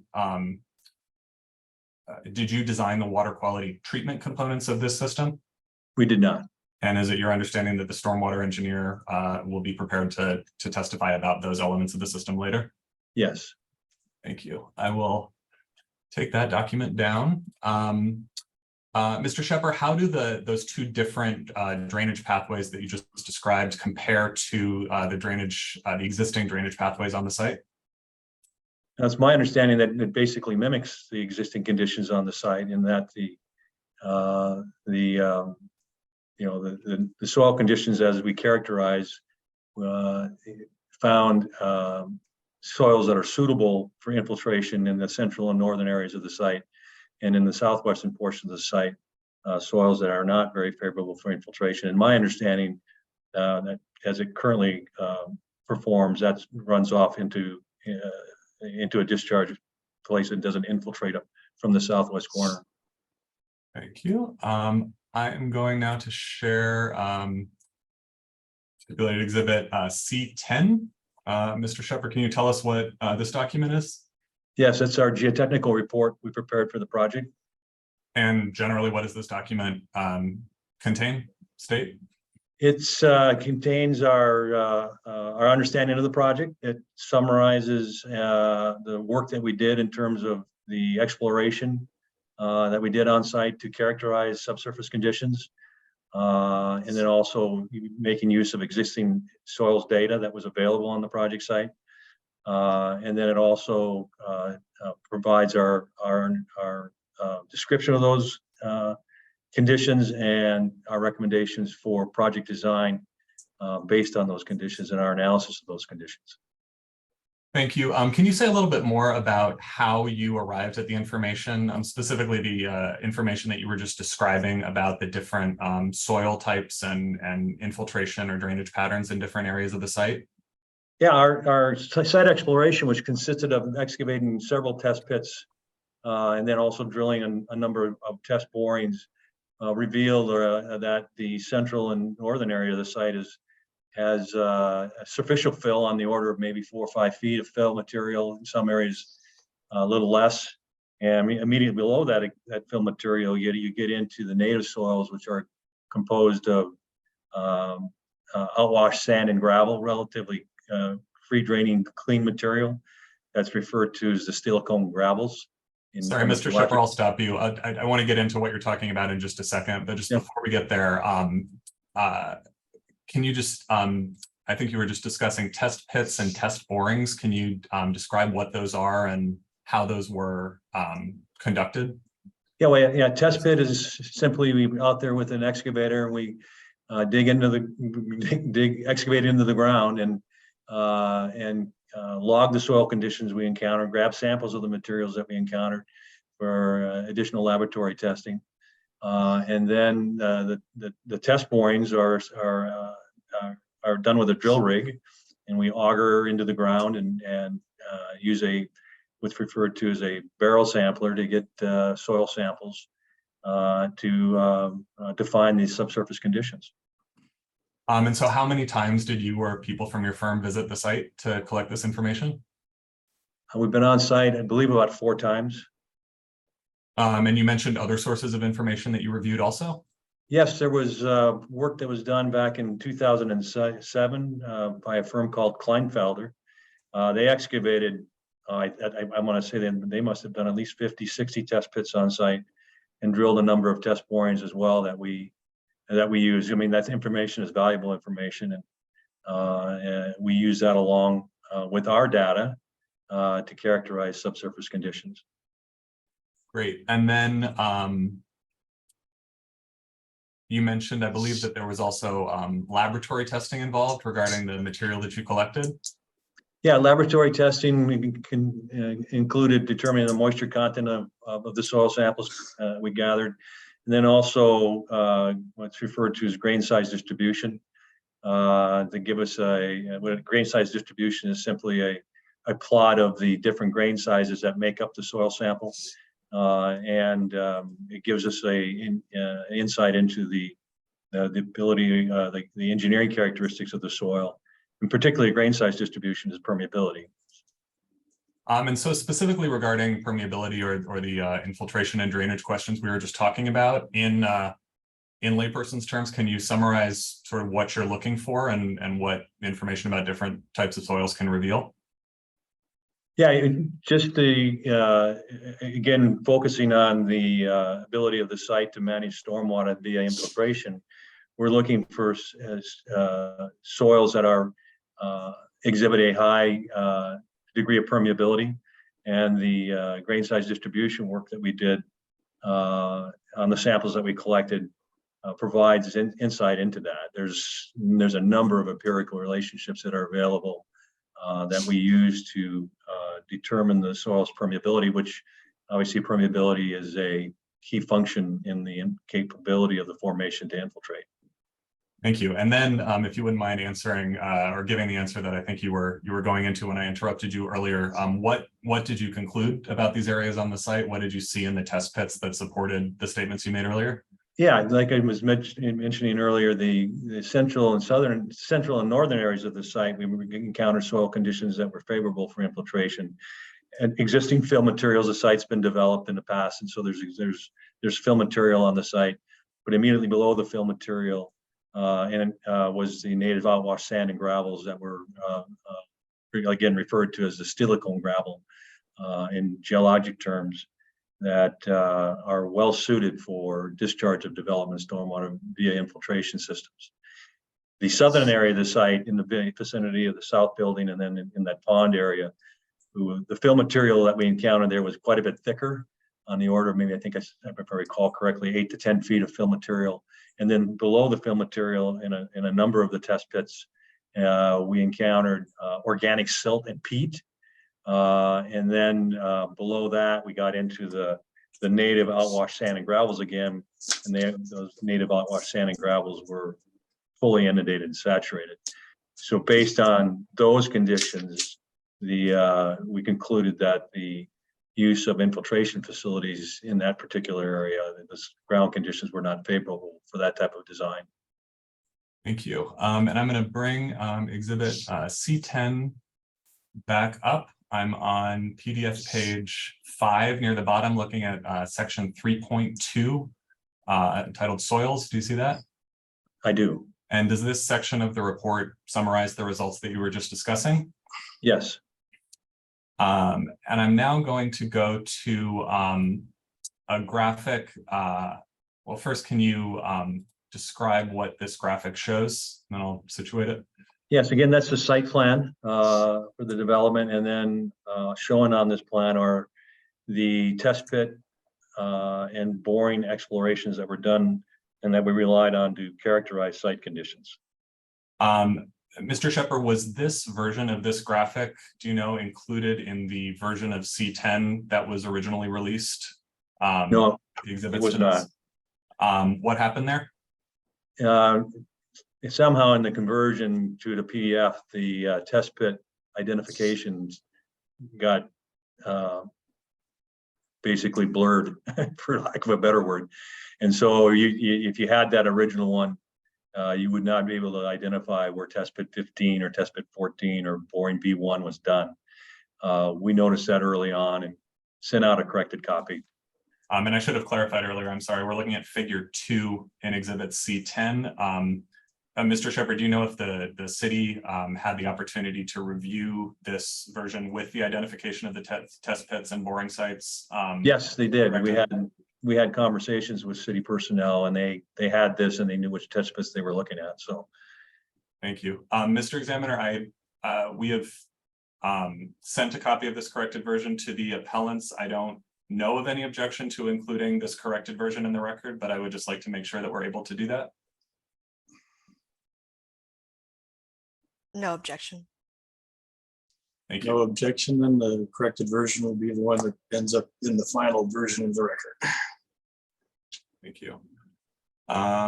Mr. Shepard, I'm going to go now to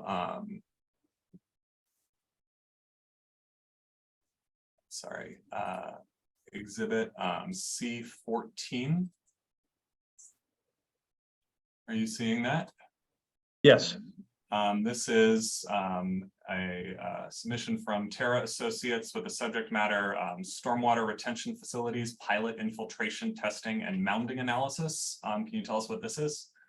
Yes, that's a report that summarizes the additional site exploration and specific testing we did in the field to establish the design infiltration rates, and then evaluating the results of the design to verify that the facilities would function without overflow. What is a design infiltration rate? It's a value, and typically given in terms of inches per hour, that we provide the stormwater design team with based on our testing and characterization of the site. And they use that value to then size the infiltration galleries based on the runoff development runoff that they've determined from their HSPF modeling. Thank you. Just ask you about a couple more terms. What is pilot infiltration testing? Yeah, the pilot infiltration test is a relatively new field test that Ecology developed. And it essentially just, you're out on the site, you excavate excavate down to the soil strata that you're interested in trying to infiltrate into. And the excavation itself, there's two different tests. They one they call a small scale, pilot infiltration test, and a large scale pilot infiltration test. The small scale is simply, as it says, it's a smaller in dimension. Typically something on the order of maybe 25 to 30 square feet in area. The large scale pilot infiltration tests are typically 100 square feet. In other words, a 10 by 10 foot excavation that exposes that's down to the soil that you're interested in infiltrating into. The test itself then is you come out with a water truck and you're using thousands of gallons of water. You introduce water into the excavation. You saturate the formation. And then you actually have on the water truck, there's a meter. So you establish a flow, a steady state flow into the pit. And then while maintaining the same depth of water in the pit, that's referred to. And once you've achieved that, it's referred to as steady state. And you run the test for a couple more hours after that, and just continue to verify that the flow rate is steady. And then when that's done, you turn the water off and you record the rate of water as it drops in the pit. It's another measure of the infiltration rate. Does what you just described, or does what you just stated describe what you did on this site? Yes. And I believe you mentioned that the Department of Ecology has standards that apply to how a design infiltration rate is determined. Is that right? That's correct. They have several methods. And are those standards, to your knowledge, adopted by the City of Tacoma Stormwater Manual? Yes, they are. And did the methods that you utilized in making these determinations comply with those standards? Yes, they did. And what? One more question here. Sorry. What is mounding analysis? Well, mounding analysis is an analysis that we do to verify that the system as designed will function without overflowing. Essentially, an analogy would be a bathtub analogy. In other words, if the bathtub has a drain in it, and then you turn the water on, you have the drain open, and you allow water to kind of start to accumulate in the bathtub. Which would be, as water starts to fill up, you might reach a point of equilibrium where the rate of flow into the facility and the rate of outflow from the drain is equivalent, and the water stays level, or the water never fills up in the basin at all because the flow rates are too low. But if you ratchet up the flow and start to exceed the capacity of the drain to have it run out, eventually the bathtub fills up and it overflows. And it would flood your bathroom. So that's essentially what mounding is. And the analysis we do is to verify that the system as designed, in other words, the size of the galleries, the storage capacity of the galleries, the permeability of the soil, the elevation of the groundwater table are all such that the system, when we bring in the flows from the stormwater model, into the system, that they don't back up and cause that system to overflow and cause flooding. And what were the conclusions of your analysis regarding the potential for that to happen? The results of the analysis showed that the systems function fine. No overflow occurs. I'm going down to page 2 of this exhibit. I'm in, I think it's the 3rd full paragraph. I'm highlighting a phrase that reads, "We recommend designing the galleries for seasonal high groundwater." Do you see that? Yes. Sorry, can you describe what this is referring to? Yeah, and part of our analysis and field study included installation of 6 monitoring wells, and we had those instrumented with data recorders that recorded the groundwater on a daily basis during the winter months. You notice that the report has an initial date of December 7th, 2021, and this is a revised report. Our initial report and design recommendations from our geotechnical report were to design the infiltration galleries using a seasonal high groundwater table at elevation 228 feet. And that was based on existing data that we had. And that the design was based then on the original design for the galleries was based on a 7 inches per hour infiltration rate. Based on from the results of our monitoring in this revised report, we noticed clearly from the hydrographs that were developed that the groundwater elevation was higher than that by 1.5 feet. And so the system was redesigned with the seasonal high groundwater elevation at 229.5 feet. And then also from the December 7th report, the design rate that was used for the infiltration galleries went from 7 inches per hour down to 2.5 inches per hour. And what's the significance of that lowering infiltration rate that you just described? The galleries got much larger. Can you explain that a little more? Well, it's like I said, the infiltration rate is a number that the civil engineer, the stormwater civil engineer uses to size his facility based on his flow rates coming into it. It's like sizing a pipe. In other words, pipe has a certain capability to discharge a certain amount of flow in terms of CFS or gallons per minute. The same thing with a infiltration gallery.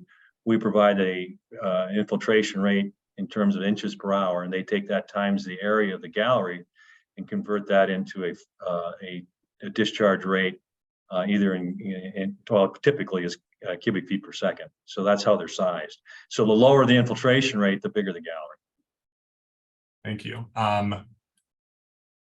And then just to make sure it's clear, going back to what you were saying earlier about the seasonal high groundwater level, what's the importance of determining that seasonal high groundwater level in conducting the mounding analysis? Yeah, the code, the stormwater code or manual requires that the infiltration galleries maintain a minimum separation of 3 to 5 feet from the bottom of the facility to the seasonal high groundwater table, or a different barrier layer. So, and the reason for that is it's somewhat of a safety factor, if you will, to provide the opportunity for the water to travel vertically, and also to make sure the formation has the volumetric capacity to accept the stormwater flows from the system. And the reason that's important, because obviously if the formation is already full of water, it doesn't really have an ability to take on more water at any significant rate. Mr. Shepard, did anything that you heard in the appellant's testimony this morning, or any of the materials that you've reviewed, has any of that changed your conclusions that you've described today about the way that this system will function and the accuracy of your modeling? No. Is there anything in particular on those topics that you'd like to respond to? Well, the assertion that the volume of water entering the ground post-development of this project is going to be less than what exists today is completely wrong. Because we'll get into that in a second. Sorry. Yeah. Okay. Okay. Thank you. So thank you. Let's go there. So the appellants, as you heard, have made a number of claims about the South Tacoma aquifer.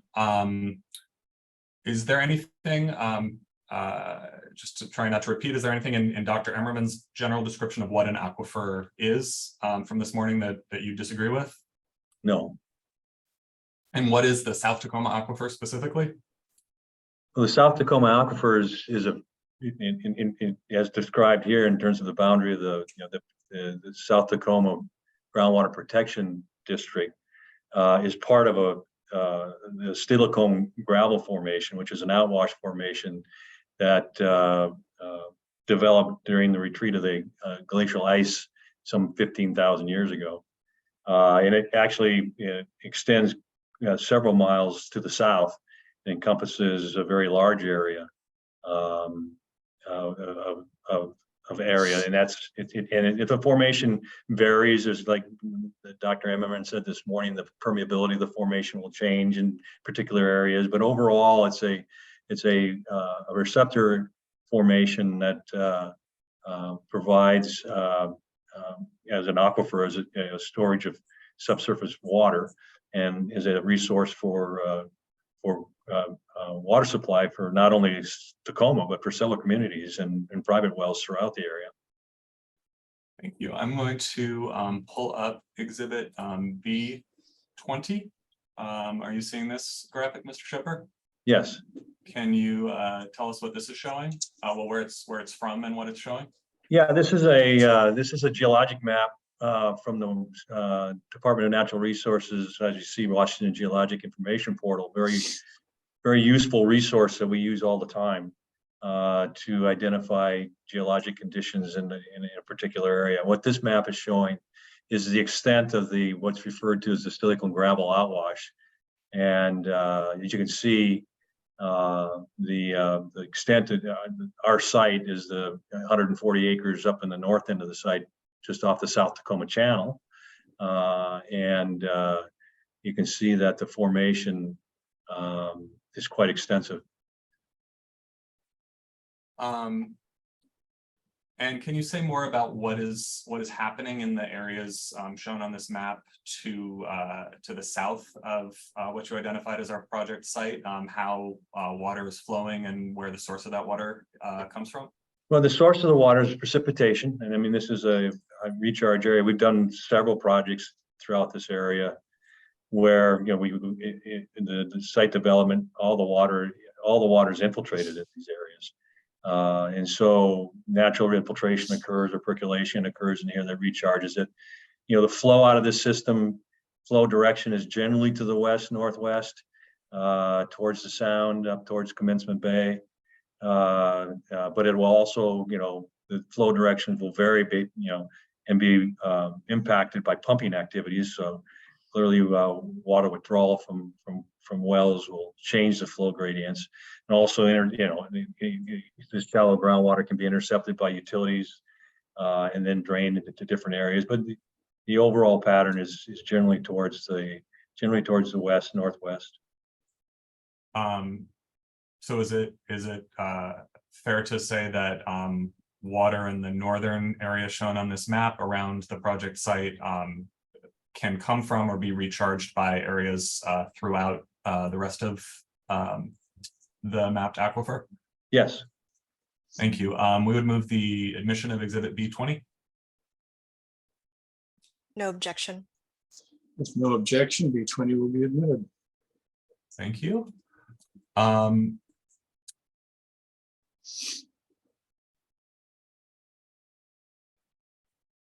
So Mr. Shepard, as you were starting to get to earlier, I'd like to ask you to respond to the appellant's claims that our project will reduce the amount of water entering the South Tacoma aquifer. Could you just respond to that assertion, and then I may have some more questions for you about it? Yeah, I mean, that's not true. I mean, it's the effort that is taking place here, and granted, what happens in terms of how the site responds. Obviously, in its current condition, you have areas that are widespread that allow water that will infiltrate through the soil, percolate through the soil, and get into the aquifer. What happens when you do a development of this nature, where you're doing impervious surfaces, you capture that water and you try to put it into a infiltration gallery that's of smaller size than the overall site area. And so that's what the analysis we did shows, that the site can, as designed, can facilitate that type of design and discharge the water that's captured.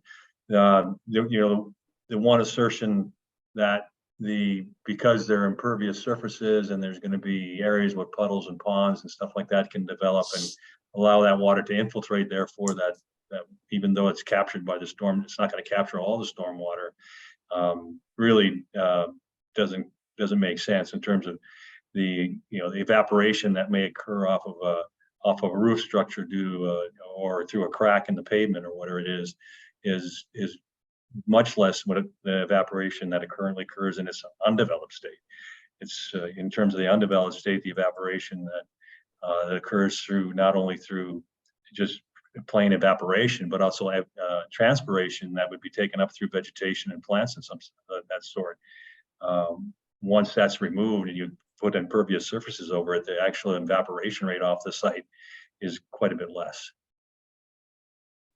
So I do want to just pick up on a few things there. So first, the graphic that we were looking at earlier from the stormwater site plan showing the developed basins exhibit.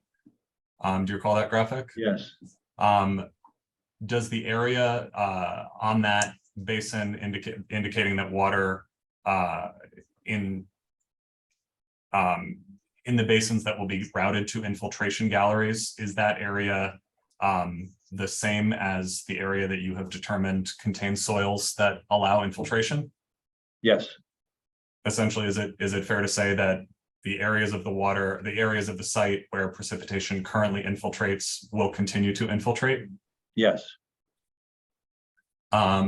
And then you mentioned earlier, that there is currently some evaporation that takes place on the site. Does that mean that not all precipitation falling on the site in its current condition makes it into the aquifer? That's correct. Yeah, there's always a component of evaporation, evapotranspiration. And you mentioned evaporation and potentially being taken up by plants. Are there any other mechanisms that would prevent water from percolating down under current conditions? No. And then did you hear Dr. Emmerman's testimony that water that falls on roofs or parking areas on the developed site could tend to pond and not make it into the infiltration galleries for that reason? Yes, I did. Do you agree with that assessment? No. Why not? The pavement surface, all the roofs are slanted so they drain, because you want to avoid ponding, because that's not a good thing to have happen on your building structure, to have ponding on your roof, because then that could obviously result in leaks into the building. And all the pavement surfaces are all sloped. I believe that our typical recommendation for site drainage areas is that you would slope the pavements at least 2%. I believe in this particular site, the pavement slopes are going to be around 1.5 to 2%. So that runs off. I mean, there's no opportunity for it to pond. There might be on a really hot, dry day, obviously, and you rain, the asphalt or pavement, concrete pavement may absorb some of that water, which then can go back into the atmosphere via evaporation. But it'll run off. I mean, and recharge through the galleries. And so based on everything you've just said, how do you expect the rate of infiltration on the developed site to compare to the rate of infiltration today? At minimum equal to, if not maybe a little greater. How could it be greater? Well, I think we have the current site conditions that include superficial fills that are compacted. There's a soil cap. Water's supposed to run off. You don't want water running through that. So in its current state, the amount of water that gets into the site will be limited because of that compacted condition at the surface. Similar to, it's not as bad as obviously an impervious surface, but a compacted soil layer will prevent water from getting into it. What we're doing is we're actually excavating down below those existing surface fills, exposing fresh face of the very, very permeable silicon gravel outwash, and providing the ability for that water to get in the ground more readily than it might have today. So that's, my take on it is going to be that, at minimum, it's going to be equivalent to what happens today, and it may be better. Mr. Shepherd, have you quantified the volume of water that infiltrates on the project site in a typical year? No. Do you need to quantify the volume of water in order to reach the conclusions that you just described? No. Why not? Oh, because it's intuitively, if you capture all the water off the impervious surfaces, direct it to an infiltration gallery, the analysis of which shows that it'll function and be able to discharge that water. I mean, there's no need to do an analysis that talks about a water balance and how much water gets into the site today versus what the water is going to be on the site tomorrow after development, because it's going to be, like I said, equal. Mr. Shepherd, did you hear the appellant's assertions earlier that the project will impact the amount of drinking water available in the aquifer that's available to the city of Tacoma? I did. Do you agree with that statement? No. Why not?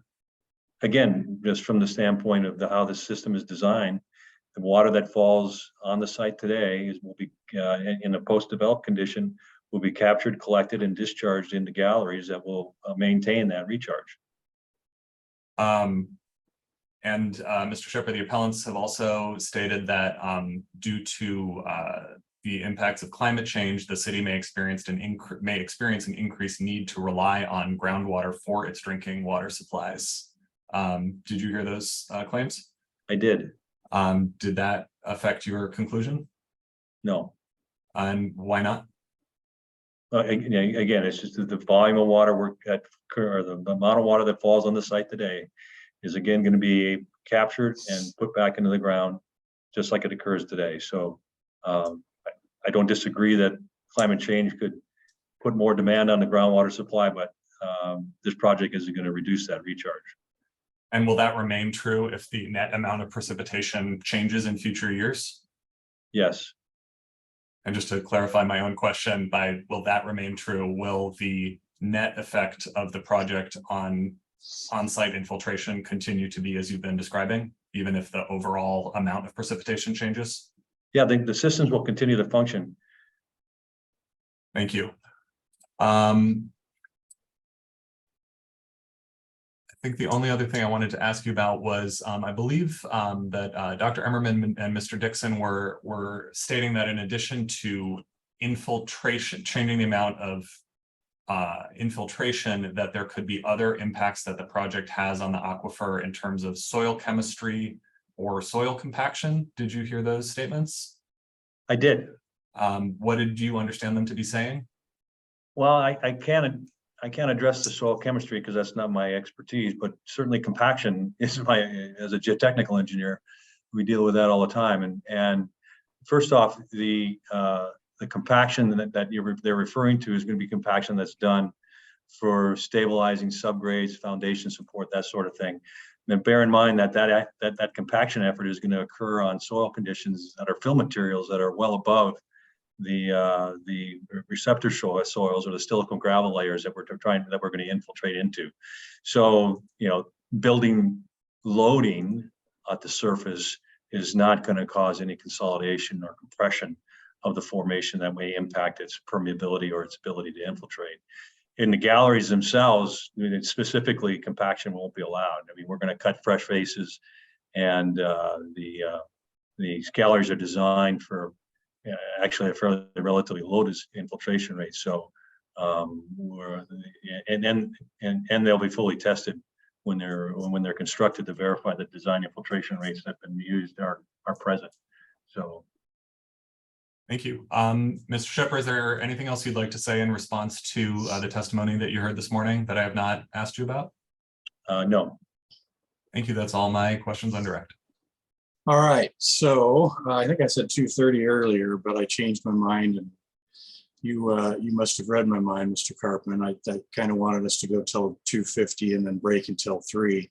So we're almost at 2:50 now. So we will take our afternoon break until 3, at which point we will come back, and I presume that the appellants will want to cross-examine Mr. Shepherd. So we'll be on break until 3 o'clock.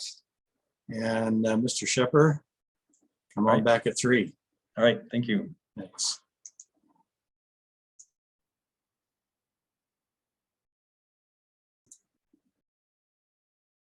All right, it is 3 p.m. now. Still day 1 of the hearing on July 25th, 2023. We are ready for the cross-examination of Mr. Theodore Shepherd with the applicants having been finished with him at this point. I will give the city opportunity for cross too. This is respondent side, I guess, so I don't know if it's really cross or not, but it'll give you the opportunity to ask any questions that the city has for Mr. Shepherd once we're done. So I think we are ready for that. Again, I'll apologize for my fidgetiness on the screen. I know I'm moving around a lot.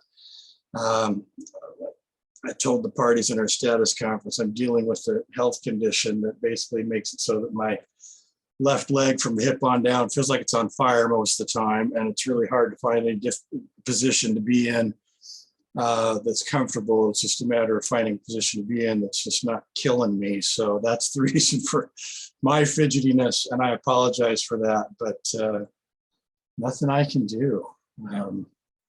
Anyway, we are ready for cross. Mr. Shepherd, you're still under oath, and Ms. Ordonia, the mic is yours. Thank you, Mr. Hearing Examiner. Good afternoon, Mr. Shepherd. My name is Marissa Ordonia. I'm an attorney for the appellants. I have just a few questions for you to follow up on your direct examination. So you had testified that the proposed stormwater plan, in that stormwater plan, the drainage will mimic the existing conditions on site. Is that right? Yeah, in terms of discharge. So is it your testimony that stormwater currently only discharges from the areas where the infiltration basins will be? The stormwater in the area where the infiltration basins will be currently infiltrates, and it will continue to infiltrate post-development through the infiltration galleries. But it doesn't, it currently falls on other areas and discharges into other areas of the site. Is that correct? I don't know exactly where the flow patterns are at. I'm not the stormwater engineer that does the runoff calculations to the various basins. But my understanding is that the central and northern areas of the site infiltrate today, and that the southwestern area of the site runs off. Okay. And I'm going to have Ms. Brechtel pull up exhibit C10, and this is your hydrogeological assessment.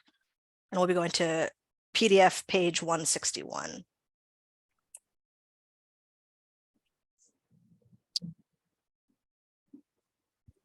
And I'm trying to. So I'm going to read, actually, Ms. Brechtel, are you able to zoom in on that at all?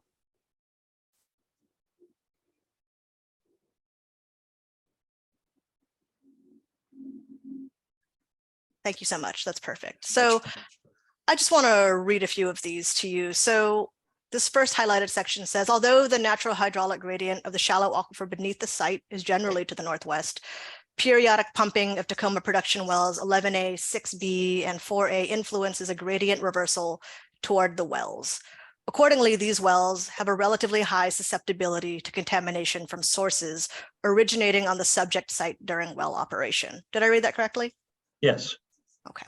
And then this next one says, the proposed development will result in a decrease of permeable surface at the site, which may impact aquifer recharge currently occurring at the site by way of infiltration. Did I read that correctly? That's correct. Okay. And let's see. Your hydrogeologic assessment does not contain any analysis of the aquifer's current recharge rate, correct? I believe you said that earlier. That's correct. And your hydrogeological assessment does not contain any modeling or analysis of how the addition of impermeable surfaces to the project site will affect the aquifer recharge rate. Is that correct? That's correct. But you concluded, as it says here in this last highlighted section, it is our opinion that potential groundwater impacts to the shallow aquifer resulting from on-site stormwater infiltration would be adequately mitigated. Did I read that correctly? You did. Okay. And Ms. Brechtel, you can take that document down. Thank you. Mr. Shepherd, would you agree that whatever type of stormwater treatment is eventually used could impact the infiltration rate in the basins? I don't know that I would agree. I don't know how the treatment systems would impact the ability to infiltrate. And the treatment system has not been identified at this point. Is that your understanding? That's my understanding, yes. But there are some types of treatments. For instance, Mr. Emmerman mentioned running the water through sand as potentially slowing infiltration. Would you agree that that's a possibility? Well, it won't, not in this case. I mean, the design infiltration rate that we're using for these facilities is 2.5 inches per hour. And that's a relatively, I mean, it's a relatively low rate for this formation. Infiltrating through a biomass soil, if that's what we're referring to, which is often a treatment option, you generally will get infiltration rates through those soil systems that are equal to, if not greater than that. I think, for example, biodesign mixes that I've seen specified in the ecology manual typically require a minimum infiltration rate of somewhere on the order of 8 inches per hour or something of that nature. So if I understand correctly, you are going to start with this idea that it will infiltrate at 2.5 inches per hour. And even though you don't know what treatment system is going to be used, you are certain that is achievable. Yes. Okay. Would you agree that additional stormwater inputs could change the infiltration rate recommendation? It wouldn't change the infiltration rate recommendation. That's independent of the flow rates into the system. Okay. Can we pull up Exhibit B20, please, Ms. Brechtel?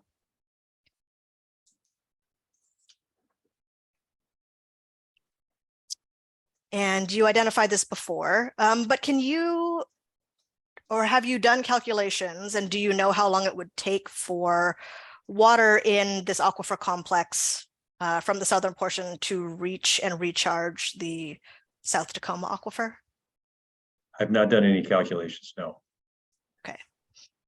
And I think my last question is just to confirm, you said soil chemistry is not in your expertise. Is that correct? That's correct. Okay. I believe those are all of my questions. Thank you. Thank you. Okay, let me ask just a couple and then I'll turn you over to Mr. Victor if he has questions. So backing up to what you're talking about, I think you're talking about mounding analysis. And you said that works like a bathtub and talked about overflow and whatnot. And you said, based on your study that you did with that, the mounding analysis, that there was going to be no overflow from the system. What is the baseline for that determination? Do you look at like a 100-year event and what that would do to the system and determine that it would still be sufficient to contain it, or is it something different? What's the basis for that analysis that says, even if whatever happens, there's not going to be any overflow? Yeah, good question. The analysis that we do actually is not a single event that we run through the model. First off, when we set up the model, we set it up for worst case conditions. In other words, we start the model as if the seasonal high groundwater table is at the seasonal high groundwater table elevation that we've determined, and then the stormwater runoff hydrograph that is introduced into the model is not just a single event. It's not one day. It's actually, in this case, we took a 30-day storm period that centered around a 100-year event. In other words, the HSPF modeling, or the continuous hydrograph modeling that was done to determine the runoff rates, we got the maximum flow rate that would be delivered to the system from that, and then we took 15 days on either side of that and introduced it into the model, so that it's just not a one-day thing. Because that's in the Pacific Northwest, we all know that it doesn't just rain 24 hours and then quit. It rains every day continually. So that's the model we ran through there. So we basically modeled it under worst case scenario and put through a system and put in a continuous several days of precipitation in a row. And the results of that analysis showed that there would be no mounting or backup of the system. And just to that end, if you read our report that we did, we actually, two of the basins, I don't remember which ones they were, we recommended designing for a groundwater elevation of 229.5 feet. Our actual modeling or monitoring that we did at the site showed a peak in the groundwater elevation at a couple of the wells that was around 232 elevation. Very short duration peaks, because the aquifer is pretty flashy. In other words, it goes up and down and responds fairly quickly to changes. But so just to make sure we got it right, our model used a starting water elevation at 232. And that actually, at that elevation, all the basins except two of them had the requisite 3-foot separation. A couple of them that didn't, I think, if I recall correctly, the separation from that starting water level in the base of the facility was on the order of a foot to 1.5, or to 1/2 foot to 1 foot. And even those basins, under those extreme conditions, the modeling shows that they function without a problem. Okay. And this question may end up flaming out because I didn't get the whole wording on there. But in one of the exhibits that Ms. Ordonez showed you here just a moment ago, one of the highlighted statements ended with the phrase "adequately mitigated," and we were talking about. I think we were talking about maintaining infiltration at the same levels that happen now into the South Tacoma Aquifer even after the project is developed. That phrasing, adequately mitigated, I guess, threw me a little bit because to me, mitigations is an effort that's taken to offset something that won't be the same. Can you explain what that phrase there, adequately mitigated, meant? Ms. Ordonez, do you recall where that was again? If we maybe pull it up one more time. It was Exhibit C10, PDF page 161, I believe. Yeah, there we go. So the conclusion there is, it's our opinion that potential groundwater impacts to the shallow aquifer resulting from on-site stormwater infiltration would be adequately mitigated. That phrase threw me because, again, it seems like mitigation is some sort of compensation for something that wouldn't be maintained the same. And my understanding is that your testimony up to that point was there wouldn't be any potential groundwater impacts to the aquifer because the infiltration levels will be the same or possibly greater.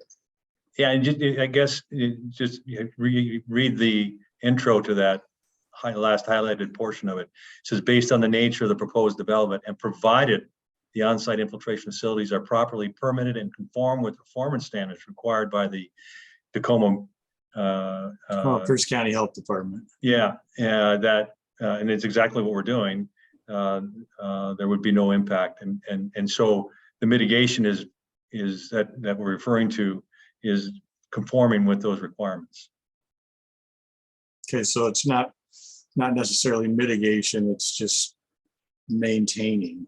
Yeah, I guess maybe adequately mitigated might be a poor phrase, but that's what we use. But well, it confused me, but sometimes that's not that hard to do. So that's what I wanted to do. All right, that's all I had. Mr. Victor, do you have questions for this witness?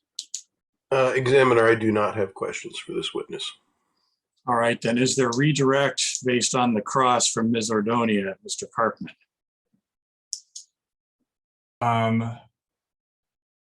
Just briefly, Mr. Examiner, I actually wanted to go to the the page that you were just looking at. So I'm here on Exhibit C10, PDF page 161. Mr. Shepard, based on the examiner's question just now, is it fair to say that by adequately mitigated in this last sentence, you were stating that the any potential impacts would be prevented? Correct. And does the portion of this paragraph after the text that Ms. Ordonia had highlighted that describes the permitted use of on-site water quality treatment and infiltration designed in accordance with the South Tacoma Groundwater Protection District regulations, are those the design elements that would prevent those impacts from occurring in your view? Yes. Thank you. And there was some discussion of the mounding analysis earlier, I think perhaps also with the examiner. And so just to clarify, we talked earlier about the standards in the stormwater manual that you followed in looking at the infiltration rate and conducting the mounding analysis. Can you say any more about what those were and what the methodologies as prescribed by the manual that you utilized? Well, yeah, we followed the methods that are prescribed by the manual. The model that we used, the ModRet computer program, is actually specified as to be used by Pierce County and then also by King County, obviously the big county to the north of Pierce County. That they call that program out specifically in their manuals. The Tacoma doesn't, but they refer to using mounting analysis to determine if the systems will function per design. Thank you. And then finally, is it your understanding, Mr. Shepard, that enhanced water quality treatment as provided by the stormwater manual will be required for this site? That's my understanding, yes. Is it your understanding that there are multiple types of water quality treatment systems that could be designed in compliance with the requirements for enhanced water quality treatment? That's my understanding. And do you know specifically which type of system will be utilized on this site? I do not. Thank you. That is all my questions. All right, so we can stop the screen share, I presume. Thank you. And Mr. Carpman, is Mr. Shepard free to be released then, or do you need him to hang around? Mr. Shepard is free to do as he will. Thank you, Mr. Shepard. All right, thank you. Thank you for your testimony today. Yep, thank you.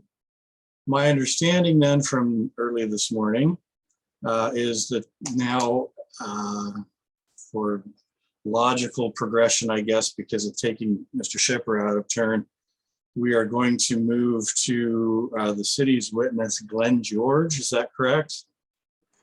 Mr. Examiner, that's correct.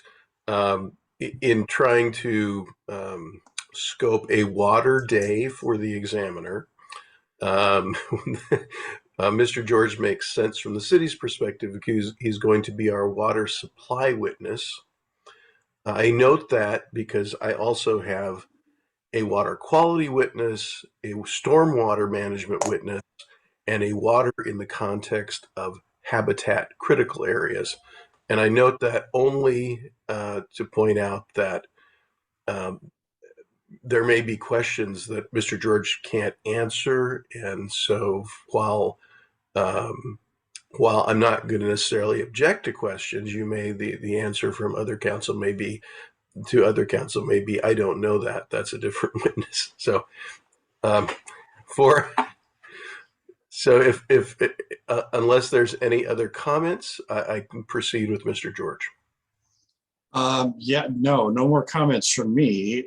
As I've already stated earlier today, when the answer is I don't know, that's the answer, and that's fine. And if it's deferred to a different witness, that's fine as well. There's already been a little bit of that already, I think, with Mr. Shepard here, because the applicant is intending to put on other witnesses with more expertise in some of the areas that tie into things Mr. Shepard testified to, but that he's not the main on. So that's fine. I don't have a problem with that.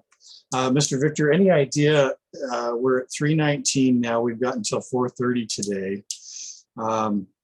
Any idea how long your questioning of Mr. George is going to go today, just so we can try to get our next witness queued up if it's not going to take the rest of the afternoon.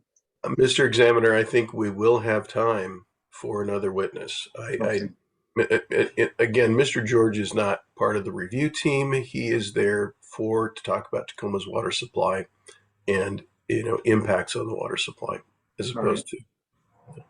So with that said, appellants, are you going to have your next witness queued up to at least start with today before we conclude?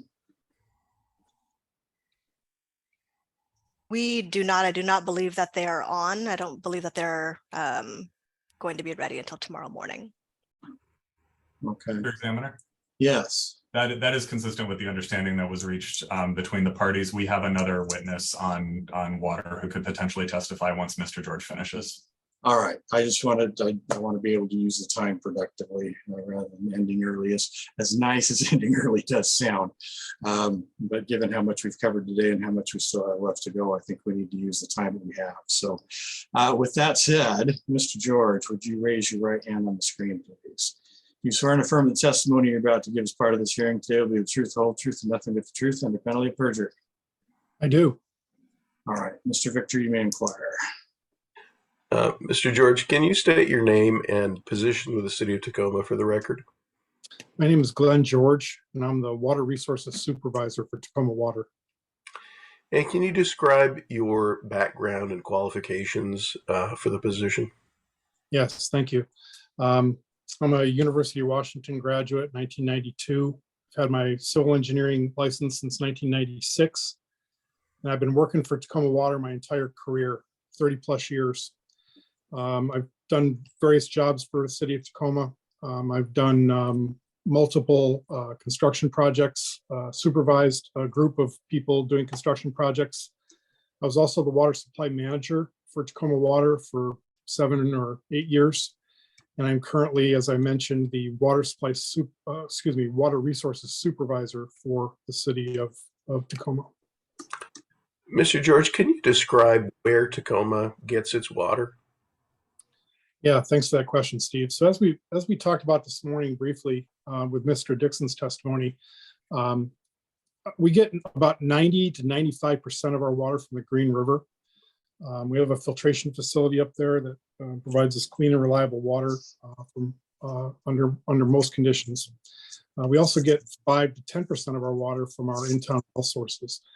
So our primary source of water is the Green River, and our well system is an important secondary source for us. As was mentioned this morning, that 5 or 10% on an annual basis could be up to 50 to 60% of our water during the summertime if it's a very dry year like this year and the river is stressed. We will turn on wells to Green River to keep enough water in the river for fish and other natural resources. So that's the answer. About 95% of our water comes from the Green River, and our well water is an important secondary source for us. And can you describe our planning for future supply? What do we do to plan to have sufficient water? Sure, we do quite a bit of planning, I think, at Tacoma Water. With regard to, well, first of all, we'll start out with the integrated resource plan, which we saw some screenshots of earlier this morning. The integrated resource plan, our first one was conducted in 2018. And it's a comprehensive document that talks about all of our sources and their reliability and what we think they're going to do in the future. Groundwater is studied in that report as well.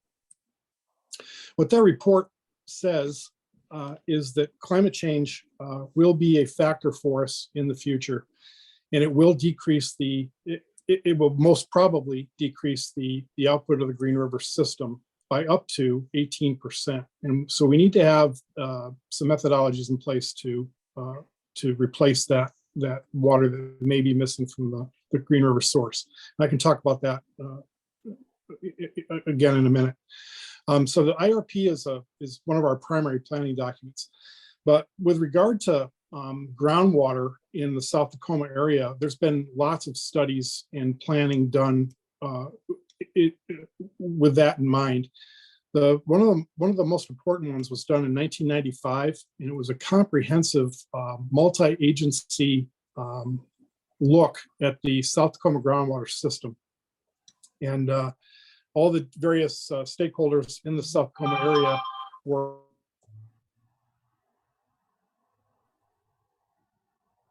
We've lost your, excuse me? we lost your audio for a second there, Mr. George. You came back, but we lost you for about 10 seconds there after the phone chimed. Yeah, let me, I'm going to turn off my phone because I think it affected my, my phone. Contents have been updated. Okay, shouldn't happen again. I apologize. No worries. I think I was discussing the 1995 study that was done of the South Tacoma groundwater system. Very detailed. It told us quite a bit of information about the system, transmissivity of the aquifer, the size and capacity of the aquifer were all approximated in that report.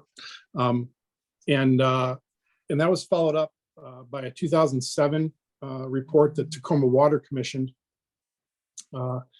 in which we confirmed the general capacities of the aquifer and the transmissivity and other factors that we would be interested in for using the aquifers as a groundwater source. In 2010, the USGS Geological Service performed a comprehensive study of the South Tacoma groundwater system, and they provided additional confirmation of transmissivities and the recharge rate and all the various engineering capacities of the aquifer. I mentioned the 2018 IRP that we did. We're doing another one of those this year and later in 2023 and in early 2024. We'll be updating our integrated resource plan, and we'll be taking a hard look at groundwater in that report as well. And coincidentally, also in this year, the USGS is providing an update to their 2010 report. And that USGS report should be out in the September timeframe. I believe that their model of the Creek watershed is already available. And we'll be looking at that in our use too. So quite a bit of planning regarding, and studying of the groundwater system in the South Tacoma area. Does that answer your question, Mr. Victor? It sure does, Mr. George.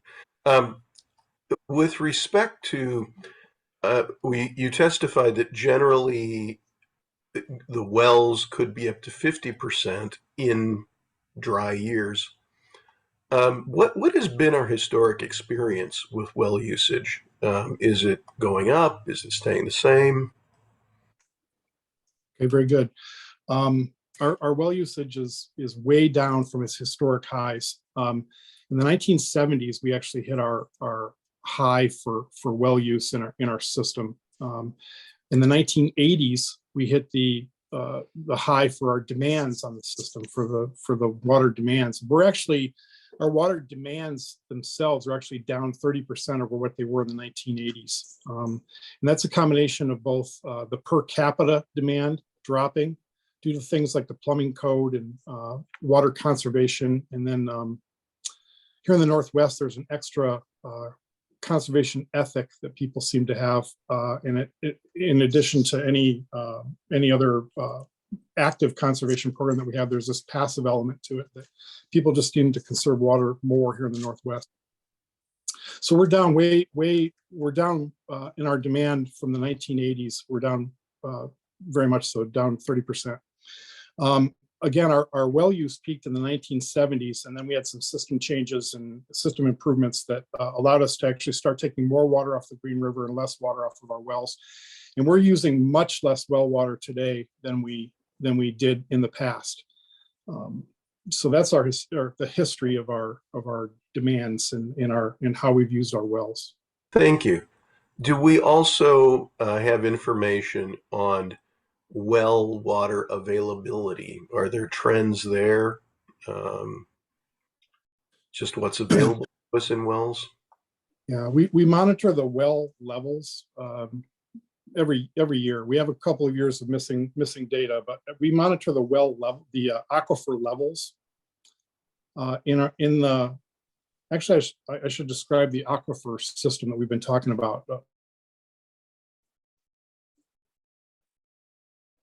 Do this because the aquifer system is actually, we were talking about the South Tacoma aquifer. It's actually aquifers. There's at least 3 levels of aquifers in the South Tacoma area, and we refer to them as the shallow aquifer, the sea level aquifer, and the deep aquifer, and they're stacked right up on top of each other. And we have wells in all of those different aquifers, and so our water use depends on, and what's going to impact our water use depends on which aquifer we're drawing water from. And in general, we heard testimony this morning.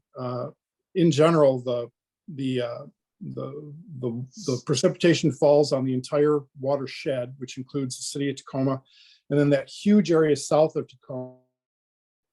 The whole watershed is over 180 square miles in area.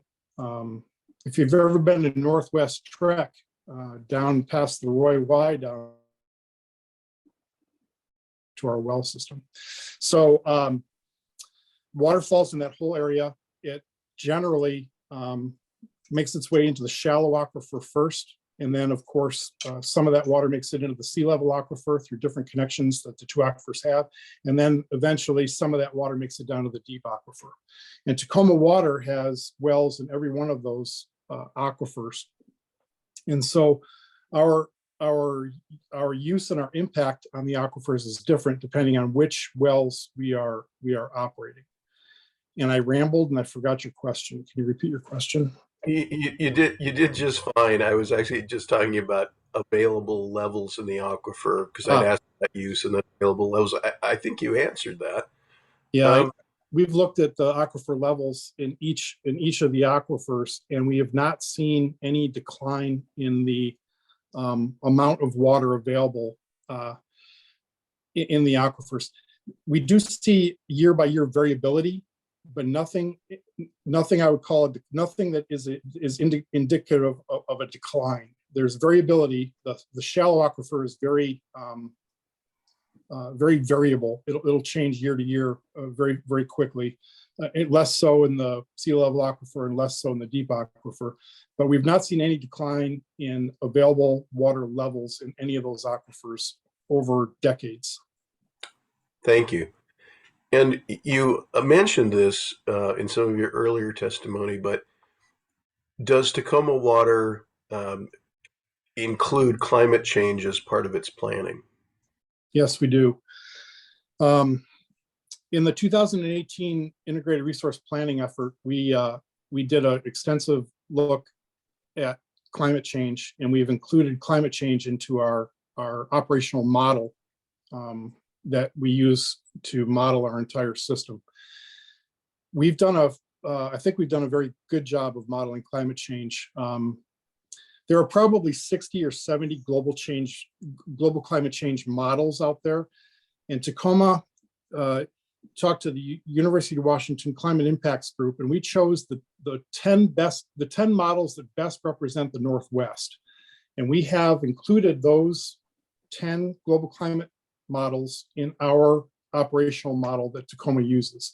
And we can use any one of those climate change models in our analysis and in whatever question we're trying to answer, or we can use an ensemble. We could say, what do all 10 models say about X question or Y question? And we can ask the model what it will do with that. So climate change is, and it's definitely a problem when we're trying to plan for future water use.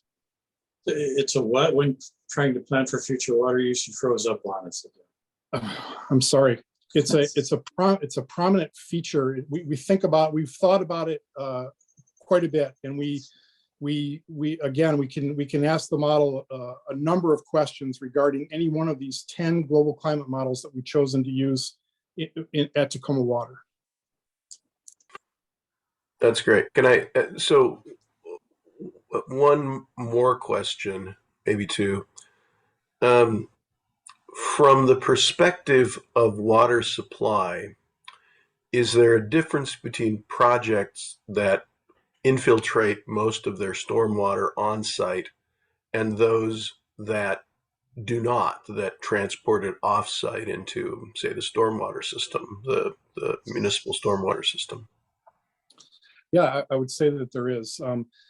In general, we would, Tacoma Water would prefer projects that infiltrate their stormwater so that we can net decrease the water available to the aquifers. If it's going to the stormwater system and doesn't stop off at any infiltration facilities, then it dumps itself right into a creek. The creeks and rivers may have water going in or out of the creek, depending on which reach on the creek you're talking about. But in general, I would say that's less desirable than infiltration. Okay. And so, and desirable from water supply perspective. Correct, because we're trying, what we're looking at is getting maximum water to infiltrate into the aquifers. So just, I think it's my last question. Is there anything else that you heard today that you'd like to respond to or add information? Perhaps just a couple things. He did a remarkable job for not really, I've worked here for 30 years, and he did a remarkable job in his testimony. But I would characterize who did. You froze up again on us a little bit. Oh, I'm sorry, sir.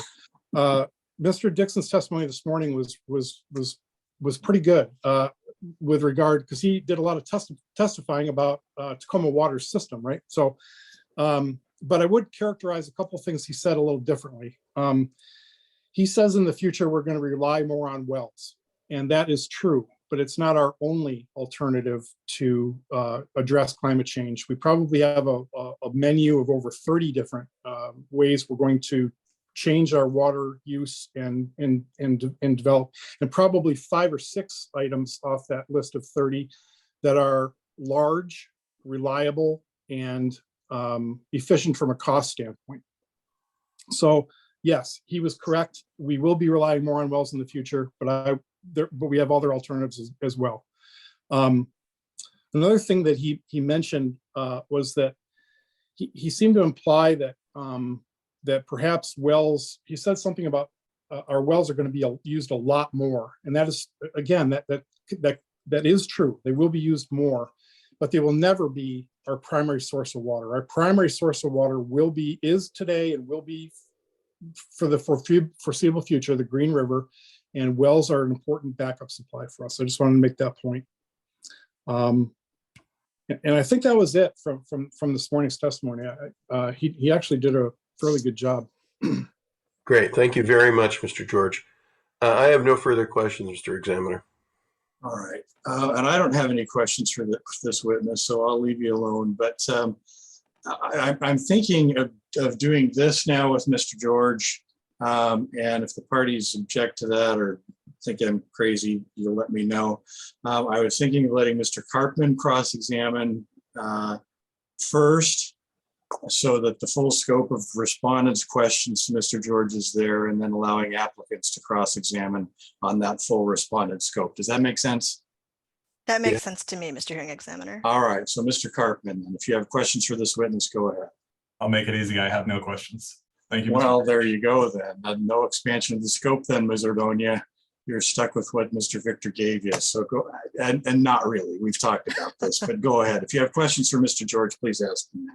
And that's fine. I have just a couple. I believe Mr. Victor said, Mr. George, that you were not a part of the city's review team. Is that correct? That's correct. Does that mean, sorry, let me just clarify. Does that mean you did not review the project application?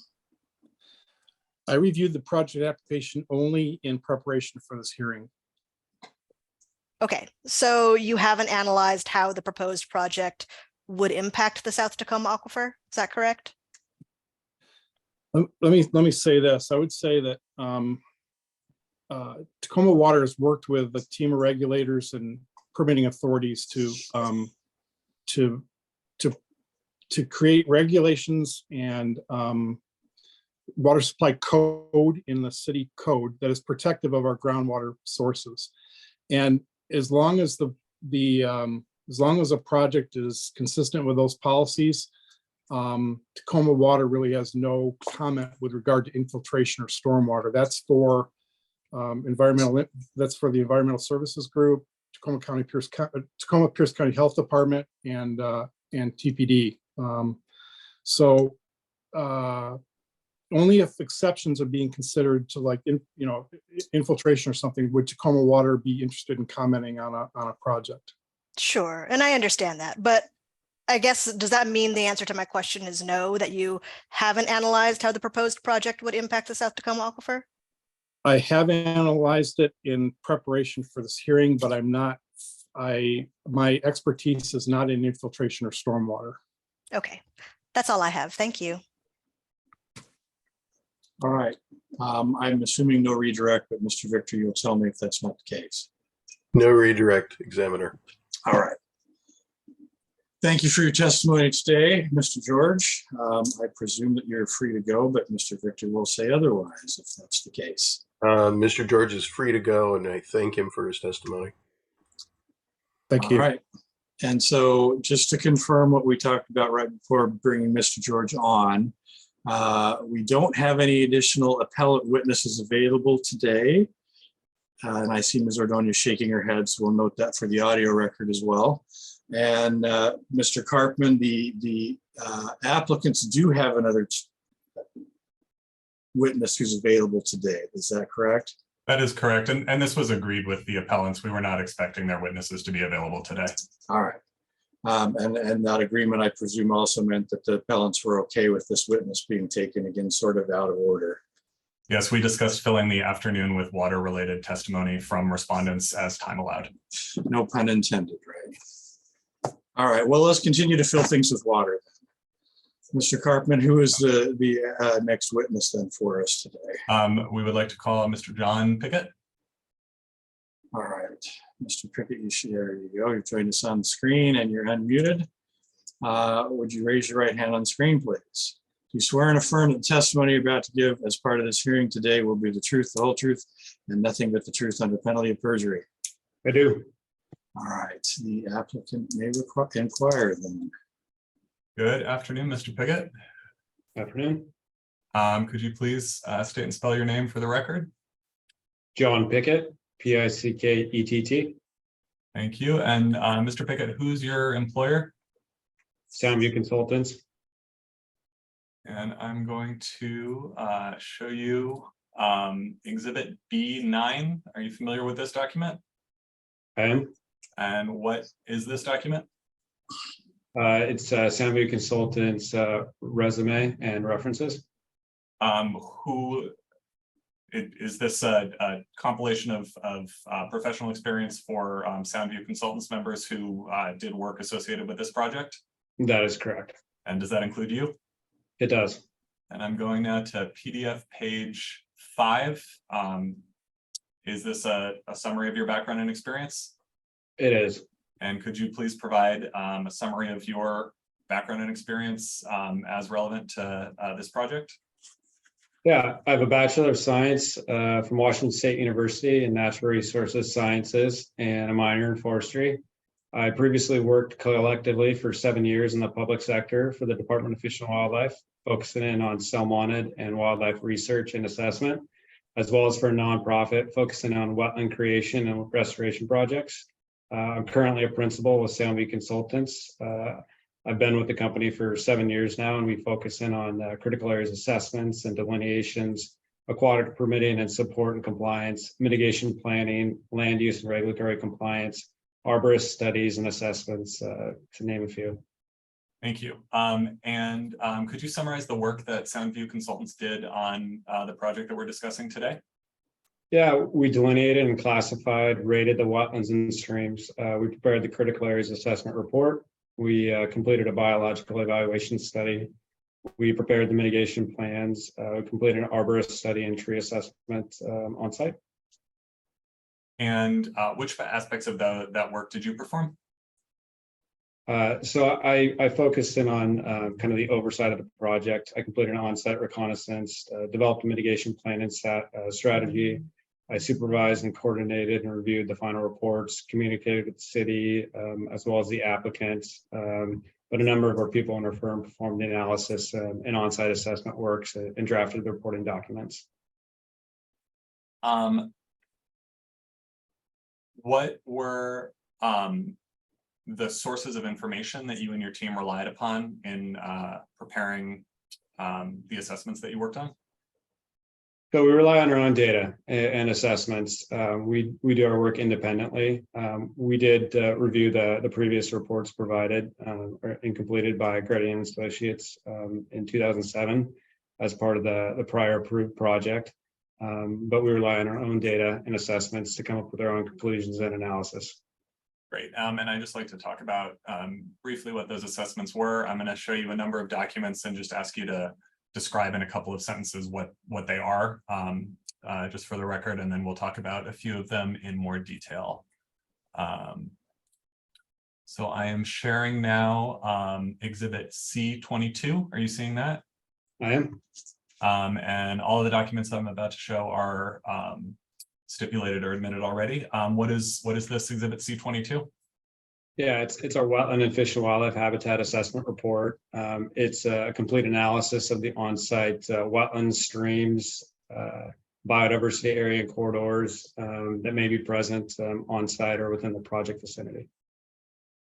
Great. And then I'm going to go to Exhibit C19. This is entitled Wetland and Stream Delineation Report, and at the bottom it's dated February 25th, 2008.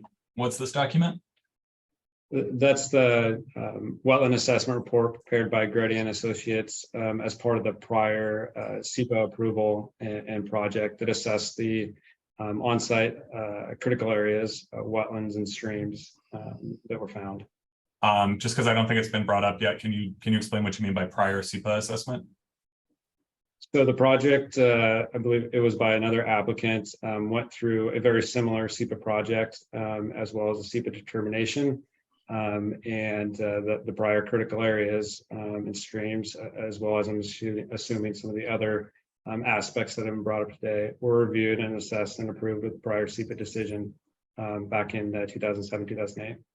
And was what you were saying earlier that you reviewed this report, but you confirmed its conclusions with your own analysis? Yeah, that is correct. We do our own independent study because our qualifications and data that's needed to provide an independent investigation and study. But we do review it, for consistency, and our assessment and analysis was consistent with the prior approvals. Thank you. I'm going to go down to Exhibit C9. What is this? That's our biological evaluation assessment. And what questions were you seeking to answer with this document? So the biological evaluation evaluates the potential species, specifically the listed or ESA listed species that may be present within the project area, the project vicinity, and evaluates the potential impacts or lack thereof that the project may have on the species that are determined to be within that area. Thank you. And then I'm going to go to Exhibit C21 entitled Mitigation Plan. What is this? That's a mitigation plan, and I'll say it's more or less a restoration plan for the on-site buffer areas on site. It's titled mitigation plan. It's because it's the common name. It reviews the project for the potential impacts as well as the critical areas ordinance for the potential impacts that the project may impose on site. It also includes the buffer averaging that's proposed as part of the project. Great. And then just one more. This is not a document that you prepared. This is Exhibit C30. So the first document in this is the city's critical areas permit decision. Is that right? Critical area development permit decision? That is correct. Are you familiar with that decision? I am. And do you agree with its conclusions? We do. And then just jumping to PDF page 21 of this same Exhibit C30. What is this document? That is the SEPA decision by the city. I'm sorry, this is not the SEPA decision. This is a memo from Carla Kluge Oh, that is regarding the critical areas development permit. Yeah, right? that's the critical areas review approval letter. And do you agree with the conclusions in this letter? We do. Thank you. So I'd just like to talk briefly about the critical areas on the site. You mentioned, Mr. Pickett, that you performed a wetland delineation and assessment. Can you briefly summarize what's involved in that process and what sources of information or guidelines you look to in conducting that? Yeah, so when we're going out on a site to do a wetland delineation, we look at a variation of aspects. We look at soils, we look at the habitat type, we look at the function that the wetland has to provide. Similarly, we do that with streams for stream typing, whether it's a type F or a type NS stream. And when we go out there, we hang flags out in the field and delineate them based on the size and the category of the specific wetlands. The guidance is from the Department of Ecology. The 2014 wetland rating system is the current and updated Washington State wetland rating system for Western Washington. It was published by Ecology. It's the 4th edition of the wetland rating system. The wetland rating system was really designed to differentiate among wetlands based on their sensitivity to disturbance, significance, their rarity, or in their ability to replace them and the functions they provide. The intent of the rating categories is to provide a basis for developing standards for protecting and managing the wetlands. Some of the decisions can be made based on the rating, include the widths of buffers needed to protect the wetland from adjacent development and permitted uses and around the wetland. The rating system is designed to be kind of a rapid assessment screening tool to categorize them for use by the agencies, local governments, consultants, in protecting and managing the wetlands. There's a rating form that goes along with the wetland rating systems. It's used by wetland ecologists, and it asks the users to collect information about the wetland in a kind of a step-by-step process to categorize and rate the wetland. Thank you. I'm going to go back to that exhibit C22, and I'm on PDF page 4. If you can see this graphic, just sticking with the wetlands for now, can you point out the wetlands that you looked at on this site? Yeah, so there's 4 wetlands on site going from north to south. There's wetland A, which would be the left side of the page, north end, and it's a category 3 wetland. There's wetland B, which is in the middle of the site, followed by wetland C and D, kind of toward the southern end of the site. Great, and then I'm going to go to PDF page 15 of this document, this section 5.1 entitled Wetlands. Does this section summarize your findings about those wetlands? It does. Moving to, PDF page 17, and just looking at wetland A in this table at the bottom where it says wetland functions summary. Can you describe what's meant by the water quality, hydrologic, and habitat functions? Mr. Yeah, I object on relevance grounds. It's unclear. I don't know how much time will be planned to spend on this, but appellants are not challenging wetland ecological function at all. The appellants have put water quality at issue. The wetland functioning is relevant to water quality. I appreciate the desire to move things along. We're not going to spend too much time on this. Okay, with that said, if we're focusing on the water quality aspect of it, I think it's fair game. I do appreciate the interjection from the appellants here in order to try to move things along for stuff that's not in contest at this point.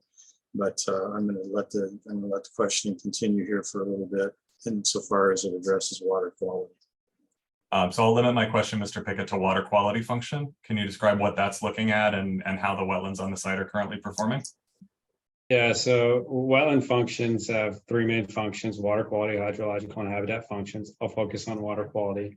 The wetland has the ability to trap sediment, to trap pollutants in the surrounding areas, as well as its buffer to help prove water quality. It's in conjunction with the hydrological function of the wetland, but the higher the rate of the wetland, the higher the ability it has to improve water quality on the landscape as well as on the site. Mr. Piggott, I'll go back up to page 4, the site plan that we were just looking at. And can you describe what's represented here by the feature labeled Stream Z and Ditch Z? Yeah, so Stream Z is the type NS2 stream that's on site. It starts at the northern portion of the site at a discharge culvert that is the city's stormwater culvert. It flows throughout the site in a north to south orientation into an area that we label as Ditch Z. The rationale as to why it's labeled Ditch Z is in our over a dozen site assessments we've been out on site through the winter and fall and spring months. It has never had any flow in it. The basis is it basically infiltrates entirely on site by the time it reaches Stream Z and does not discharge into the culvert underneath South 56th Street. Can you just say that last piece again, Mr. Pickett? Can you describe where those elements of what you just described occur? You mentioned infiltration and a culvert. Yeah, so approximately at the southern end of Wetland D, which is the furthest south wetland, is the basis for where we've seen Stream Z be dry on site. We haven't seen it flow to the far southern extent of the site where it would enter a culvert underneath South 56th Street and then further down gradient as discussed by Mr. Dixon into the holding basins.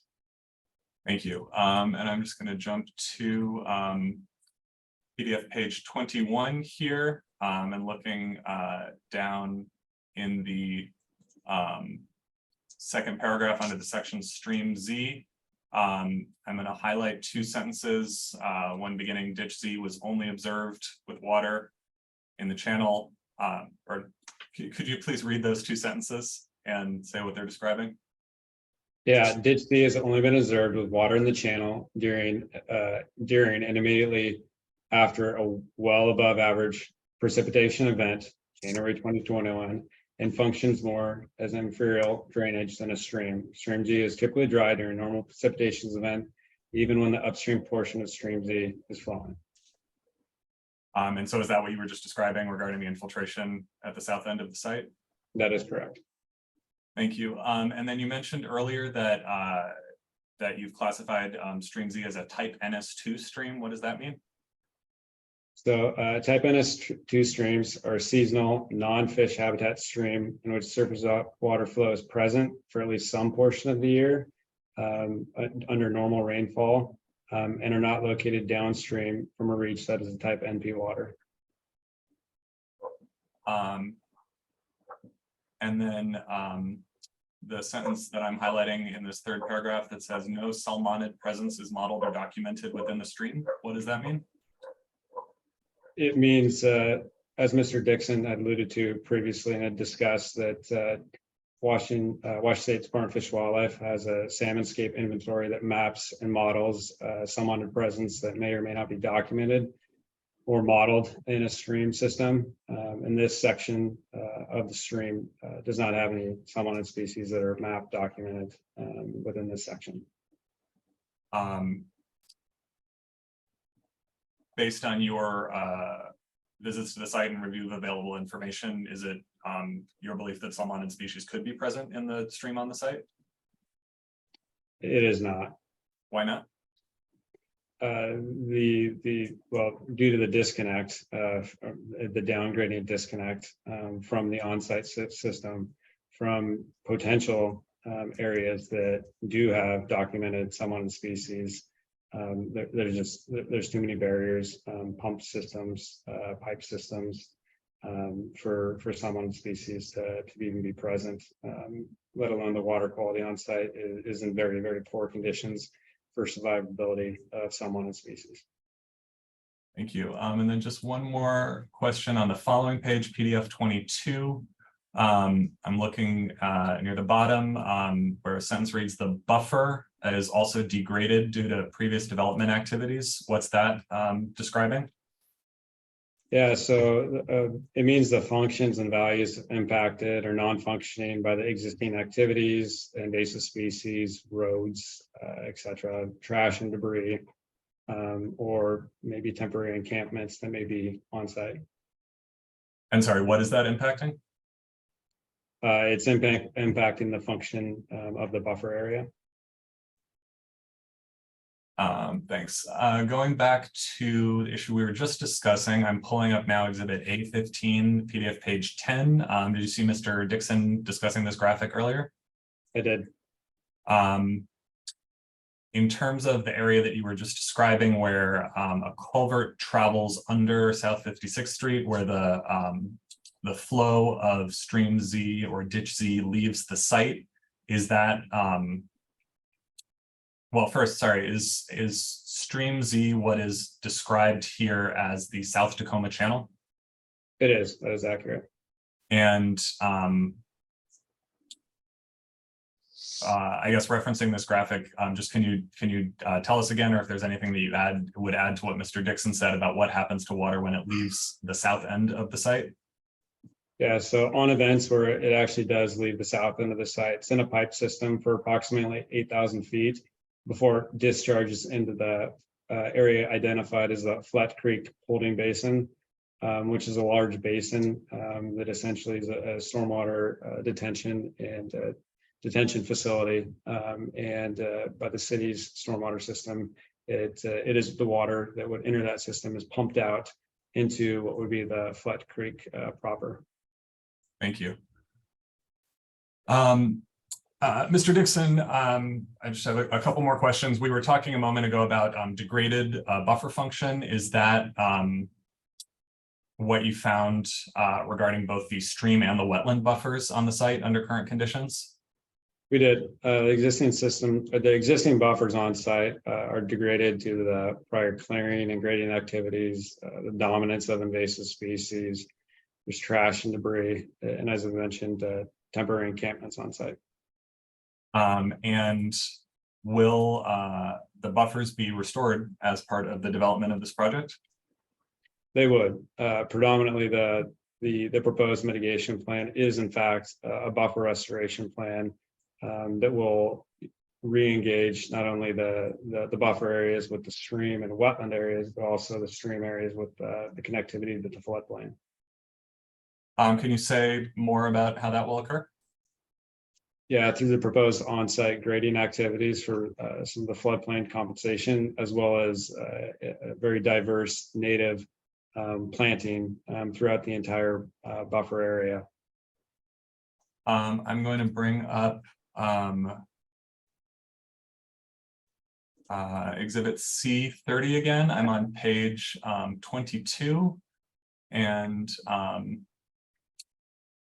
I'm just going to highlight a phrase towards the end of this paragraph, or part of this sentence that says the proposed mitigation actions will result in a net gain in ecological functions when compared to the existing degraded conditions of the on-site critical areas.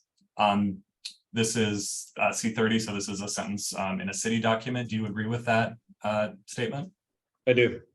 And is there any detail that you can add to what you've just described about how the net gain in ecological functions will be achieved? Yeah, so by replanting the entire buffer area on site, it'll aid in the water quality treatment, as well as the hydrological function to the wetland areas, as well as the stream system, by aiding in additional screening and sediment removal within the buffer. That's essentially what the buffer area functions as. So by replanting the entire buffer that is essentially non-functionally, and as Mr. Shepard had attested, it's highly compacted, we'll be able to increase the ecological functions on site, as well as provide habitat for species that localized species that maybe utilize the site. These are species such as, a coyote or a squirrel, just local urban type of species.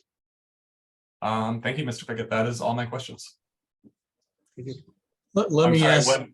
I'm Go sorry, ahead. Mr. Examiner, just one more clarifying question. Mr. Pickett, is it your understanding that another Soundview team member who is a biologist will testify later specifically in regard to the appellant's testimony about 6 ppbq?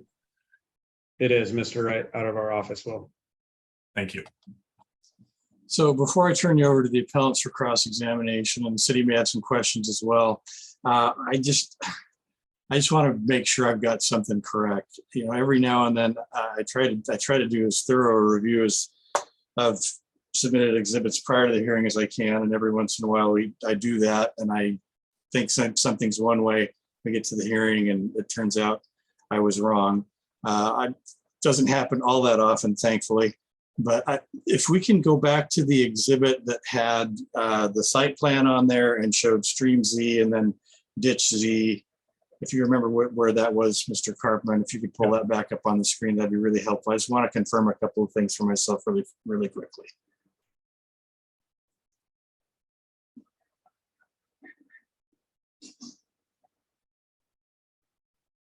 Yeah, this is the one. So this map is not oriented in normal compass orientation where north is up. We've got north to the left and south to the right, and then east is top, west is bottom, correct? That is correct. Okay, so in particular with stream Z, water flows out into stream Z from wetland A, is that correct? So there's this a stormwater discharge that would just be upgrading of wetland A. So that'd be to your left, to the north. Yep. And it's a stormwater discharge pipe that comes down and is basically that entire contributing basin that's the upgrading basin. And that's what the hydrology, the majority of the hydrology for stream Z comes from. Okay, and stream Z flows generally from north to south, correct? That is correct. And it goes through the wetland B area, down to the wetland D area, and then it comes out. And by the time it hits that notation where it says ditch Z, you said that every time you've been on site there, there's not any perceivable flow actually making it that far, then, correct? That is correct. But certainly in a heavy rain event, that could change and water could actually be making it all the way through the ditch Z denoted area and flowing off site and making it all the way into the Flett Creek. Into Flett Creek, I guess we'll just say it's all part of the Flett Creek watershed. Yep, that is correct. Okay. All right. And so that in those type of events, to the extent that salmon were trying to come upstream, if we'd had extended heavy rainfall and flow was continuing through that ditch Z area off-site further south, it's conceivable that salmon could make it up onto the site or not. No, it's physically impossible under current conditions. There's 8,000 feet of pipe systems, which is an entire blockage for salmonid species. And in addition, the city's stormwater document, which I forget which exhibit it is, the holding basin is a pump system. So water does not flow into the system. During storm events, that system, the holding basin is filled up. Once it reaches a certain level, then the water is pumped into the Flett Creek proper channel. Okay, so it's disconnected. So salmon aren't going to make it up through this system that we've been looking at any further than the holding station. Is that correct? That is correct. Okay. All right. That's all I had then. Ms. Jan, are you doing the cross-examination for the appellant on this witness? That's right, Mr. Hearing Examiner. Do we want to see if the city has questions first so that we've got all the respondent scope out there and then you can cross on that? I have no questions, Mr. Examiner. Easy peasy then. Ms. Jan, your witness. Thank you so much. Hi, Mr. Pickett. My name is Norlane Jan. I'm one of the attorneys for the appellants. I want to go back to something. Well, I'll start by asking, you prepared in part the biological evaluation or Exhibit C9, correct? Correct. And you prepared in part the Wetland and Fish and Wildlife Habitat Assessment Report or Exhibit C22, correct? Correct. Okay, and can I ask Ms. Brechtel to pull up Exhibit C9 or MDNS Exhibit F, that's the biological evaluation at page 15, please? And Mr. Pickett, I'm going to read for you very quickly the highlighted passage. And before I do, though, I just want to make sure you did watch Mr. Dixon's testimony earlier today, correct? I did. Great, thank you. So you are aware what WDFW Salmonscape's mapping tool is, correct? I am. Thank you. So the passage reads that Salmonscape maps the modeled presence of coho salmon, chum salmon, cutthroat trout, chinook salmon, and steelhead trout in downstream portions of Fleck Creek, approximately 2.44 miles south of the subject property. I'll go ahead and skip over to the last sentence of the highlighted portion. Cutthroat trout, coho salmon, and chum salmon are not listed species in this area and are not considered further in this document. Did I read that correctly, Mr. Pickett? You did read that correctly. Thank you. Ms. Brechtel, could you go ahead and take it down? I know that you told Mr. Cartman that the biological evaluation focused on species that are particularly listed or threatened under the ESA or Endangered Species Act. Now, am I correct in asserting that the biological evaluation did not further discuss coho salmon at all? We assessed the species within the project area. Within the project area, thank you. And on turning to Exhibit C22, the Wetland and Fish and Wildlife Habitat Assessment Report, that also did not discuss or mention coho salmon, correct? Correct. And you'd agree, though, that WDFW Salmonscape mapping tool shows coho salmon are present downstream from the project in Fleck Creek, correct? Correct. Thank you. And you'd agree that despite there being no physical contiguous connection from salmonid bearing waters to the site, even in periods of heavy downpour, that Salmonscape is showing coho salmon are using Flett and Chambers Creek as spawning waters, as present in Mr. Dixon's testimony earlier today, correct? I believe that is what I don't recall if that's what was shown on Salmonscape, but if that's what Salmonscape shows, then I would say that's correct. Okay. I'm going to assert that it did show that, but I'm happy to re-show the exhibit if needed. Mr. Hearing Examiner? I don't think you need to do that. I've got the audio and the video, and I'll go back and check all that after we're done. So thank you, sir. Okay, Mr. Pickett, I just want to ask a couple questions based on what you shared in your testimony here. So you said that the space between on-site and off-site waters is about 8,000 feet. It's piped, there's ditch conveyance, there's holding basins. And because of that, there's no way that the physical fish or salmonids can make their way onto the site, correct? Correct. Now, does that stop, well, I'll rephrase. Do you know that if this ditched area and piped conveyance is being used as infiltration? Do the application materials reference it as such? I would reserve the question on infiltration to the geotechnical experts or the stormwater expert. Okay, thank you. And then winding down here, my final question for you is, the biological evaluation did not analyze impacts to salmonids from 6-ppdq, correct? That is correct. And sorry, one more question. The biological evaluation nor the Fish and Wildlife Wetland Habitat Assessment Report mentioned bioinfiltration of stormwater, offsite stormwater pollutants, correct? Correct. Thank you so much. That concludes my cross-examination. is there redirect, Mr. Cartman?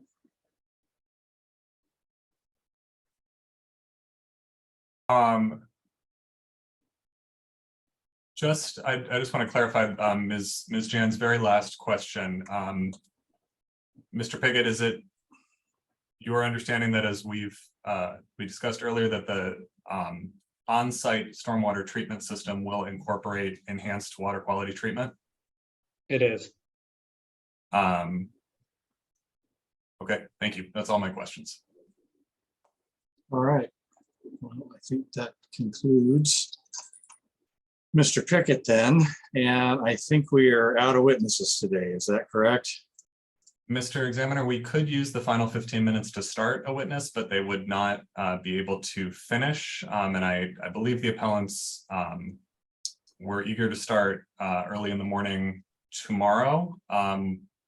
We would be happy to take our witness as and run through his testimony, but that would run into the morning, though it would allow us to use these last 15 minutes.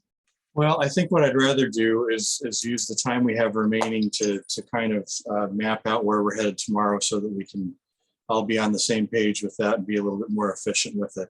As much as those last 15 minutes would be great to use that way if we're not going to be able to finish that witness. And because we are still technically in the applicant's, or pardon me, the appellant's case in chief, I guess that slip is maybe warranted because we've had as many witnesses, I think, today from the applicant as we had from the appellant. So let's go ahead and conclude with examination of witnesses today, but let's make sure that we're all on the same page for tomorrow. I am looking at the appellant's witness list, and we've done Mr. Dixon, we've done Dr. Emmerman. It looks like we have 3 witnesses remaining on the appellant side. Is that correct? That's correct, Mr. Hearing Examiner. Okay, and they will all be available tomorrow? Yes, they will. Okay, so do we know what order we're going to take those in? We have McCarthy, D'Souza, and Fanning still left, correct? That's correct. We will be starting with Dr. McCarthy, followed by Dr. Fanning, followed by Dr. D'Souza. Okay, and that would then conclude appellant's case in chief, is that correct? That's correct. Okay, and then we'll be moving to the applicant. And so I'm going to switch over to applicants list now. We've already taken Shepherd, and we've already taken Pickett. You know, on the off chance that we get really efficient tomorrow, Mr. Karpman, are there any of, and Ms. Kaler, are there any of the applicant's witnesses who would not be available tomorrow? All right, I'll note for the audio record that heads are shaking there, so it looks like we'll have all of the applicant's witnesses available tomorrow. I think we'll be doing really exceptionally well if we get through all of them, but we'll see how that goes. And then we would move on to the city. And so city, I'm probably anticipating we're not going to get to your witnesses in case until Thursday. But it's our expectation. Is there any need to take any city witnesses out of order tomorrow as opposed to waiting until Thursday? There is not. Okay. All right. So that's all I had in terms of just, you know, foreshadowing and foreplanning and all of that good fore stuff.